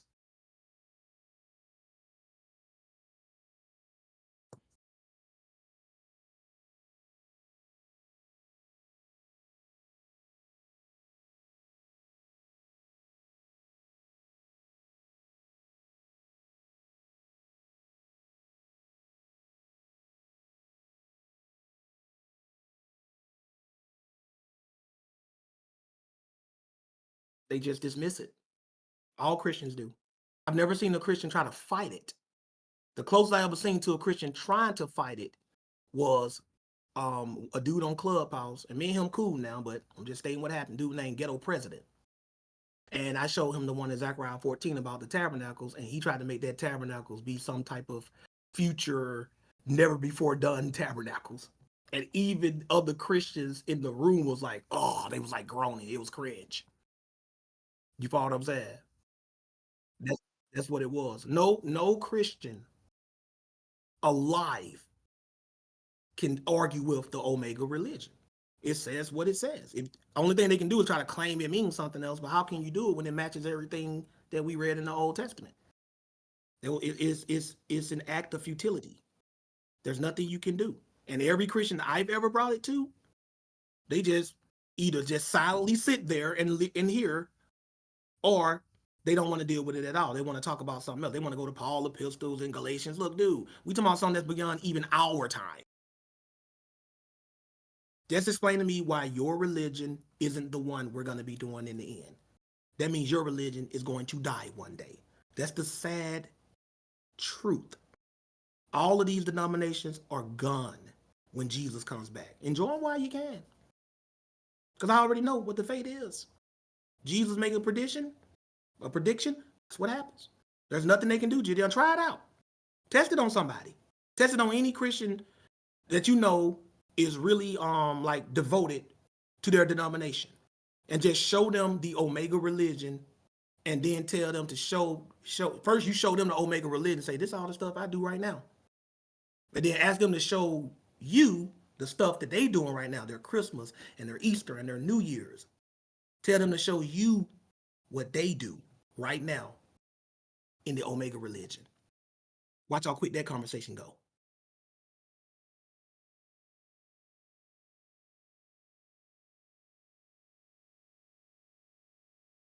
I mean, bro, most Christians already believe this. You do know that, Gideon. Every Christian believe that every other religion and denomination is going to die one day because they think they got the right one. You see what I'm saying? They just don't come right out and say it, but they all believe that. You follow what I'm saying? They all believe that, right? So my whole thing is, if we've been giving a spoiler, let's just play match. Let's just match it up. Okay, does your religion do this? And like I said, ABT ain't the only people that teach this. Right? But I just brought up Simeon Haley. And like I said, y'all, it's Q&A time. I'm surprised. I ain't got nobody, even my regulars ain't got their hand raised up for this one. What going on, Kevin? You know what I'm saying? There they go. They coming out the woodworks now. I guess they wanted to make sure we were done. Simeon Haley, what's up, man? Hey, how y'all brothers doing? Bless, bro. How you doing? All right, all right. This is a great lesson. I appreciate. All praises. Got a question for Matthew's 5:20. This is a verse that always tripped me and my mom up. You and your mom, huh? Okay, Matthew 5. Yeah. I ain't never heard no brother come on just put it like that, man. They had me and my mom faded. Praise God. Let's see what we got. Matthew 5:20. Yeah. Okay. For I And say unto we you- broke this verse down plenty of times, but you want to read it? Yeah, I'll go ahead. For I say unto Okay. you that except your righteousness shall exceed the righteousness of the scribes and Pharisees, ye shall in no case enter into the kingdom of heaven. Mm-hmm. So, what's your rationale for this? Because when I read this, I'm assuming Jesus is talking about the Pharisees who were, oppressors, the ones who would add to the law, making the law a difficult thing to keep for people who didn't have so much Mm-hmm. authority. Like Mm-hmm. they'd have people not be able to pick up a stick during the Sabbath. They would accuse a adulteral woman without any true speculation. I'm assuming those type of hypocritical You do know, Pharisees. the About. more you talk, the more you're answering your own question. I just want to let you know that. Like, you break down all the stuff that the Pharisees did and read the very first part of verse 20 again. Verse part 20. For I say unto you Mhm. that except your righteousness shall exceed the righteousness of the scribes and Pharisees. Stop. Oh, that What does part? exceed their righteousness mean? Be better. There you go. And what did they do? All that stuff you were naming, right? They did that stuff. They did hypocritical So things how do you be better than them? by actually keeping the law that they were preaching, right? Or what is all that stuff that you named that they were doing? The Pharisees. All the stuff you named, all that bad stuff. Name some of it again, just 2 or 3. Oppressing people, That's one. accusing. So how do you be better than somebody who oppresses people and somebody who falsely accuses somebody? How do you be better than that? Not doing those things. There you go. See? That's it. That's what it means for your righteousness to exceed the righteousness of the scribes and Pharisees. You do better than them. You don't do the wicked stuff they did. You already knew the answer to this. That's my point. Gotcha. Yeah, my mom's always on the opposite end. Like we're supposed to be almost touching or approaching someone like Paul. Reproaching Paul? Approaching, as far as his Oh, understanding of the Bible and how he was a stringent believer of everything and like did everything to a T. Well, that is how we're supposed to be. Not as a Pharisee, but as God's word. We're supposed to try to do everything exactly how the word says we do it. Right. Right? Paul took that strictness that he had as a Pharisee and he transferred that mindset to the gospel. See, sometimes God will take a talent that you're using for sin, and he would use that same talent for you to serve him. Perfect example is when Gideon was pranking people, and I've told y'all this before, and I've told this Gideon before in private and in public. Pranking is a form of lying and deceiving people. That's what it is. That's what trolling is. You can look this stuff up. You're lying to people. You're deceiving people. As Christians, we don't supposed to be doing that. But Gideon also had charisma and a zeal for God and his word. So what did God use Gideon for? He took that same charisma and zeal that Gideon had doing one thing. He didn't take the zeal and charisma from him. He just redirected it into something that could be used to worship and glorify him, the Lord. That's what God did with Paul. Paul had that strict mindset when it came to men traditions. He just transferred that to the gospel. Because that's how we all supposed to be. We don't supposed to cut corners on the gospel, bro. We got to do it exactly the way it was told to do. Now, we get something wrong accidentally, that's different. But if you know the exact way to do it and do something different, you're going to have to answer to the Messiah on Judgment Day about that. Mm-hmm. That make sense? Yeah, I'm hearing you. Are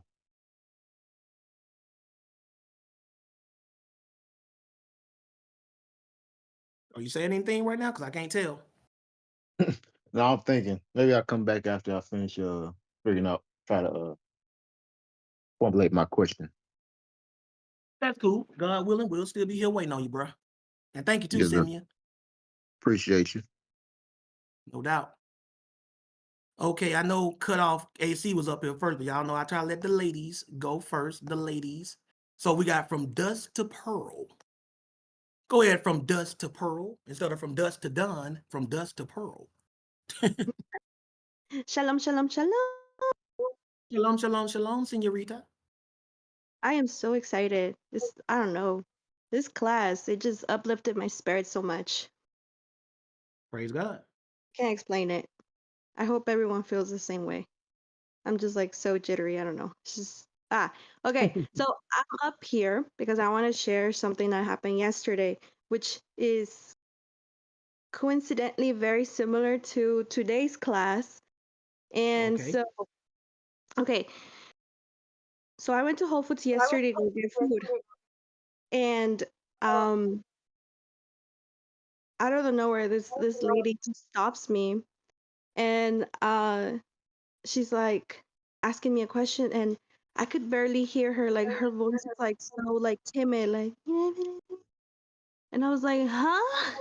Like I could barely hear her. So I was like, I'm sorry, well, how can I help you? And then she just started saying that she's working in some project, and she started telling me about something. I heard the word Catholic and whatnot, and then I was like, you're asking me if I'm a Catholic? And then um she's like, no, like, like what religion? Like for example, she's like, I'm Christian. And I was like, oh, okay. And I was like, I'm Hebrew Christian. And she's like, what is that? She's like, I don't know what that is. She's like, I'm sorry, like, can you tell me what that is? And I was like, oh, like, I believe in, like, believe in keeping the laws, the commandments, the dietary laws. Like I told her, like, eating clean foods and whatnot. And she's like, oh, but her face, it was just more like what is she on? Like I just saw a lot of confusion. And it's almost like I saw her face and it's almost like I couldn't stop myself. I just started spewing like word vomit. I was like, you need to know, you do, like, you need to know this. Like, we have to keep the laws and the Passover and the feast and the pagan traditions need to be removed and etc. And I just started going off, and her main question to me was like, what do I think is something that could be improved in the community for people of faith. And that's why I was like, and that's when she said something about Catholicism. I don't know what else. But point is, like, she Oh, was just saying, like, depending, like, if you're a person of faith, what do you think could be improved in your community? And I was just telling her, I was like, you know what, for starters, like, we need to go back to keeping the laws. I know a lot of people are taught that the law's done away with, but that's a lie. And I was like, and it's deceitful. I was like, and then that's when I just started going off and telling her, you know, about the commandments, the Sabbath. Like I was telling her, like right now I'm like gathering things so I can start prepping for my Sabbath. And yeah, her whole time, like I could see like she was curious but confused. Cause I'm like, mm-hmm. I should have asked her. I was like, what kind of Christian? Now that I'm thinking about it, like today, I'm like, dang, I should have asked her, what kind of Christian are you? You know, and then I could have, you know, maybe gone from there. But I was telling my sister, I was like, I just couldn't stop myself. I was like, you must know the truth. You must know it all. And I just started telling her, you know, like, you know, the churches are deceitful, Christians are hypocrites, they're not teaching the truth, everyone is twisting scripture to their own, you know, doctrine. The pastors are lying, you know. And I was telling her about Easter. I was like, you know, Easter has nothing to do with Jesus. I was like, Passover. And yeah, I just started going off. But it was like I couldn't stop myself. It's almost like I just started like word bombing her. I was so excited to share with her. And then now looking back, I'm like, I could have, you know, maybe just gone off in just one direction.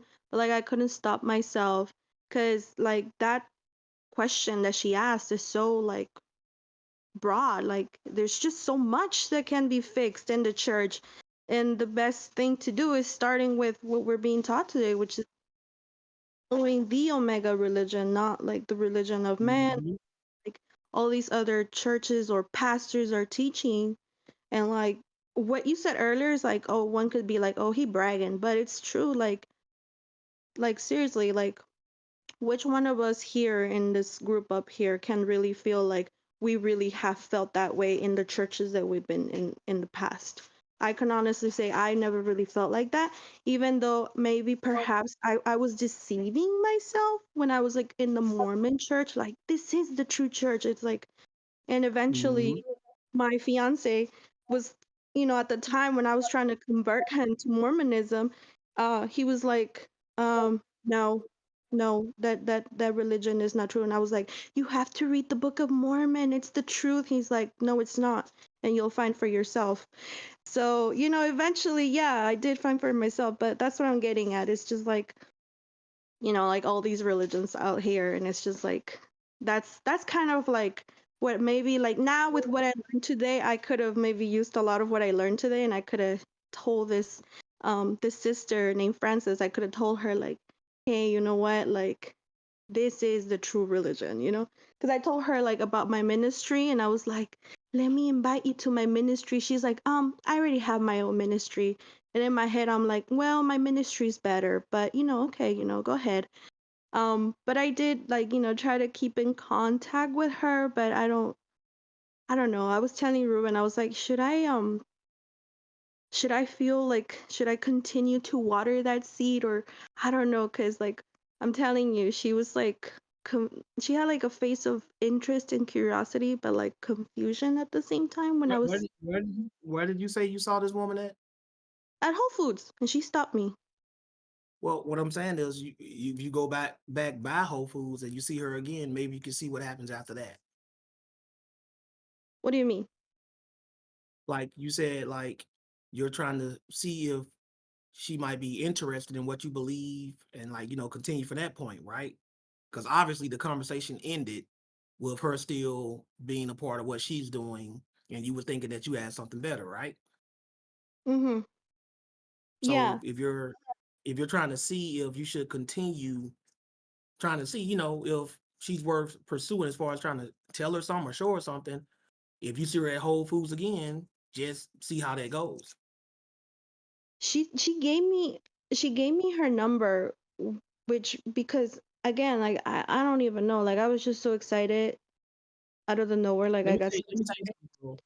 When yeah, like somebody from a religion yeah, gives you their number, yeah. they're waiting for you to call them so they can convert you, not the other way around.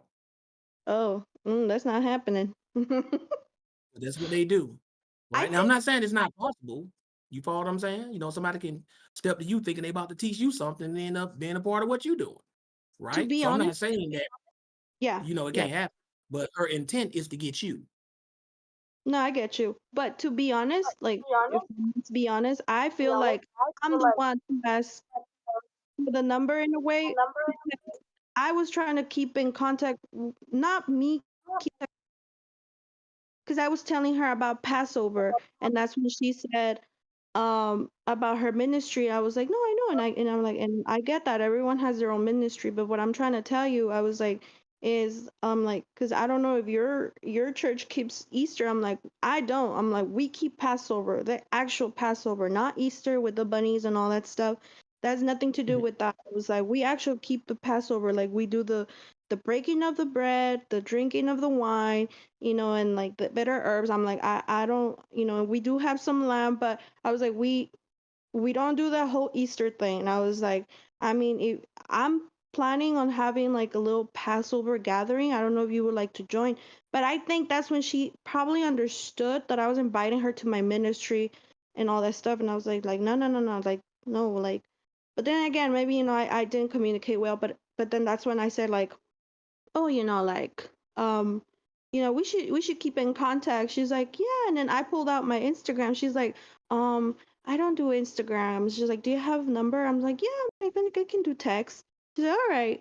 And I did text her just kind of like afterwards because I was like, ooh, I think I, over bombed her with all these things. But I just want to tell her like, hey, thank you for your question. Just um, I know I said a lot, but I hope you receive all of this, in Jesus' name. And, um, I just, it comes from a good place. And she just did say, oh, thank you for meeting you. And yeah, thank you. But that was about it. So I don't know. And I was like, I kind of want to send her this class now. I want to send her the link. Hopefully she This listens. class will be a major turnoff for most people, right? Only Yeah. those who listen to it to disprove it will stay around. Most people, second you tell them that, it's not what it is that they believe, then they're gonna be turned off. All I can tell you to do is this, Pearl. If you have a Yeah. number and you're reaching out to her, if she's Yeah. not responding, let it go. Okay. Sounds good. You know what Sounds I'm good. saying? Most people are not into the business of looking for a new religion. That's just the way it is. People like comfort and convenience. They pick that over change, especially if they think the change isn't necessary. Okay? Yeah, that is true. So just question for you, like if someone ever asked me, well, not that it's gonna happen again, like, that was just one thing that happened. That was the test of the day. But, like if someone does say like, oh, what do you think could be improved in the community for people of faith? Do you think how I started was the right thing, which is like we have to keep the laws and the commandments, and, like teach the Yeah, truth? a debased community is always at its root lacking the principles of the law. At Okay. its roots, that's what it is. You follow what I'm saying? So yeah, Okay. if I say how we're gonna improve the community from a religious perspective, Yeah. my question would be, how come the religion's not already doing it? Mm. That's what I would ask. Like the religion, that's what the religion is for. If it's already here and it's not happening, I'm gonna ask why it's not working. That's what y'all know. I ask that question every week about pretty much every week about Christianity. That's why I came up with the hashtag fire your pastors. They're not doing their job. Look at the Mm-hmm. community. They're not doing their jobs. In a real Christian community, say if me, you, Kelba the Dust, ABT Rib, Cut Off AC, ABT JJ, Kevin J, Solo Nation. Say if we all stay in a tight-knit community where not just the residential zone, but we also ran the large portion of the business district. Would there be a strip club allowed under our watch? Hell no. No. No. You know why? because it's really ran by Christians. Yeah, that's true. Right? So the fact that these things can be right in our community means that the community thinks it's okay. We can't stop nobody from opening nothing, but if we didn't go, if a strip club opened right now across the street from Kev the Dust house and say he's the only person for miles that could visit it, that place would be out of business before sundown because Kev and nobody from his household is gonna go. Places like that stay in business because people go. So who are these people going up in these strip clubs? People that profess to be Christians. The pastors start cracking down on them. Like, they're not giving them that fiery sermon they need to hear. Like, you're going up and down, you're going to hell. That's how they stay open. That's how you put an end to stuff, by not paying for it. See, money is powerful when used the right way. You bankrupt a wicked establishment, it goes away. Simple and plain. Long as people making money off something, they're going to keep it open. That's with anybody. Any business you're doing, Pearl, you're a florist, right? Yes. Long as people paying for them flowers, you're going to keep making them, ain't you? And growing them or whatever, right? Yes. That's how every business works. Yeah. But anyway, Pearl, like I was saying, just see where she's with it. And if she's not really giving you no bite back, just let it go, okay? Got it. Thank you. Thank you, Brother Josh, and great class. Praise God. And blessings and blessings for your ministry and everything that you do. Praise God. And right back at you and yours.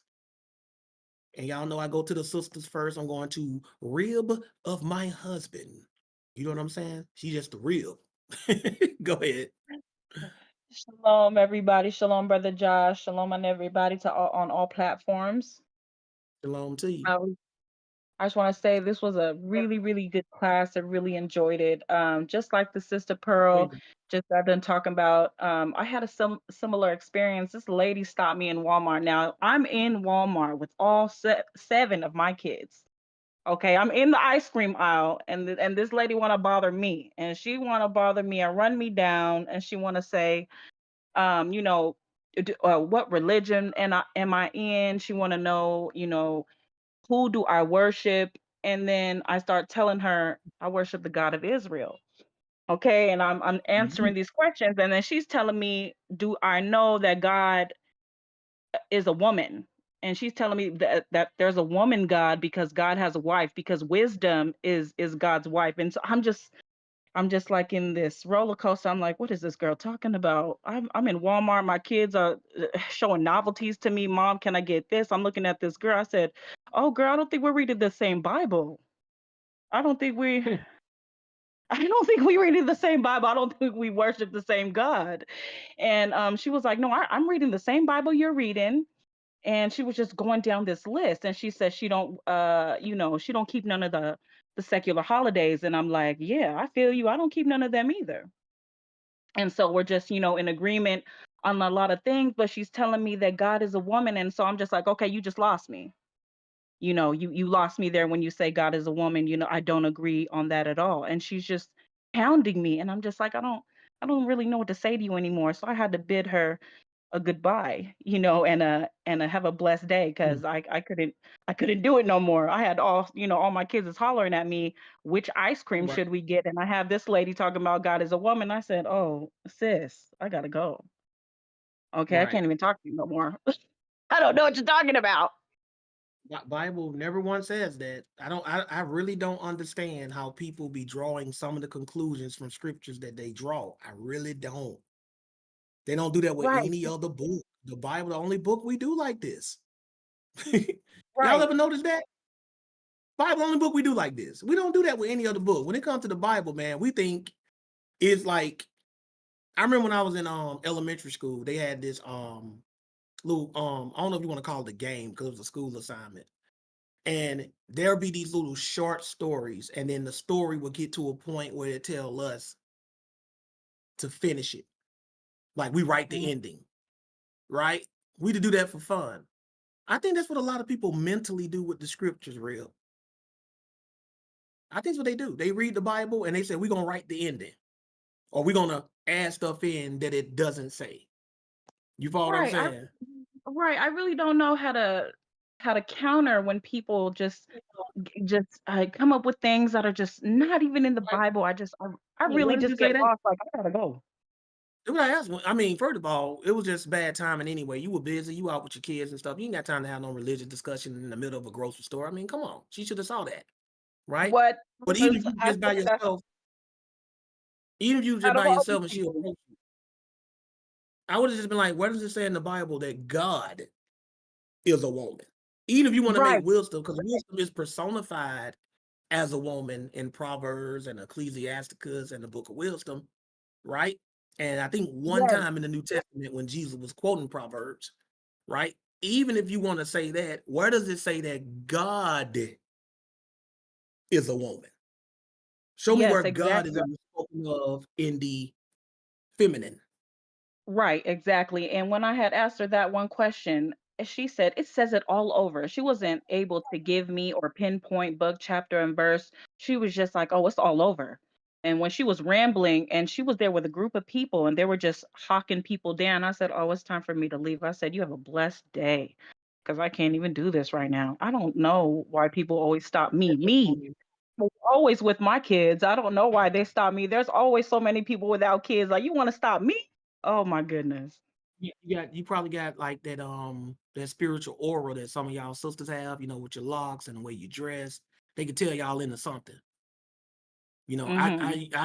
When I used to be out there doing my thing, I used to be able to notice just by how a woman's how she dressed and how she just walking through a spot if she's under some kind of spiritual guidance. Like, it Mhm. might not even have anything to do with the Bible. It could be some old comedic stuff. You follow what I'm saying? Or Mhm. Islamic stuff, right? You probably just got that look. And it's a lot of brothers like that too. I know you don't see brothers out and about before. You can just see that they got some kind of spiritual aura about themselves. They don't look Mhm. like normal people. See me, unless you notice my fringes, I look just like a normal dude out there. Ain't no reason for you to want to pull me over and start having a deep religious discussion with me just at first glance. But there are other Mhm. brothers, they dress a certain way that you can tell, okay, this dude, he tapping into something. I don't know exactly what it is, but I'm gonna go over and strike up a conversation with him. And that may be why that sister stopped you, even though you had a bunch of kids with you. Mhm. Yeah, it got to the point where I'm halfway down the aisle and she's yelling things at me and I said, "Have a blessed day. I gotta Oh, go." she She was literally, still talking to me as I was walking away. that's a I lunatic. had excused myself, like, I gotta go, excuse me, I gotta get my kids. It was good talking to you, but I don't know what you're talking about. And I said, have a blessed day. And she was still talking to me when I was going down the aisle, just yelling. I was like, oh no, this is something else. Yeah. But And I that's just one thing. I can't stand when I see the sisters get caught up that bad in something like that. Because Mhm. women have a tendency to go hard in the paint when they really believe in something. They go harder than we do, right? Because Right.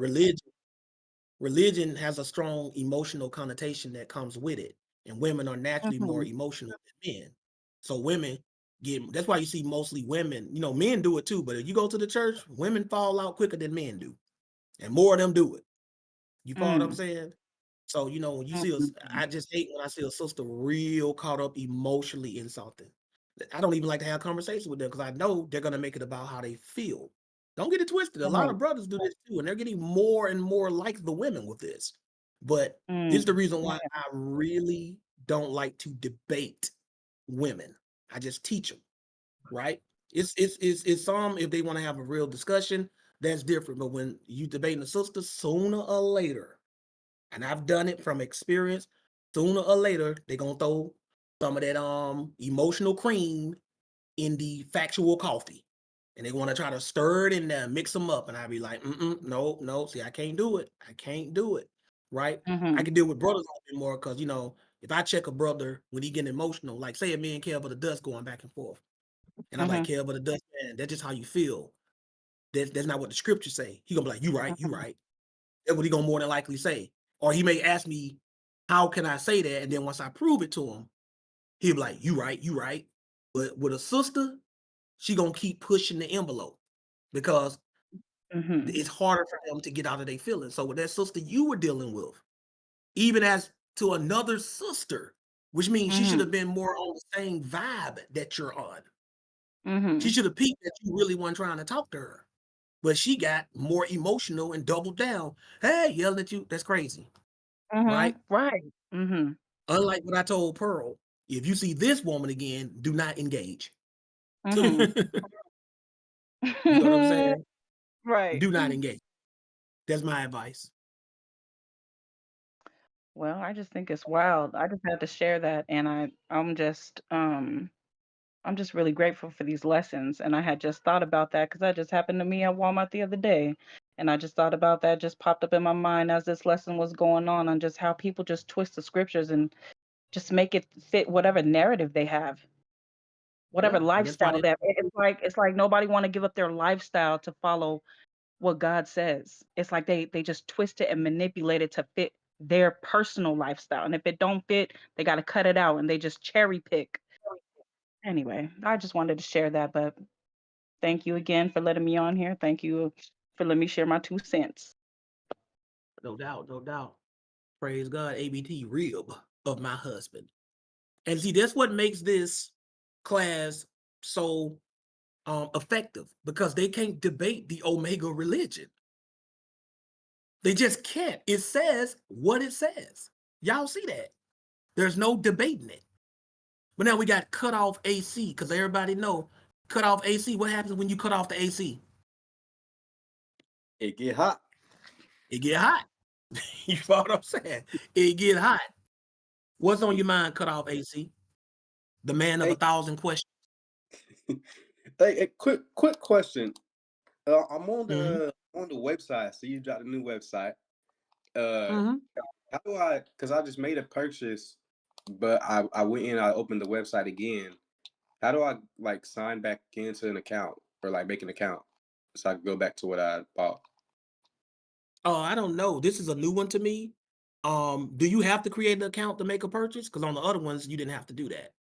Did it tell you Not, you have to create an account to make a purchase?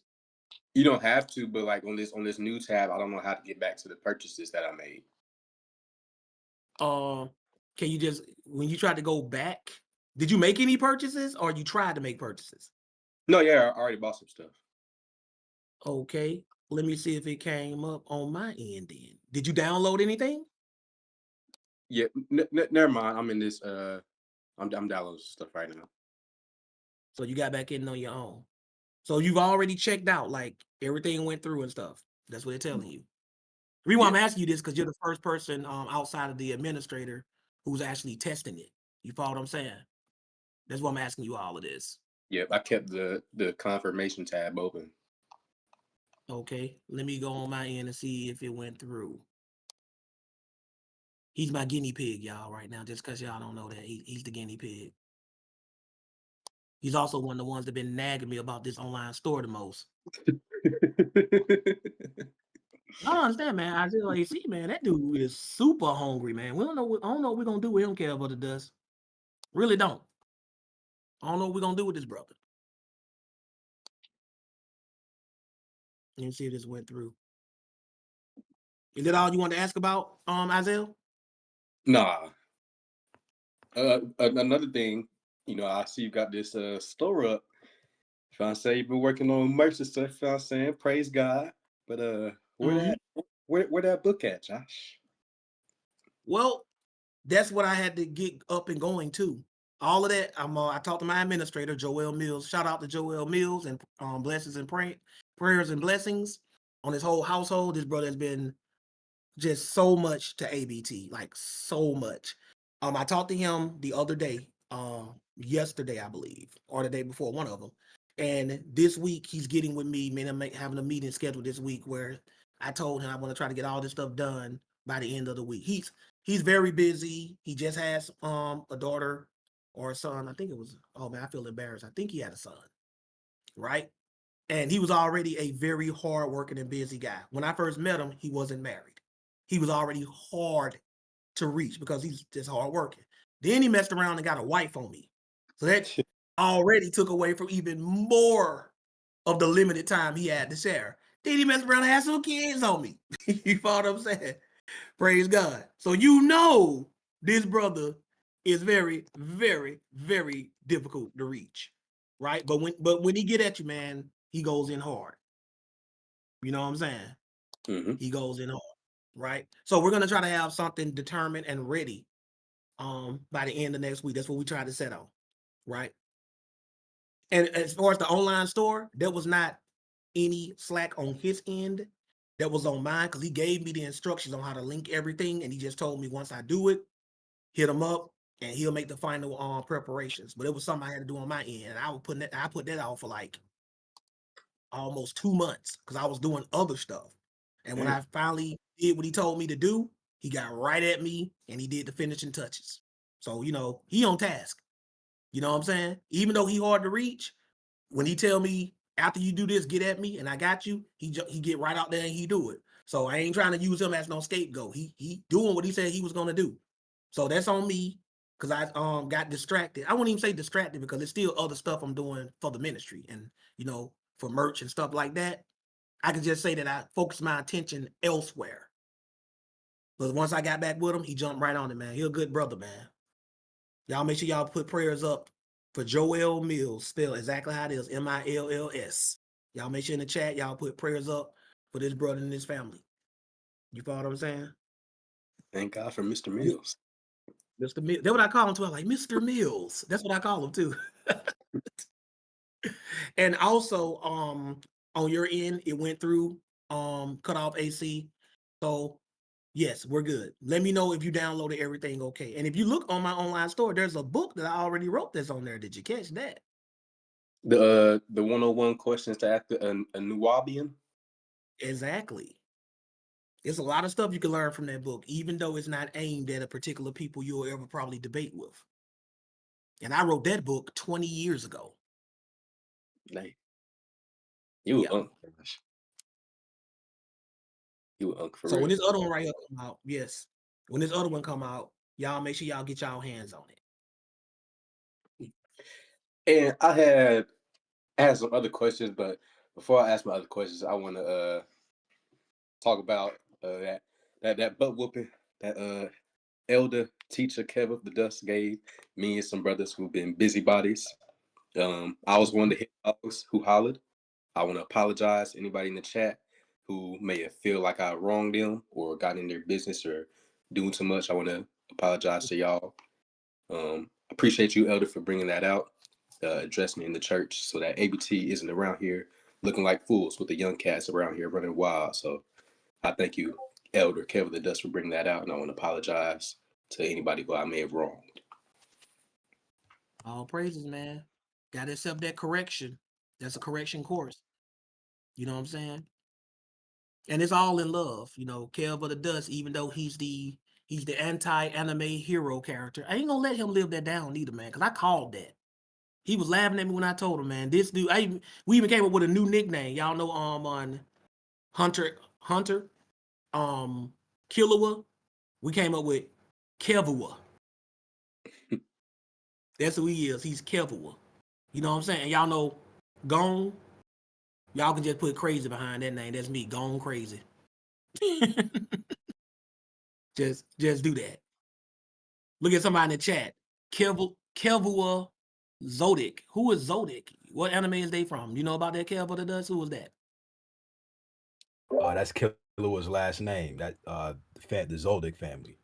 So that's what this. Oh, I forgot about that. Yeah. I forgot about that. They some killers, right? He said, Brother Josh is Jackie Chan. Kev of the Dust is Bruce Lee. Dang.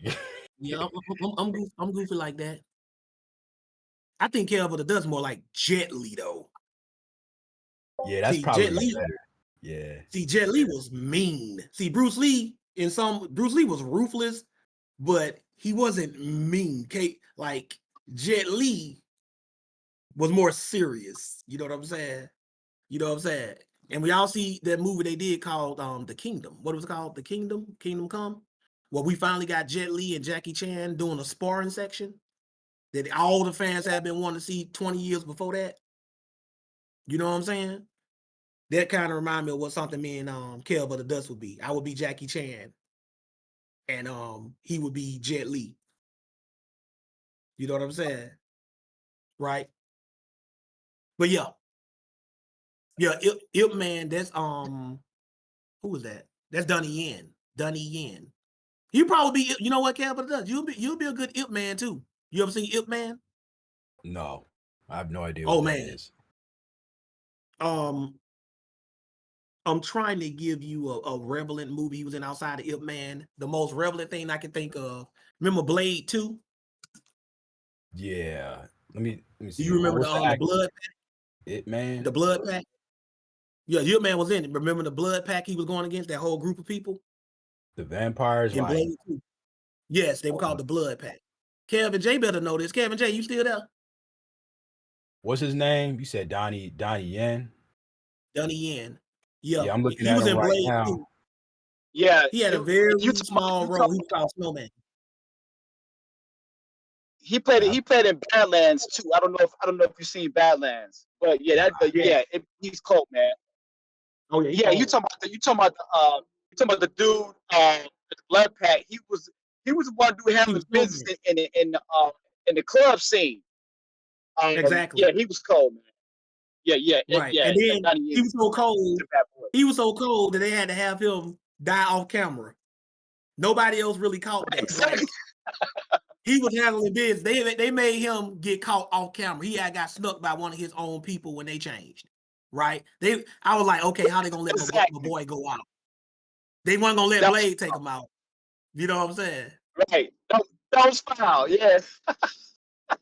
Oh He yeah. was in He was Rogue actually One too. He was in Rogue Kev of the One. Dust. Twisted Blind. Kev of the Yep. Dust. He played Ip Man, and Ip Man was Bruce Lee's teacher. Oh wow. There's a few of these So guys. Like I don't yeah, remember. they give you Ip Man. They say they giving you the master of the master. If they giving you Ip Man, Kev of the Dust. High praise, That's- man. High praise. But I That's get some respect. And Yeah, he was mean. I get what they're saying, like, because as y'all were talking about, Donnie Yen, it made me think of the movie The Last Samurai, and you're that Asian dude that didn't really like Tom Cruise. I don't know if y'all saw that movie, but Right. did That's any of old. y'all see? Yeah, it's an old movie, but like the Asian dude, I mean, there's a lot of Asian dudes in there, but I think we look him up. His name was like, Hiroyuki Sanada, like that dude, like I'm like, okay, like I feel like that's me in a lot of ways, because he was super stoic, kind of mean, but like not a harsh person, not an evil person, you know what I'm saying? But definitely no nonsense for real. Exactly. See, I'm not making Kev of the Dust a villain, because villain would mean he on the bad side. He evil. Right. Right? Anti-hero is still on the good side. They just not as merciful as the typical good guy. You know what I'm saying? Right. For Like sure. that's what anti-hero means. Like he ain't he's not morally ambiguous to the point like he don't know the difference between right and wrong. Right? Vegeta actually went through a whole arc. He went from villain to ally, because you could be a villain and still be somebody ally out of convenience. Right? He went from villain to ally to anti-hero, and now he just straight up hero, right? That's what he is now. Like Vegeta straight saving humans and stuff. Like, I remember when I watched that DBZ movie where they was going against Hurricane, with Tapion in that, and he was about to blow up that whole building, and Vegeta saw them humans about to get blown up. He got in front of all of them, you know what I'm saying, and saved them, right? So that's straight up heroic right now. But that's where he is now. That means he's still brutal, but still a hero, right? He went through that whole arc, right? But appreciate that too, cut off AC, you know what I'm saying, for just acknowledging, what it was, and just humbling yourself and admit that you can do better and you will. You follow what I'm saying? Praise God. No I doubt. still ask some questions. This is a minor question, because I'm in the ABTU, and I noticed on week 3 for the second recording of week 3 and the first recording of week 4, it's like a big time skip. Is there a reason for that? The recording dates? Yeah, like it says November 10th, then it goes to November 28th. I think because of, I forgot, that was such a long time ago. It might have had something to do with the Thanksgiving holiday or something, or my schedule. I honestly do not remember. Some people who went to the class live probably remember it. Okay. And I think I already got an answer for this, but just in case, are the office hours on the syllabus, are those still valid? The office hours we're doing when I was doing it live. And because when you're doing it as the pre-recorded way, you do it at your own pace, then you can't hold me to those office hours, because those office hours was based on y'all being able to reach me in real time when you're doing the class live. Now, of course, cut off Kev, you can always just hit me up and be like, Josh, can I set up a time with you where we can discuss some things? You know what I'm saying? Kind of like a session, but you ain't got to pay me for it. You know what I'm saying? And whatever question or whatever we have, we can do that. But I'm just letting you know, those hours, those office hours, those are not like my set time you can reach me anymore, because you're not doing it live, like in real time, like they were doing it. That's when I had set aside that time so anybody could reach me at that time. My schedule has changed tremendously since then. You follow what I'm saying? Okay. Okay, because I don't want to be blowing your phone up and you busy and stuff. So It's all good. You just won't reach me. I'll be left on delivery. Josh? Sir, somebody call me? Yeah, real quick with that timestamp, it was, I think at that time it was a lot of people that was out of time. If you're talking about the one that I was in, it was people that were in out of time, they were missing. You know what I'm saying? So yeah, you had it wasn't really because of you though. I think you did have something too, but there was other people that was in our class. They had stuff they were doing. They were out of town and they couldn't really get on. So you just kind of like, you made it convenient for everybody. I believe that was the time. Right. If I'm not mistaken. I could be wrong, but I believe that was it. That's kind of what I remember. That's why I said maybe it was because it was like near the Thanksgiving holiday and stuff, and a lot of people going out of town because of that. But that's what that is. Something like that. Yeah. Right? Yeah, I think that was the case. Yeah. Matter of fact, you turned in your homework assignment recently, didn't you? Cut off AC.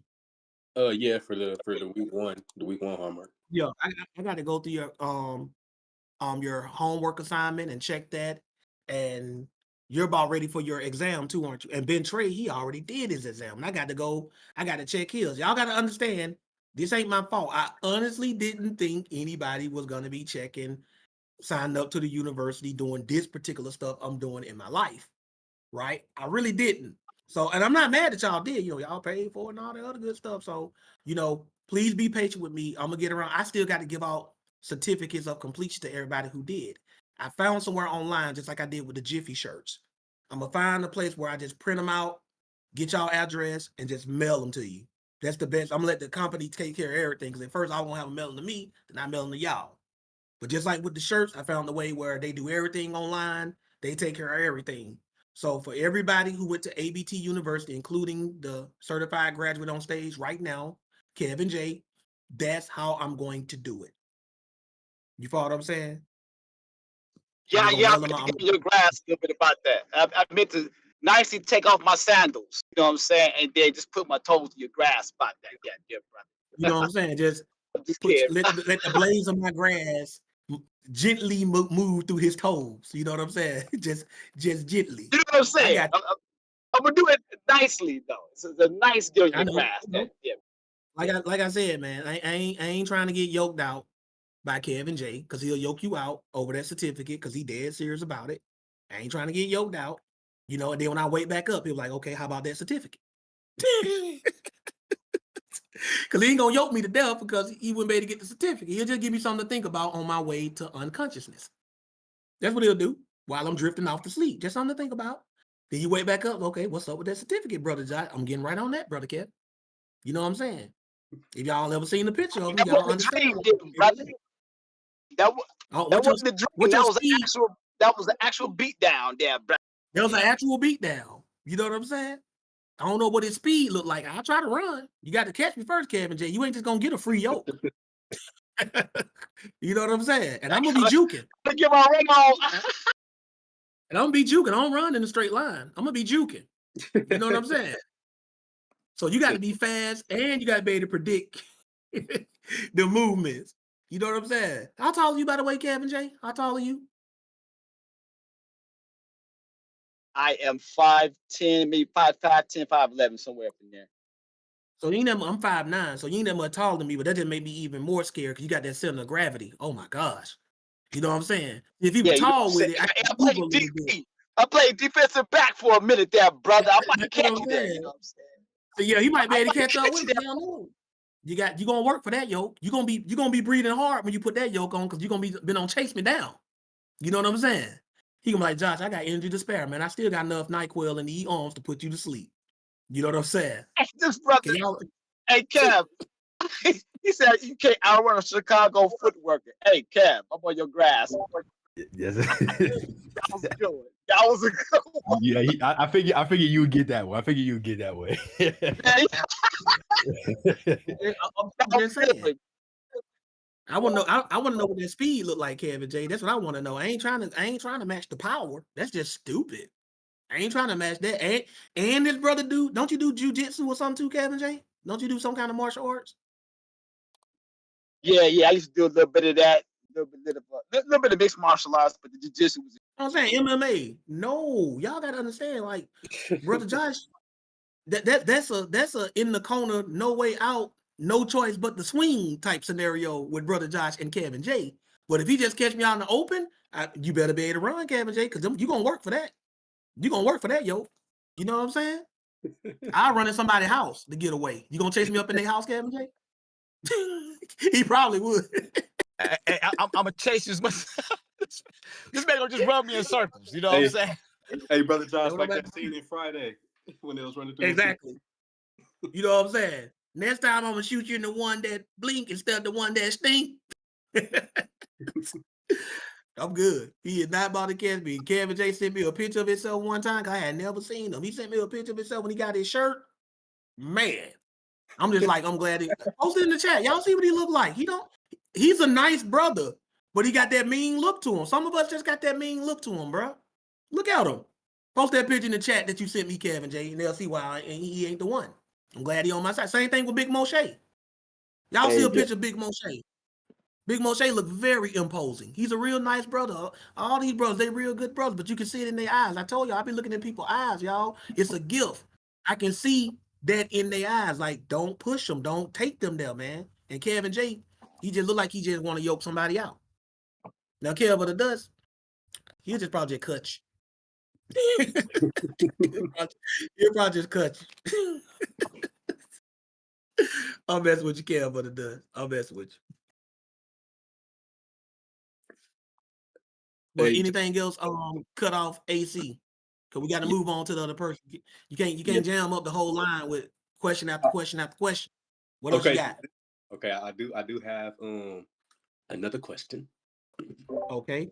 The end of 1,000 questions. What you got? Now, go. You got. Well, of course, you got your e-sword. This man right here, man. He got more questions than the Queen of Sheba.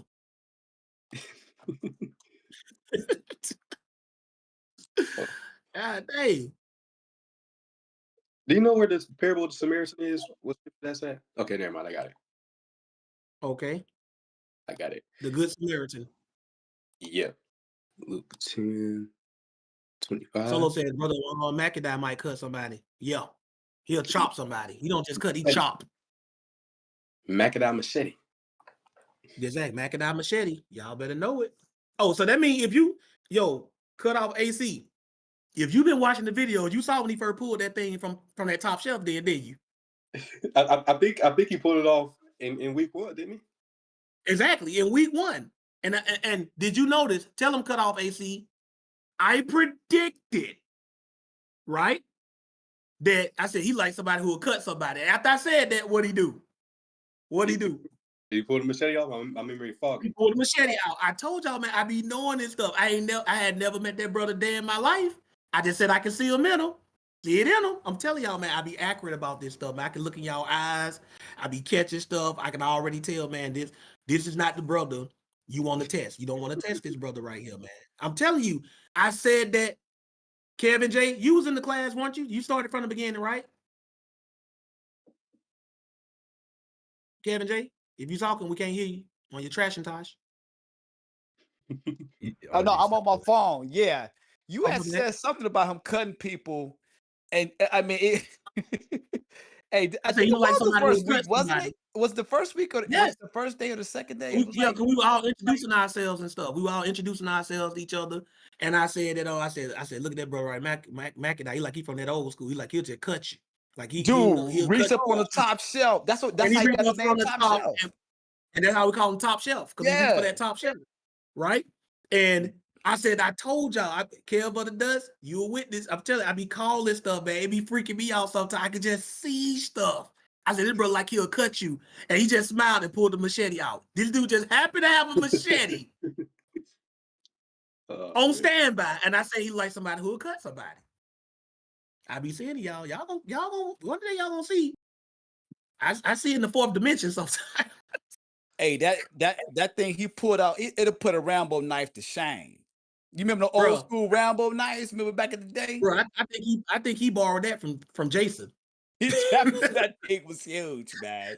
That's that thing Jason be carrying around in the movies, man. That man got Jason machete, bro. That man is not playing. You know what I'm saying?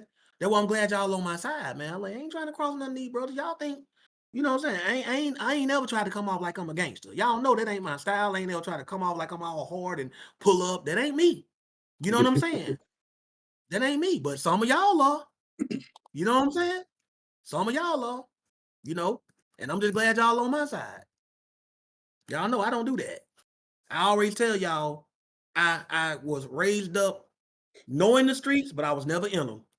I was a square. Everybody know that. As anybody else say, man, Cedric, that cut wouldn't bust a grape in a fruit factory. They all know that. You know, I wasn't no punk or nothing, you know, but nobody ever tried to fight me because I ain't get nobody no reason to want to fight me. Right? You know, if anybody ever tried to fight me, yeah, I'm gonna throw hands, I'm gonna try to defend myself, but I wasn't walking around like I'm the baddest boss dude. No, that ain't me. Oh, you know what I'm saying? Not Peace is me. always the best path. You know, Exactly. it's always the best path. You know, I don't be playing them games, right? But you know, Kevin J or Big Moshe, you know what I'm saying? They built different. They don't have my upbringing. They come from a different school of thought when it comes to these things. Hey, but you know what, Josh? What's real though is even when we took, like when I was doing MMA, they will also give us de-escalation as well. So like they teach you that stuff, but they mainly teach you how to de-escalate. That was the really important part about it. I thought that was really cool. Because they used to train cops at this particular place too, and they would give de-escalation. So it really was they didn't teach us to be aggressive. You know, they taught us how to de-escalate with our mouth. But it's a real thing, man. It is a real thing. De-escalation is part of what they taught you. I thought that was really cool at that particular house or dojo, whatever you call it. Mm-hmm. Yeah. But going back to Luke. Now, because I was reading Matthew 25 with my mom today as well, and it kind of plays into this topic. In the parable of the Samaritan, did the people, did they like believe in God? The Samaritans? Yeah, the Samaritan people. Yeah. They believed in God. They believed that they were like the chosen people. Okay. Because when the dude asked, you know, who was my neighbor, what I'm getting from this parable is that your neighbor is the person who like looks out for you, like who Correct. you. That's And right. that's Because belief. at that time, the Jews and the Samaritans were basically how black and white people was doing Jim Crow in America. They were separated and despised each other like that.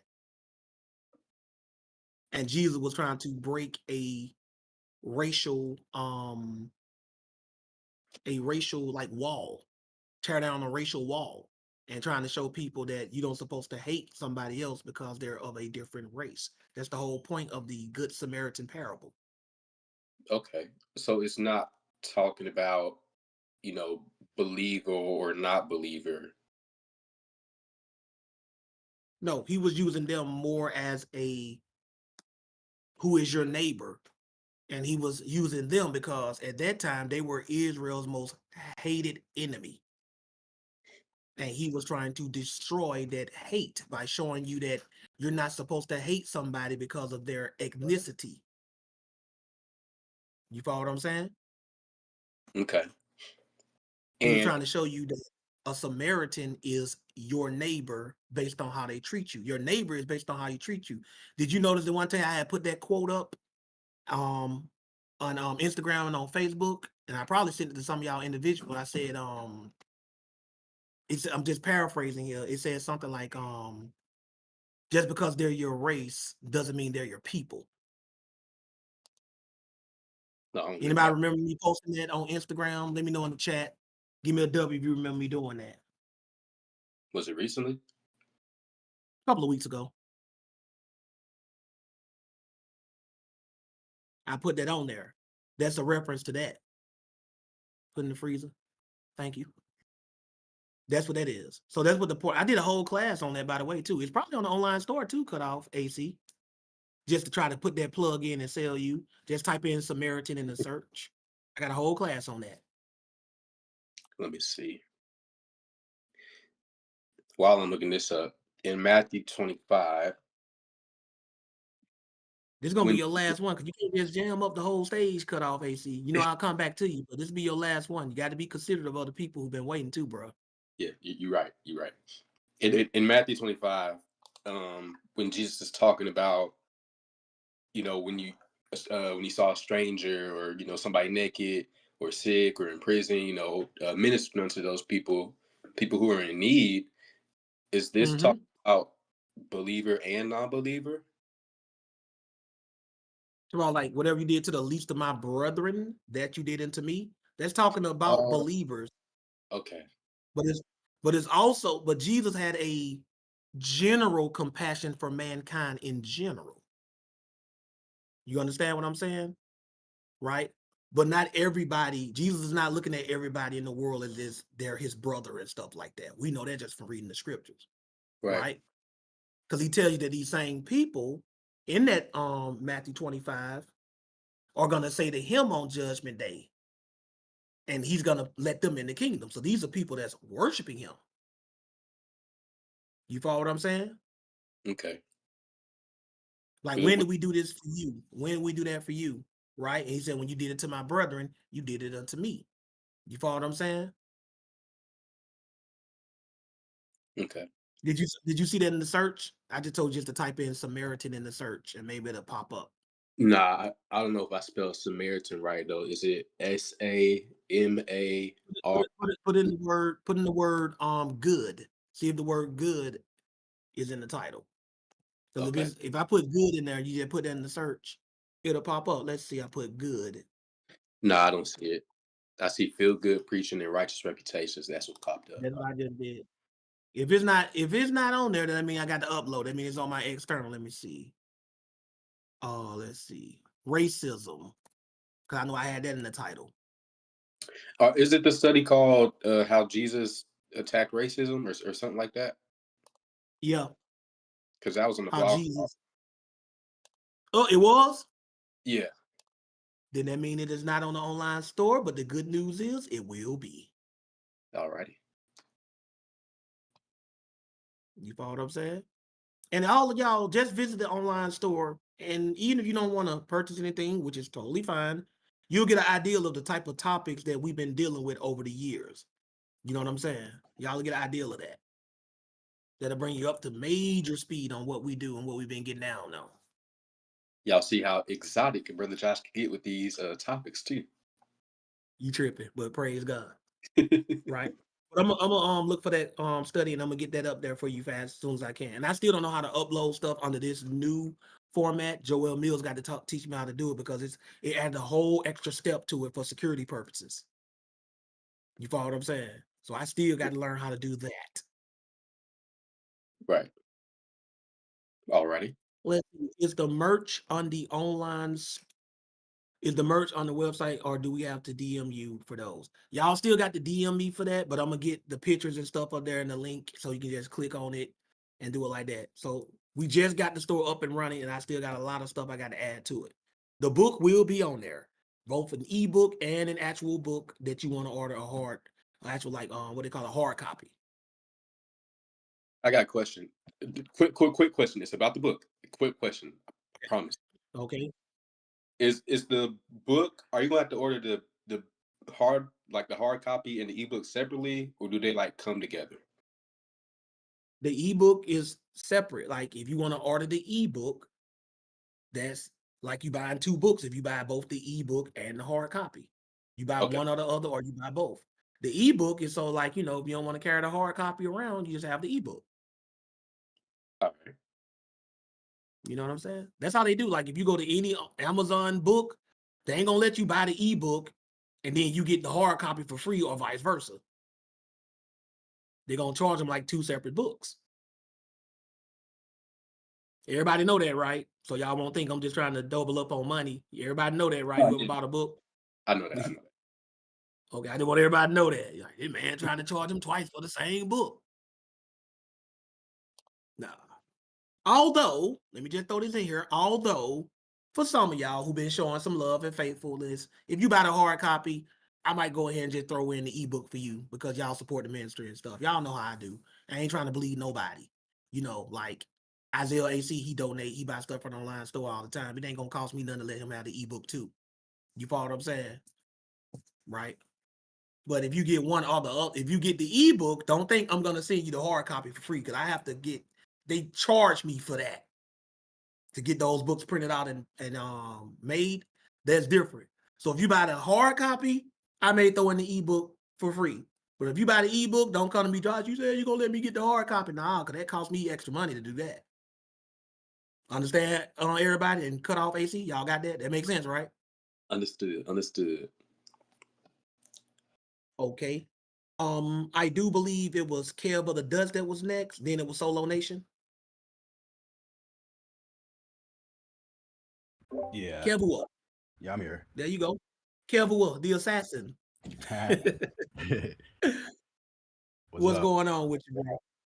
Yeah, I just think I originally came on the stage because I heard was it Pearl talking about her encounter at Whole Foods, and you know, it just made me think about a couple of things. One being, you know, I just think, you know, most people, and I was talking to Tommy, I think Tommy and Kev J about this. I don't know, I want to say a week and a half ago, but you know, just the idea that most people don't care, like you said, Josh, they really don't. They don't care about your faith. They barely care about their own. And I've been in a situation where, you know, I thought somebody, you know, was just genuinely interested in, you know, trying to like learn more. And they were just trying to recruit me. You know, they were just trying to get me into their, you know, once I realized that, I was like, okay, I'm just never going to be in that situation ever again, you know, because at the end of the day, nobody really cares. And I think that was kind of like the start of me feeling like, okay, I gotta figure out like what exactly my role is as a saint, you know, because again, like a lot of people, and I'm not saying Pearl is like this, but you know, a lot of people think they gotta really talk to other people about God like that, and you don't, you know. Sure, if it comes up organically, those are the best conversations. But you know, if you're feeling like, hey, this is opportunity for me to evangelize, it's like, well, maybe not. Maybe it is, maybe not, right? But it makes me think about I mean, Isaiah kind of brought it up, but like when I had to get on people, you know, who were doing things they shouldn't have been doing, being busybodies, like the reason why I felt comfortable doing that is because like this is the church that I'm in. You see what I'm saying? Like this is the church that I'm in, and like that's what I care about. But people who are outside, man, like a lot of times I categorize them as unbelievers, but this actually is going to lead to a question, Josh, I wanted to ask you, and that is, Okay. like in this world, who should we really consider fellow Christians? Well, I always say look to home first. Your Hmm. home church is ABT, right? You know, that's who I look to first. If somebody asks me who do I consider to be my fellow Christians, you know I'm gonna start naming y'all name off first. I'm gonna be like Kev of the Dust, Gideon, Solo, ABTJJ, Cut Off, AC, Kevin J, Does Ben. That's what I'm gonna do. Right? Now, we know that our other fellow Christians are in the dark. You know, I don't think that most Christians out there are just making a deliberate, conscious decision to go against the scriptures, right? A lot of them don't even understand what real worship is and how it's supposed to be executed. You know, we go to church and we go through the motions, and the preachers give us the impression that what we're doing is enough, right? So there's like an extended more, like, put it this way, Cal, but it does. You got Troy, your actual blood brother, right? Right. And then you got some distant cousins, right? You still know their family, and you ain't got no ill will towards them, and you don't wish any harm on them, but you ain't rocking with them, say, the way you would rock with Troy. Yeah, I agree. You know what I'm saying? So that's the way I see them. No ill will towards them. We know they, just like we got actual distant cousins who, you know, caught up in some old crazy mess, right? We ain't got no ill will towards them, but, you know, we ain't trying to hurry up and rock with them either. So to sum it up, who we are supposed to consider our Christian brothers is the ones that's on the same accord with us as far as what matters. If it ain't a salvific thing, then we don't supposed to be like, well, you know, he don't understand this or he don't understand that. If it's non-salvific, we can let that pass. You know what I'm saying?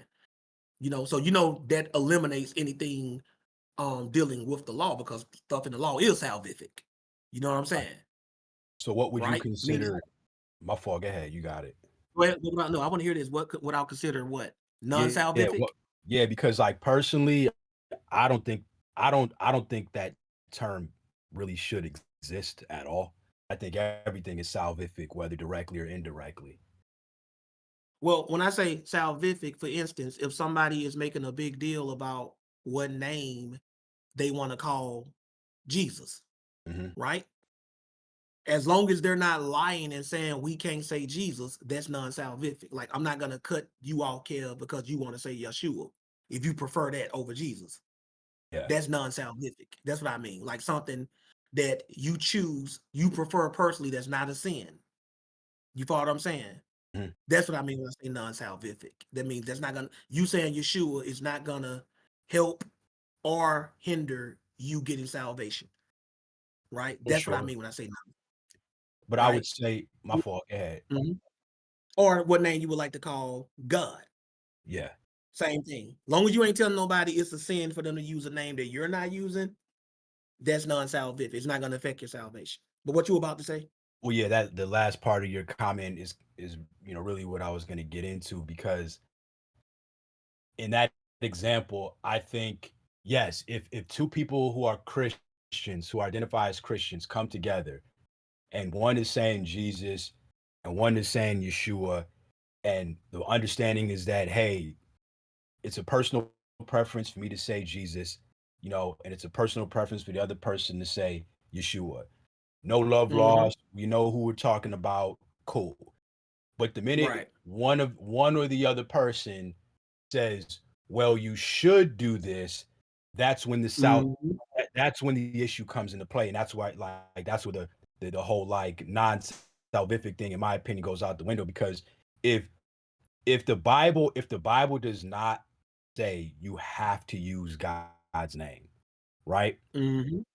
Yet you teach that we have to, you are lying, and therefore, And that's and that salvific. and that's salvific, exactly. Right. So that's why I said, as long as nobody is telling you that you're wrong for saying that name, or that it's a sin if you say one name over the other, I ain't got no problem with them. But the moment you start saying that, now it becomes a matter of salvation, because now we got to put into question, does the Bible say that or not? And if it doesn't, and that's what you're teaching, you are a liar. And being a liar affects salvation.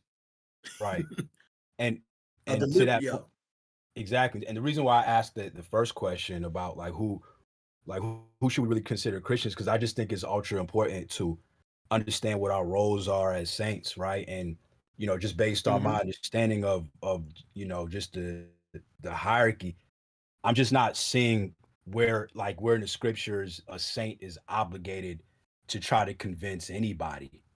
You know what I'm I ain't saying? saying it either, bro. I Exactly. don't So see yeah, it either. yeah, you and I are on the same page. Like, what I see as saint, like the roles that I see a saint are responsible for is, you know, loving one another, like loving your fellow man, right? And all that entails, and making sure that you keep yourself unspotted from sin. That's it. That's it. That's it. I'm not seeing And where the only mandatory thing that we're supposed to do, everybody, as far as preaching to the world, is in our walk. that's it. That's Because you're what gonna they're do that, supposed because to you're gonna do that regardless. You're gonna do that Exactly. regardless. Yeah. In fact, Paul always, and Peter, you know, in their epistles, they let everybody know that is what converts the unbeliever. Our Right. conversation. That's what the King James calls it, right? It really Yep. just means your behavior, Conduct. Yep. your conduct. This, if you want to tell me, well, I want to go out and I want to convert people. If you want to do it, there's nothing in the scripture I see that says you can't share your faith and try to, you know, bring people in it. I agree. But it's not mandatory for you in your position in the church to do that. But even if you just want to do it, like if you feel like it's obligatory, the only obligatory way of you doing that the scriptures say, you got to do that through your walk, through your conduct. They're Right. supposed to look at you, and that's how you preach to them. We all have to do that. Right. That's what we all have to do. But as far as you going out and orally trying to bring somebody into the fold, nothing in the scripture you can show as a Christian or a believer, you have to do that. You follow what I'm saying? And I'm glad, because I do not be wanting to get out there and talk to these nuts. And that's why I'm bringing it up, man, because like many years ago, it's something that used to be super annoying. Like, man, hold up, man, how in the world we supposed to be out here evangelizing, and like this is like the toughest thing on the planet? And people are like, oh, well, like take it to God. It's like, man, like hold up, we missing a whole lot of context. First of all, I got no miracles confirming my message and my evangelism, and none. When I'm reading in the Bible that, you know, the disciples, they had a leg up on me. Like, hold up, y'all. Jesus sends y'all out. Y'all get to do miracles, and like the Lord was behind that. The Lord ain't behind nothing I'm doing. He hasn't told me he was.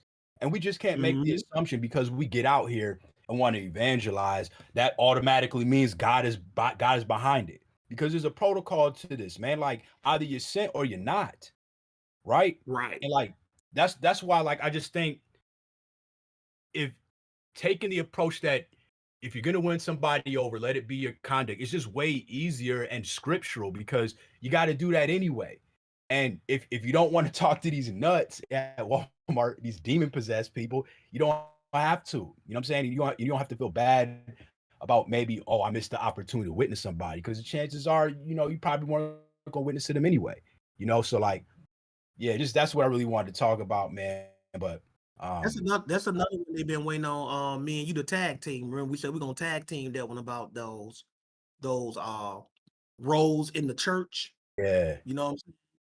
You know, because everybody think they're supposed to be out here.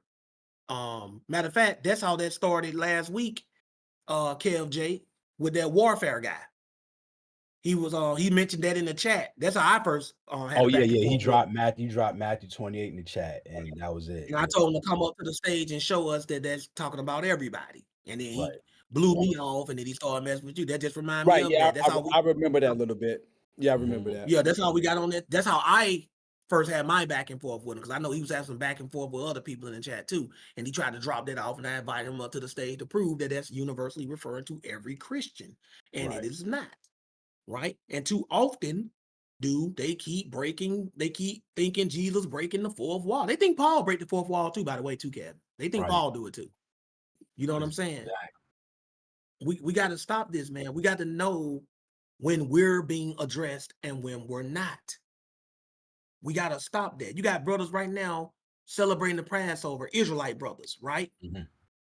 They're sacrificing lambs. Right. No understanding at all. Right. First of all, you can't even prove that you're a Levite. Right. Second of all, you're sacrificing them in your prospective cities. Y'all ain't in Jerusalem. Right. Well, the first Passover was sacrificed in Egypt. Y'all ain't in Egypt either. Right. And the law tells us on that point. Law tells us like what was supposed to happen after the first Passover anyway. It's like, come on, y'all. Like, this stuff is laid out for us if we would just read it. Right. And Nautica sent me that, and I made a joke back. I said, because she showed me some brothers doing it, some Israelite camps doing it. And I said, and she said, she showed me in the video, or she just told me, because she sent me the video clip. And she said these guys had the staff in their hands and the sandals on their feet. And I asked her back jokingly, I said, what, they expect the death angel to come through the night too? Because she said they were putting blood on their doorposts. Right. Exactly. Really? Even in the Bible, we only saw the blood on the doorpost and the angel passing through only happened then, that one time. Israel never continued to do that. No. That's an example, Kel, Brother Dust, of us not knowing when the scriptures is talking to us. Right. Everybody want to be David. Everybody want to be Solomon and all these prominent figures. That nobody want to be just a dude sitting at the coffee table way in the back of the scene while all the action is going on in the foreground. Nobody want to be that dude in the back, you know. And everybody want to be up front. Everybody want to be up front. And the reality is we're all just background players, man. Like, you know, God picks who he works with, and that's okay. We're just background players, man. We're saints, and that's fine. Exactly. Right? A lot of y'all need to read the story of Damocles. Y'all need to read that story. The story of Damocles is a very interesting story about one of the king's servants who wanted to be in the position of the king, not knowing all of the problems and work that it comes with. You can just Google it and it'll give you the summary of that story.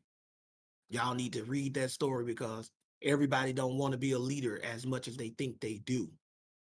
When people think about the king, all they think about is the authority, the riches, and the females that, you know, a king can have a harem of women and stuff. That's all they think about. People don't understand, man, that to whom much is given, much is required. Right. You follow what I'm saying? Let me see if Isaiah AC pulled that up for me. Yep, and that's where the legend of the sword of Damocles comes from. Yep. Isaiah AC be fat checking the heck out of me, bro. I can't say nothing around that dude. He'll pull it up in a minute. That's what I'm talking about right there. You can read the summary of it. You follow what I'm saying? But anything else, Care Brother Dust? Nah, that was it. Appreciate it, man. Thanks. All right, you know, stay on standby on the stage and to your heart's content.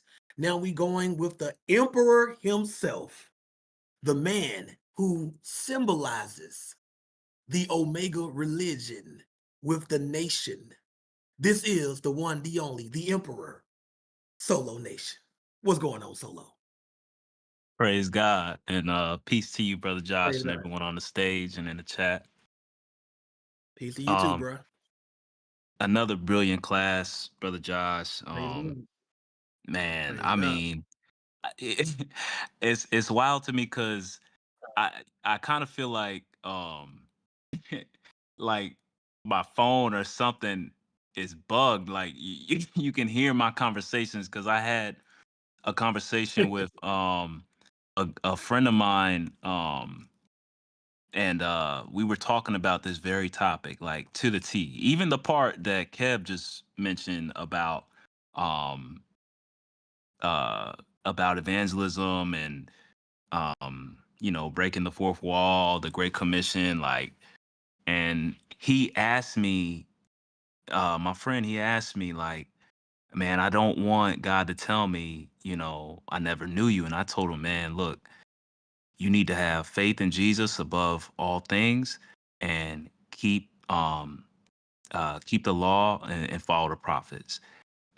Just understand the Old Testament and everything Jesus told us, and you be good. And I told him something else, but like I'm so glad you did this class though, because it's not only does it seem like it's like confirmation, but it's just you teach so well, and you God. just how you unpack this was incredible. I really like Acts 24 10 and 15 when it was read in the GMB. I thought that made it very clear, and you know, it's just Man, it's incredible. So That was his religion, man. He said it out his own mouth, on trial, under oath. yeah, because I shared something from your what was it? Putting Paul on trial class with another friend of mine, and it had me cracking up because he said, "Oh man, it do say that," because he was pretty convinced that Paul wasn't keeping the Sabbath anymore and doing certain things. I was like, nah, man, like that's just not true. He was, and um, I showed him some of those verses in Acts, and he just was like, well, it do say that, and we haven't talked since then, uh but yeah, like you just you stay cooking with these classes, brother Josh, and I'm just grateful to hear from you, and please keep doing what you do. Praise God. And I'm glad you just brought that up, because let me give a explanation for what's been going on the Wednesday Bible study, right? I forgot why I didn't do the one the week before last. I actually forgot. I know something came up. Something happened where I couldn't do it. But the one that's passed last week, y'all know I told y'all about the situation with my mother and stuff. You know what I'm saying? Kevin J knows about this probably more than anybody, because we be talking about this stuff about our moms and stuff all the time. But everybody in my family, my mom is doing fine, by the way, in case anybody was wondering. But ever since everything happened, we want to have somebody around her at all times. So the family takes turns, when her aide is not there, the family takes turns, sitting with her, right? Because you just want to make sure, if something ever do happen, we're on call, we're there, right? So every now and then, Big Baby, shout out to my brother Big Baby. Wait till y'all see the new Big Baby. Big Baby has lost so much weight, y'all. Wait till y'all see him, right? Like that dude, you probably ain't even gonna recognize him. He's still working at it. He's looking very good now. My sister, my youngest sister, she calls him Slim Baby. She calls him Slim Baby, right? Big Baby lost over 50 pounds in less than 5 months. Wow. Yeah. And he's still losing weight. Yeah. He going hard in the paint. He going real hard in the paint. I'm real proud of him, man. Whole family proud of him. He looking great, feeling great. You know what I'm saying? Getting it in, right? So and Big Baby like 6'2", 6'3". So I ain't trying to hear no excuses from any of y'all sisters or brothers talking about you can't do it, when my brother, Big Baby, weighed 308 when he started out. You follow what I'm saying? And he I think he said right now he's like at 254 or something like that. You follow what I'm saying? That's awesome. So yeah. So he is not playing. You follow what I'm saying? And it was noticeable when he just came up on 25 pounds. You follow what I'm saying? And I told him, I said, I've been telling everybody about you. And he know that, because he be listening. And I said, when you get opportunity, I'm gonna put you on the camera so everybody can see, your journey, how you going on your journey. Right? And he just laughed, but he said he gonna do it. And he said, if he's just happy he can be an inspiration to anybody if they're trying to lose weight. That's what he told me. He's just happy if he can be an inspiration for anybody. But anyway, he's the one that is who sits in on our mother the most. So when he gets off of work every now and then, because he's a supervisor, he doesn't have set hours. Like generally he can tell, but he ain't got like a 9 to 5, in at 9, out at 5 type deal. Right? It's whatever the progress on the job is that day daily. So when my mom's aide leaves, he needs somebody, or would prefer somebody, to be there. And if nobody else in the family is available, which because of the schedule, most people are not, I got the free evening schedule, then I go over there. And sometimes he doesn't know what his schedule gonna be like to the last minute. I've had to postpone sessions that I had with people because, at the last minute I had to go sit with my mom, right? So that's what happened this past Wednesday. At the last, Big Baby didn't know to the last minute that he was gonna have to do that, because Kevin J, he'll tell you, he hit me up that morning and he was like, "You gonna need me to read for you tonight?" And I was like, "Yeah." You follow what I'm saying? And then Last minute, big baby needed me to go over there. I had to call Kevin J, explain the situation. He totally understand. So that's what be happening, y'all. So when I say I'm gonna do, and I told Kevin J I need to start telling people like this. We got Bible studies on Wednesday nights unless something comes up where I can't do it. And it's usually gonna be me having to go, sit with my mom. And that's what happened. The Wednesday before that, I forgot. But I know something came up. Hey, and big ups to that too, man. I'm glad you got like I have no help, you know what I mean? So it's all on me. So I understood exactly where you're coming from. And you know about my mom too. So man, all praise to you and your siblings, man. It's more work than people might think when you're dealing with that. It seemed like, oh, it's no big deal, but no, man, it's a big deal. And you, I mean, I know your mom is really blessed to have you guys, man. Because I'm on my own with it, so you know how it goes, bro. Yes. And I was telling people too that when I was growing up, I used to didn't like having a big family, not because of the extra bodies, but because, the more mouths there are to feed, the less stuff you can get. You can't get the most expensive stuff or expensive stuff at all. You can't get the most name brand stuff. When I was growing up, I didn't like having a big family. But when you get older and God blesses your parents to live, and by the way, my mom's birthday is this Monday. We're actually all going to see her tomorrow, God willing. She's gonna be 73, right? That's what My we got mom's going birthday on. tomorrow. That's right. Yeah, my mom's birthday is tomorrow. Wow, one day before mine, so she's 30th. Yep. She's turning 85. Yep. Praise God, right? So that's what we're all planning on doing tomorrow, right?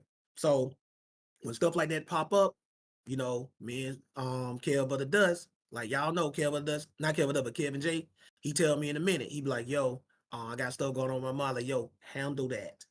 Because and I know what it feels like with 6 other siblings sharing this with me, and he's doing it alone.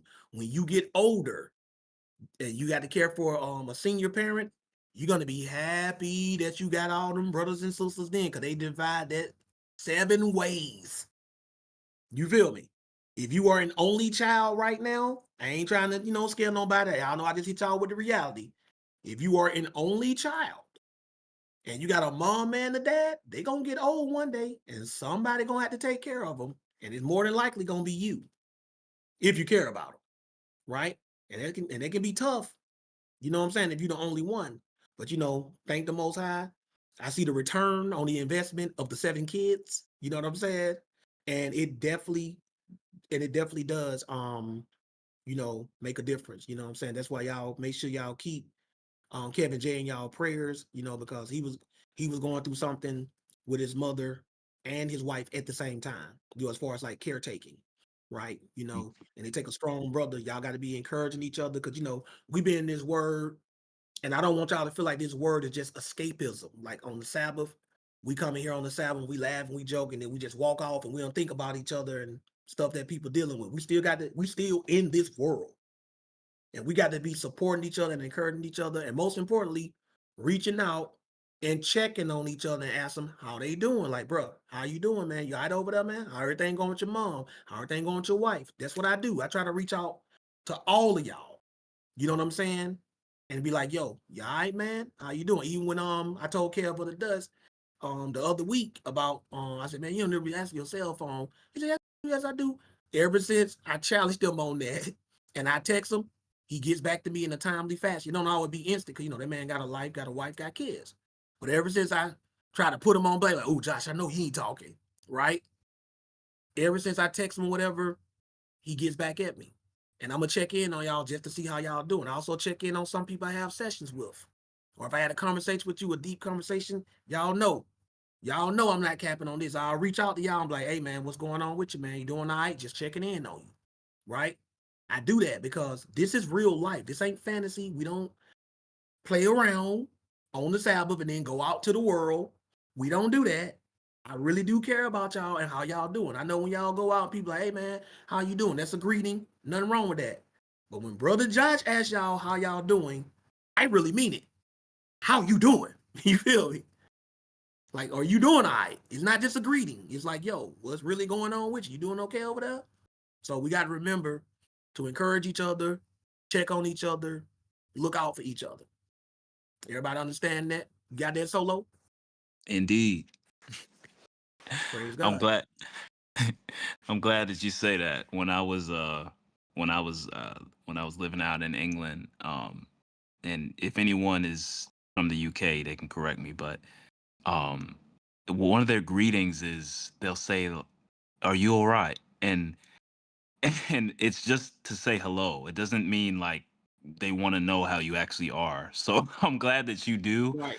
and I appreciate you for that. Wait, But hold on, Solo. Hold on. That's all well and good, brother, but you really just gonna slide in that near perfect English accent and act like we didn't catch that? Yeah, Are you all right? I heard Right. that. Right. I lived there for 2 years, and Yeah, he nailed that. it was interesting over there. There was many things I had to get used to, and just different words, and so. But that one always caught me off guard because I was, oh, why are they asking me if I'm okay? And and, and it was just interesting.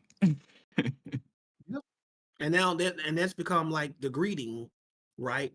Just like when Mhm. we say Shabbat Shalom, that means peaceful Sabbath. But that word, and I'm gonna do a whole class one of these days, God willing, just on the word Shalom, because it's That's a like a lot blessing. of stuff.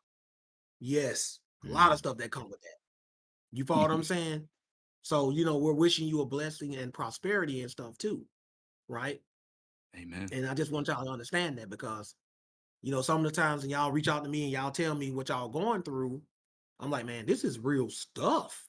You feel me? Like, this is like real life. This is the harsh reality of just being alive, And I be wanting y'all to stay strong and stuff, man, because it's only getting worse out here. And we got to be checking up on each other and make sure everybody okay. I never know when I might need Kevin J to come yoke somebody out for me.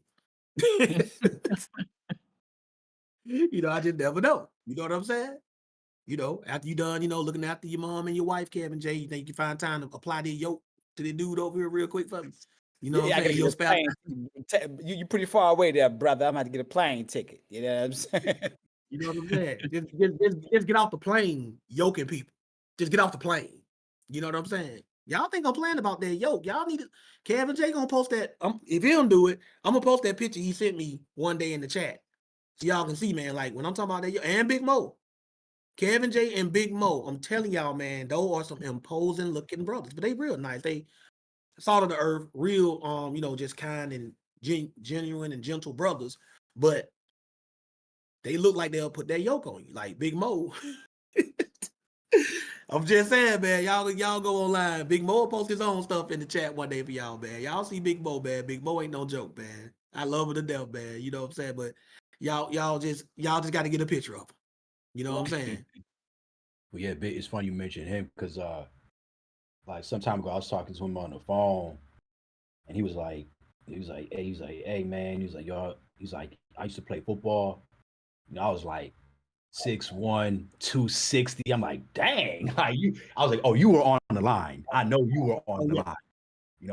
yeah. He was hurting Big people. He was dude. crippling people. Right. He was crippling people. Big You know, dude. like, man, yo, Big Bo, you know what I'm saying? He a cool brother and stuff too, man. He got my back and stuff like that. And that's another thing too. It's amazing how God sent these people in our lives, and some of us, like, I still ain't met Kev of the Dust in person, right? And yet I feel closer to him than people I've been around like my whole life. Yep. You know what I'm saying? Kev J, It's remember crazy. we were saying that? We were saying that the other day, man. It's crazy you said that, Josh. Yep. Yeah, 100%. 100%. Yeah, and that's crazy to me how that is. You know what I'm saying? Like I told, I didn't even the first time I met Keanu and Tommy in person is at their baptism, and that was after 10 years of being at ABT. You know what I'm saying? So a lot of people been around. It ain't about bodies. It's about spirit. And that's how we all gather together on the Sabbath. We gather in spirit. Our bodies are nowhere near each other, right? But yet that bond is strong enough that if I met Kev of the Dust for the first time in person, it's like I've been knowing this dude for the past 12, 13 years. You follow what I'm saying? So that's how we got to be looking out for each other and praying for each other. We really got to do that, man, because you just never know what somebody going through. Everybody don't voice their problems or their struggles. Sometimes you got to ask. Sometimes you even got to dig a little bit. You got to listen to the way people are talking to you when you ask them how they're doing. Like if I call Kev and Jay and I'm like, Kev and Jay, man, how you doing, man? What's going on with you? And he's like, man, Josh, I'm all right. I can already hear the stress in his voice. And some people don't want to just trauma dump, if you will, everything that they're going through. And let me tell y'all something. And Kev Brother does understand that this is why he ain't in no hurry to be no teacher, right? Being the teacher and being like the head pastor, my responsibility is more than just teaching y'all. My responsibility is also hearing out y'all problems and trying to help y'all. That's the job that comes with the job. I can't be like, I don't want to do that part of it, right? So when y'all going through stuff, you know what I'm saying, and y'all telling me about it, I have to listen to y'all. I have to, right? I have to be in the frame of mind and keep myself strong enough that I can listen to y'all problems, right? That's how they just got to be. You can't just be no pastor and listen to everybody else's problems and your world is broken, your own personal world. You follow what I'm saying? So I have to make sure that, mentally and spiritually I'm on point. Or what good am I to Solo when Solo got to come to me with his problem? Or Kev and Jay. See, and that's why Kev Brother does I'm not in no hurry to do that because Kev Brother does understand better than anybody. Yo, it's more to this than just everybody giving you praise for doing good classes. You know what I'm saying? Right. Yeah, that's what it's a lot. That's pastor work right there, man. That's pastor. Exactly. Work. Yeah. And that's what I have to do. You know what I'm saying? Y'all be sending me like donations and stuff like that, but yo, when we need Josh, like, hey Josh, I need you to be just a shoulder to cry on. You know what I'm saying? I'm supposed to be there for y'all like that. And I'm not even talking about just in sessions, because sessions is really more for y'all asking me specifically for advice. But I'm talking about if y'all going through something, like, I'm not going to charge y'all for no session like that. Y'all know that, right? So when y'all going through stuff, y'all know y'all can reach out to me and I'm going to try to talk to y'all and see what's going on with you, man, because that's my job. I have to do that, right? And just in case Isaiah AC is already trying to think of a way to flip that don't mean answering questions endlessly. Isaiah AC, because y'all know how he'll do. Josh, you said you supposed to. He'll try to incorporate him dealing with something and asking them questions. Y'all know y'all got to watch Isaiah AC, man. I wouldn't even think about that. Wouldn't even think about that, but I might think on that some more. You would have. This called beating you to the punch. You would have. You know what I'm saying? Y'all know how Isaiah AC, that's the loophole master right there. Josh, does it depend on the severity of the question, though? Either the severity of it. But that's how we supposed to be. And I want people to know that, you know what I'm saying, I'm just a phone call away and my door is always open. I may not be able to get back to you in a timely fashion, but y'all know just from my history, if y'all been dealing with something, I try to help. You know what I'm saying? I try to help with all kinds of stuff, personal stuff, business stuff, legal matters. Y'all know I try my best to help because that's my job. So y'all need to know that, like, hey, bro, we come listen to you. We put our faith in you. We trust you. We listen to you. You need to hear what we going through, and y'all know I'm here. I'm just putting it out there just in case nobody knew that. Solo know that. Kevin J know that. Kev Brother does know.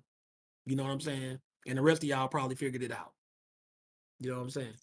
But anything else, Solo, you want to add? I got two questions. I'll try to make it short. Okay. One of them is let me see. I got a few, but I'm gonna pick two. So I was listening to a debate and I wasn't sure how to answer this question. One of the guys brought up First Chronicles 29 and 20, where Well, what was the debate about? what was the debate? Was it even like a legitimate debate? I think so it was about I gotta find that video. It wasn't like a legitimate debate. It was more like a Q&A that turned into a debate.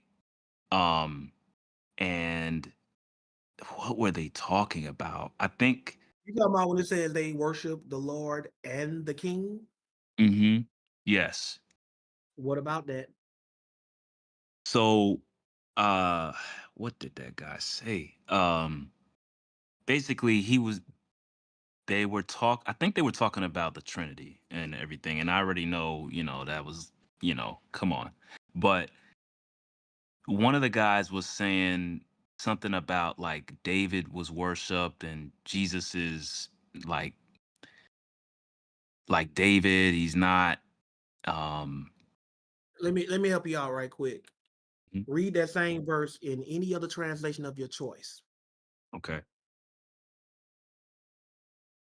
Get there. All right. I got, Just spoiler let's alert. do. Somebody threw this at me before. Spoiler alert, Mm, just letting you know. okay. Yeah, that's what I I meant to ask you that. I'm like, I know you probably heard this before.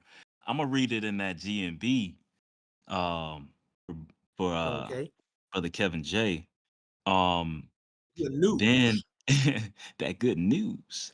Yeah, good news.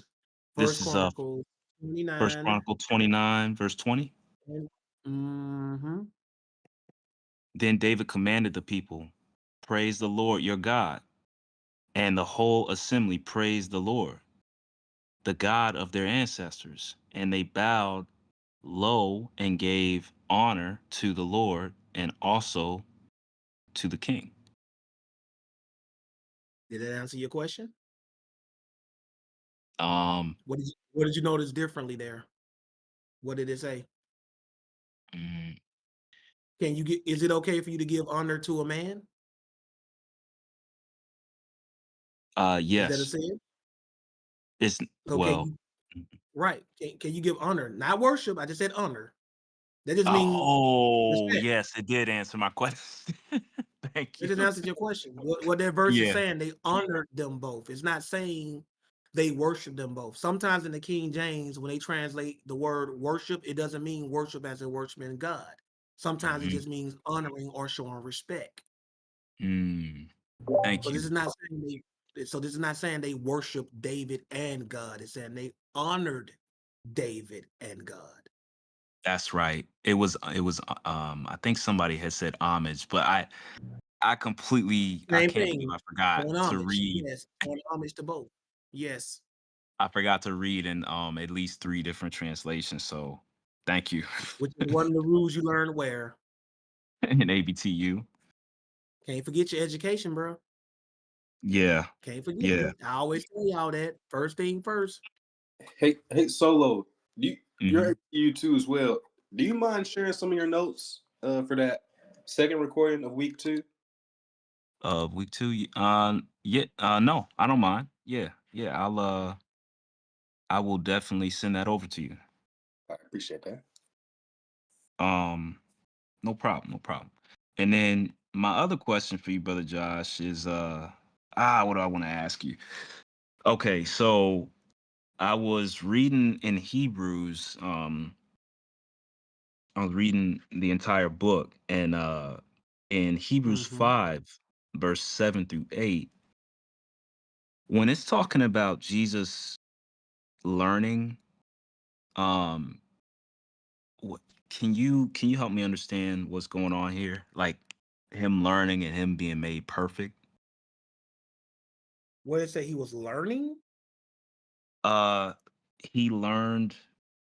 Let me see. Hebrews 5, 7, and 8. Like he learned through uh, the suffering on the cross, or I guess his experience here on earth. Right. What about it? Um, so is it just saying that because of his mortality? Um, he learned as though, because as the son, he's he's God. So um I guess I'm looking at it like, what does he have to learn?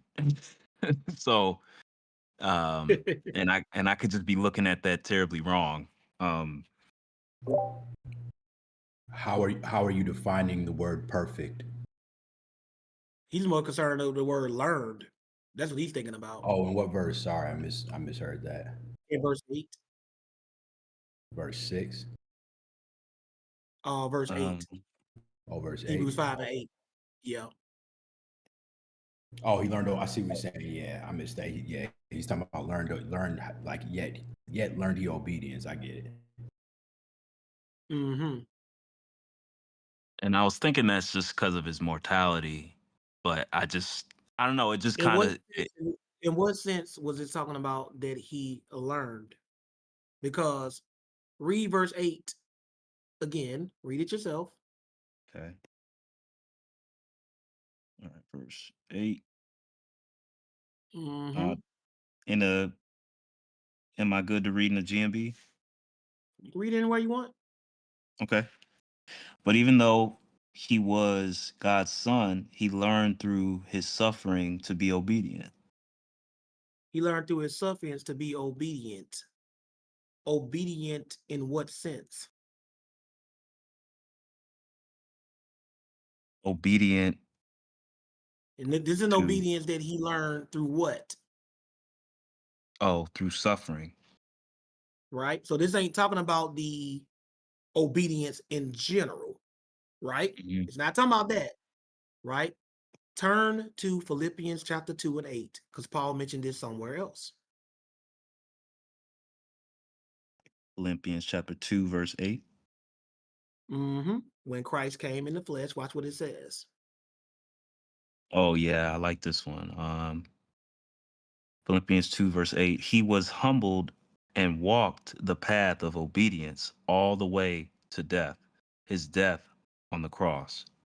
So you have an obedience that's associated. See, Philippians 2 and 8 give you both. It just give you his general obedience in general and all the way through the cross. When it said he learned to be obedient in Hebrews chapter 5 and verse 8, it says, though he were a son, yet learned he obedience by the things which he suffered. This is talking about him learning by experience, not learning by knowledge. There's two ways you can learn something. Right. Like, you're going to obey the Father regardless. That's what this is talking about. He learned through suffering. Kind of like how we say you can learn something the easy way or the hard way, right? Jesus already knew how to obey the Father, right?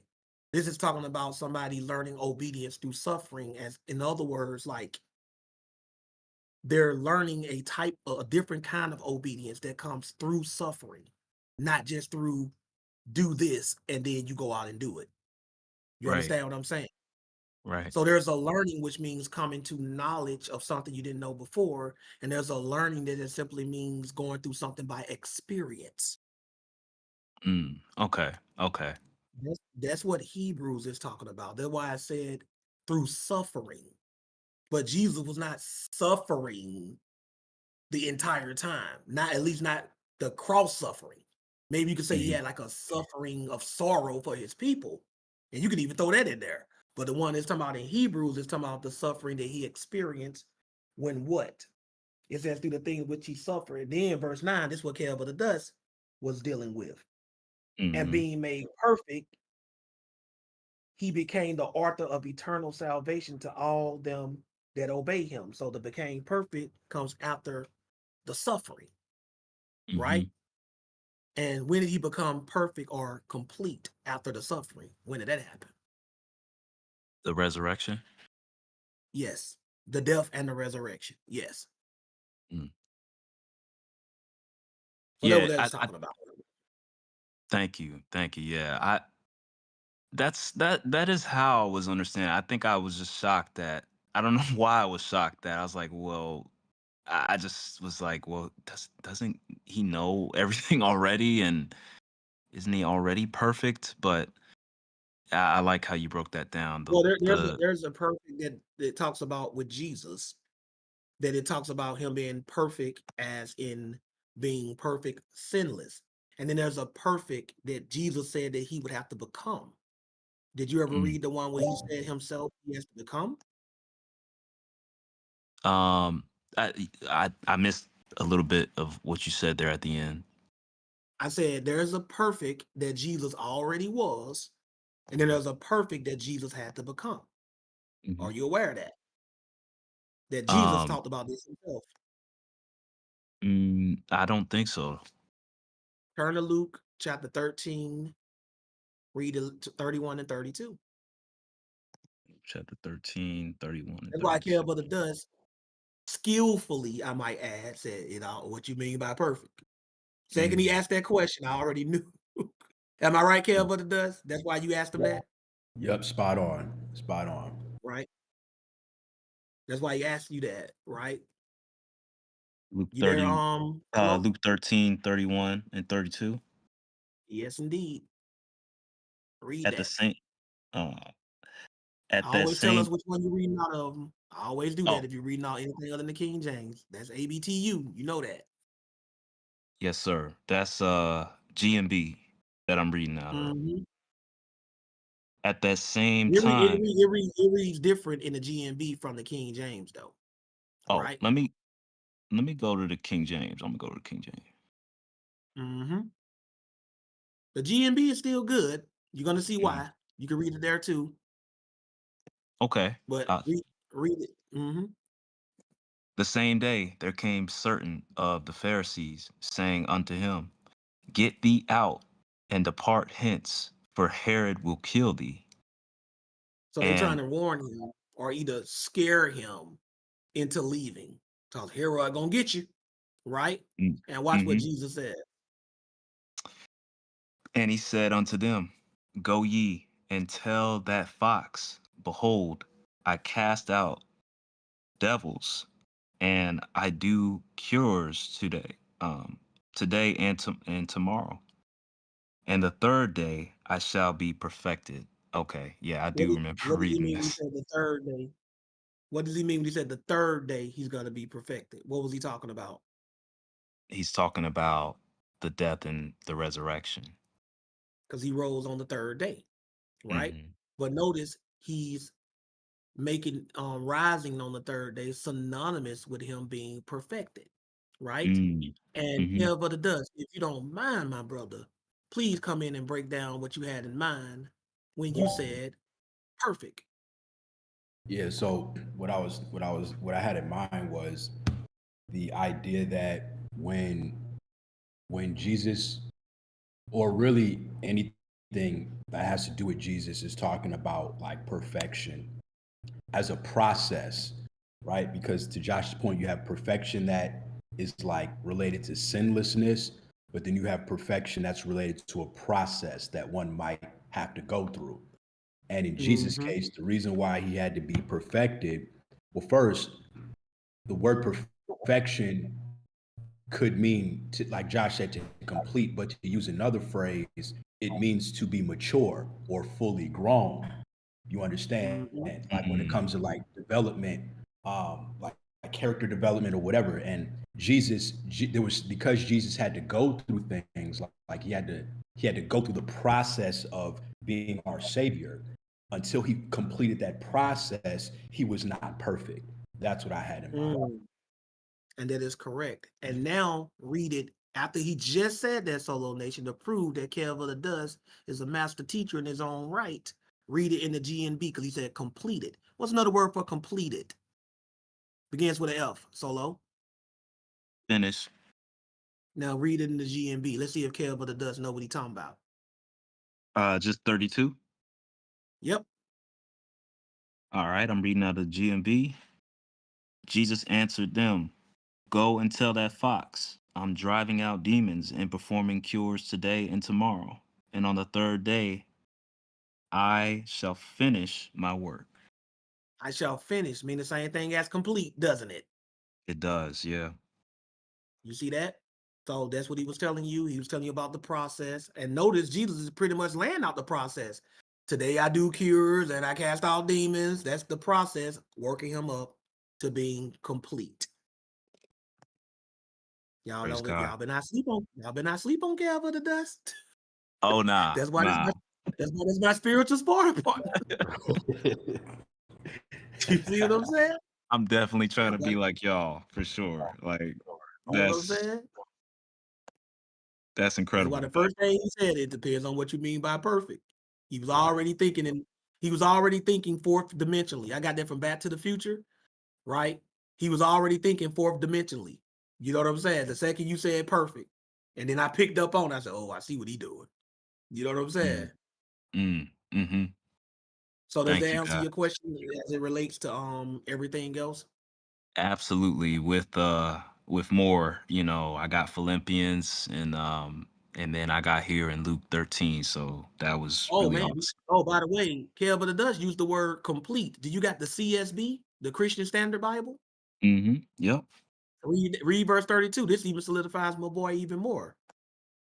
I don't surround Oh, myself with no dummy, y'all. you Read said you that. said you said CSB? Yeah, that's the Christian Standard Bible. My bad. I got the CEV on my eSword. I don't have a CSB. Okay, this is how I read in the CSB. It says, Luke 13 and 32. He said to them, "Go tell that fox, look, I'm driving out demons and performing healings today and tomorrow. And on the third day, I will complete my work." That's Kelvin the Mm-hmm. Dutch word he said verbatim. Not the synonym finish, which is also just as acceptable. Complete. See that? Yeah. Yeah, you guys are good, man. If if I may ask you one more question, Brother Josh, and this one, You know, okay.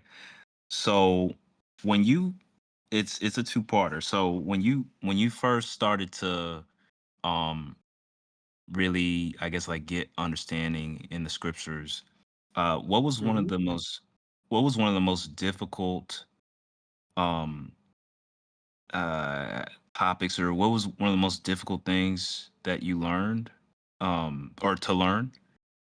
And then now, where you're at, what is something new and difficult that you're studying or learning right now? I don't really remember, Tom, when I started studying on my own, what was the most difficult thing for me to learn? I know that was a while back, so I don't really remember. I just know that at that time, I was kind of just breezing through stuff. And Kelvin does know why, because of that prayer that I told him about. You know what I'm saying? I just kind of just breezing through stuff, just picking up stuff real quick. Like it wasn't that much of a struggle. You follow what I'm saying? Mhm. Right? But one of the hardest things I had to learn as far as or unlearn was what I was taught about death and afterlife. Mm, You know okay. what I'm saying? I can remember Mhm. that. I had there was an obstacle to get over. You know what I'm saying? Got you. Okay. That's well, that's all I'm listening. Say what? Oh, I thought You you were thought you about were to about to say say something, something. Kevin? You about to add Oh, something? Go ahead. yeah, I was gonna cause so what'd you ask, Josh? You asked like what was it? Cause I missed the question, I think, but you asked him what something related to what was the toughest thing for him to unlearn. Uh, Somewhat, yeah. I was asking him what was the most difficult thing that he did learn Oh, early on, and then something more recent. oh, I see. Yeah, I was only thing I was gonna add is you know, listening to what you said, Josh, reminds me of my old church. Like that was also one of the tough things for me because my old church teaches some crazy ideas about death and the afterlife. They're teaching like a there was a third resurrection, and like that took me a while to unlearn because that was like one of the core teachings of my old church. Um, Right. but basically, like if you have the mindset, and I don't know who I was talking to, it might have been I don't, yeah, I really don't remember. It might have been Deuce. I can't remember, but we were talking about prophecy and like how do you understand prophecy in the Bible, right?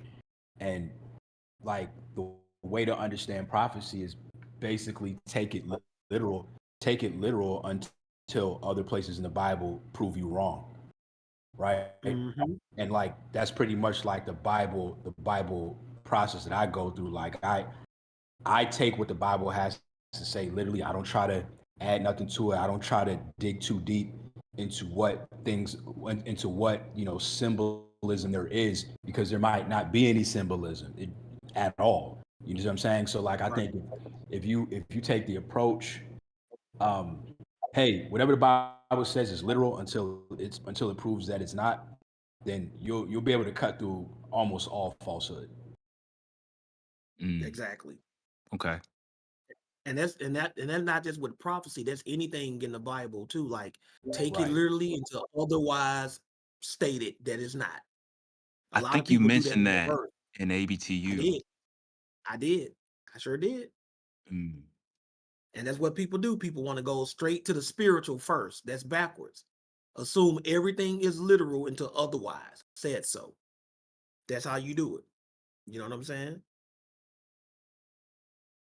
Thank you both. And yeah, let me get off here. I really appreciate your time, brother Josh, and again, just an excellent class. I'm glad you got the store open. I'm definitely gonna be probably buying everything on your store. So Ain't gonna yeah, stop you. yeah. Ain't about to stop you, my brother. You know, ain't Hey, about to Soul do that. Nation, before you go, can you hit us with that accent again, brother? From that UK accent. Ask, there, brother. ask for some tea from the governor. Oh my God. Say it with your pinky up, brother. You With my got pinky up though. Let me get Exactly. let me get that Cockney accent. There you Oh go. man. There you go. Y'all hype me up, man. All I got You is know, we didn't know. You showed us something new. Now you know you can't take it back. cheers, mate. Cheers. Cheers, mate. Yeah. Still learning stuff about this brother, man. Still learning stuff, man. Right, international traveler, solo. Exactly, man. Here's a Man here's will a travel. here's a fun fact for you. Since y'all kind of brought that out of me.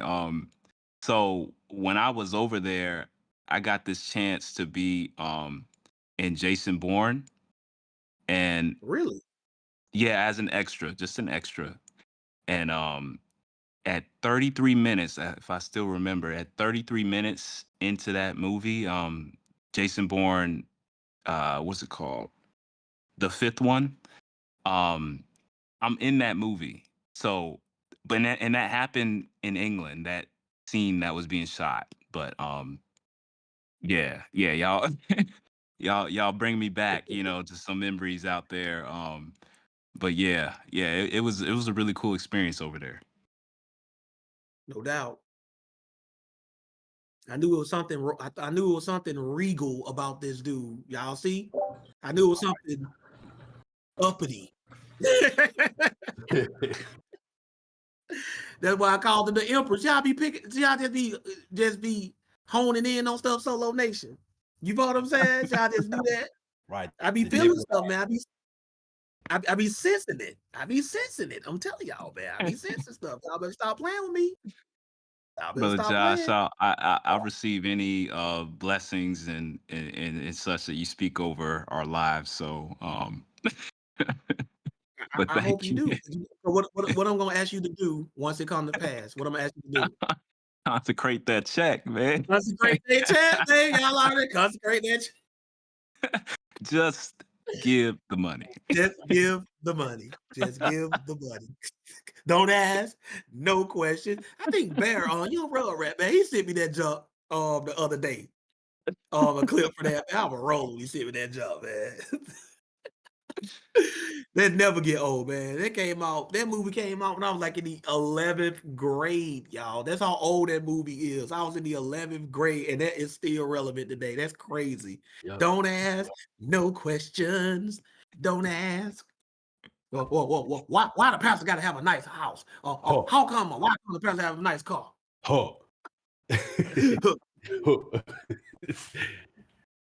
What movie Hey, was that? hey y'all. They mocking us, bro. Like they making fun of Christianity, specifically in that movie, Black Christianity.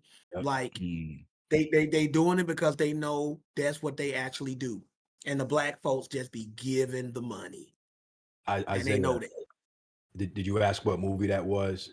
Yeah. Yeah, it's called "Don't Be a Menace in South Central While Drinking Your Juice." Oh, I've seen that movie before. Yeah. Yes. So And Pastor said, here at Greater Ebenezer Tree of Life, double rock on the side to Jericho Missionary Baptist Church in They Christ. have long names too, man. yeah, you like now here at the Greater Ebenezer New Revival Tree of Life, institutional double rock on the side of the road to Jericho Missionary Baptist Church out there, Mount Berry, y'all don't hear.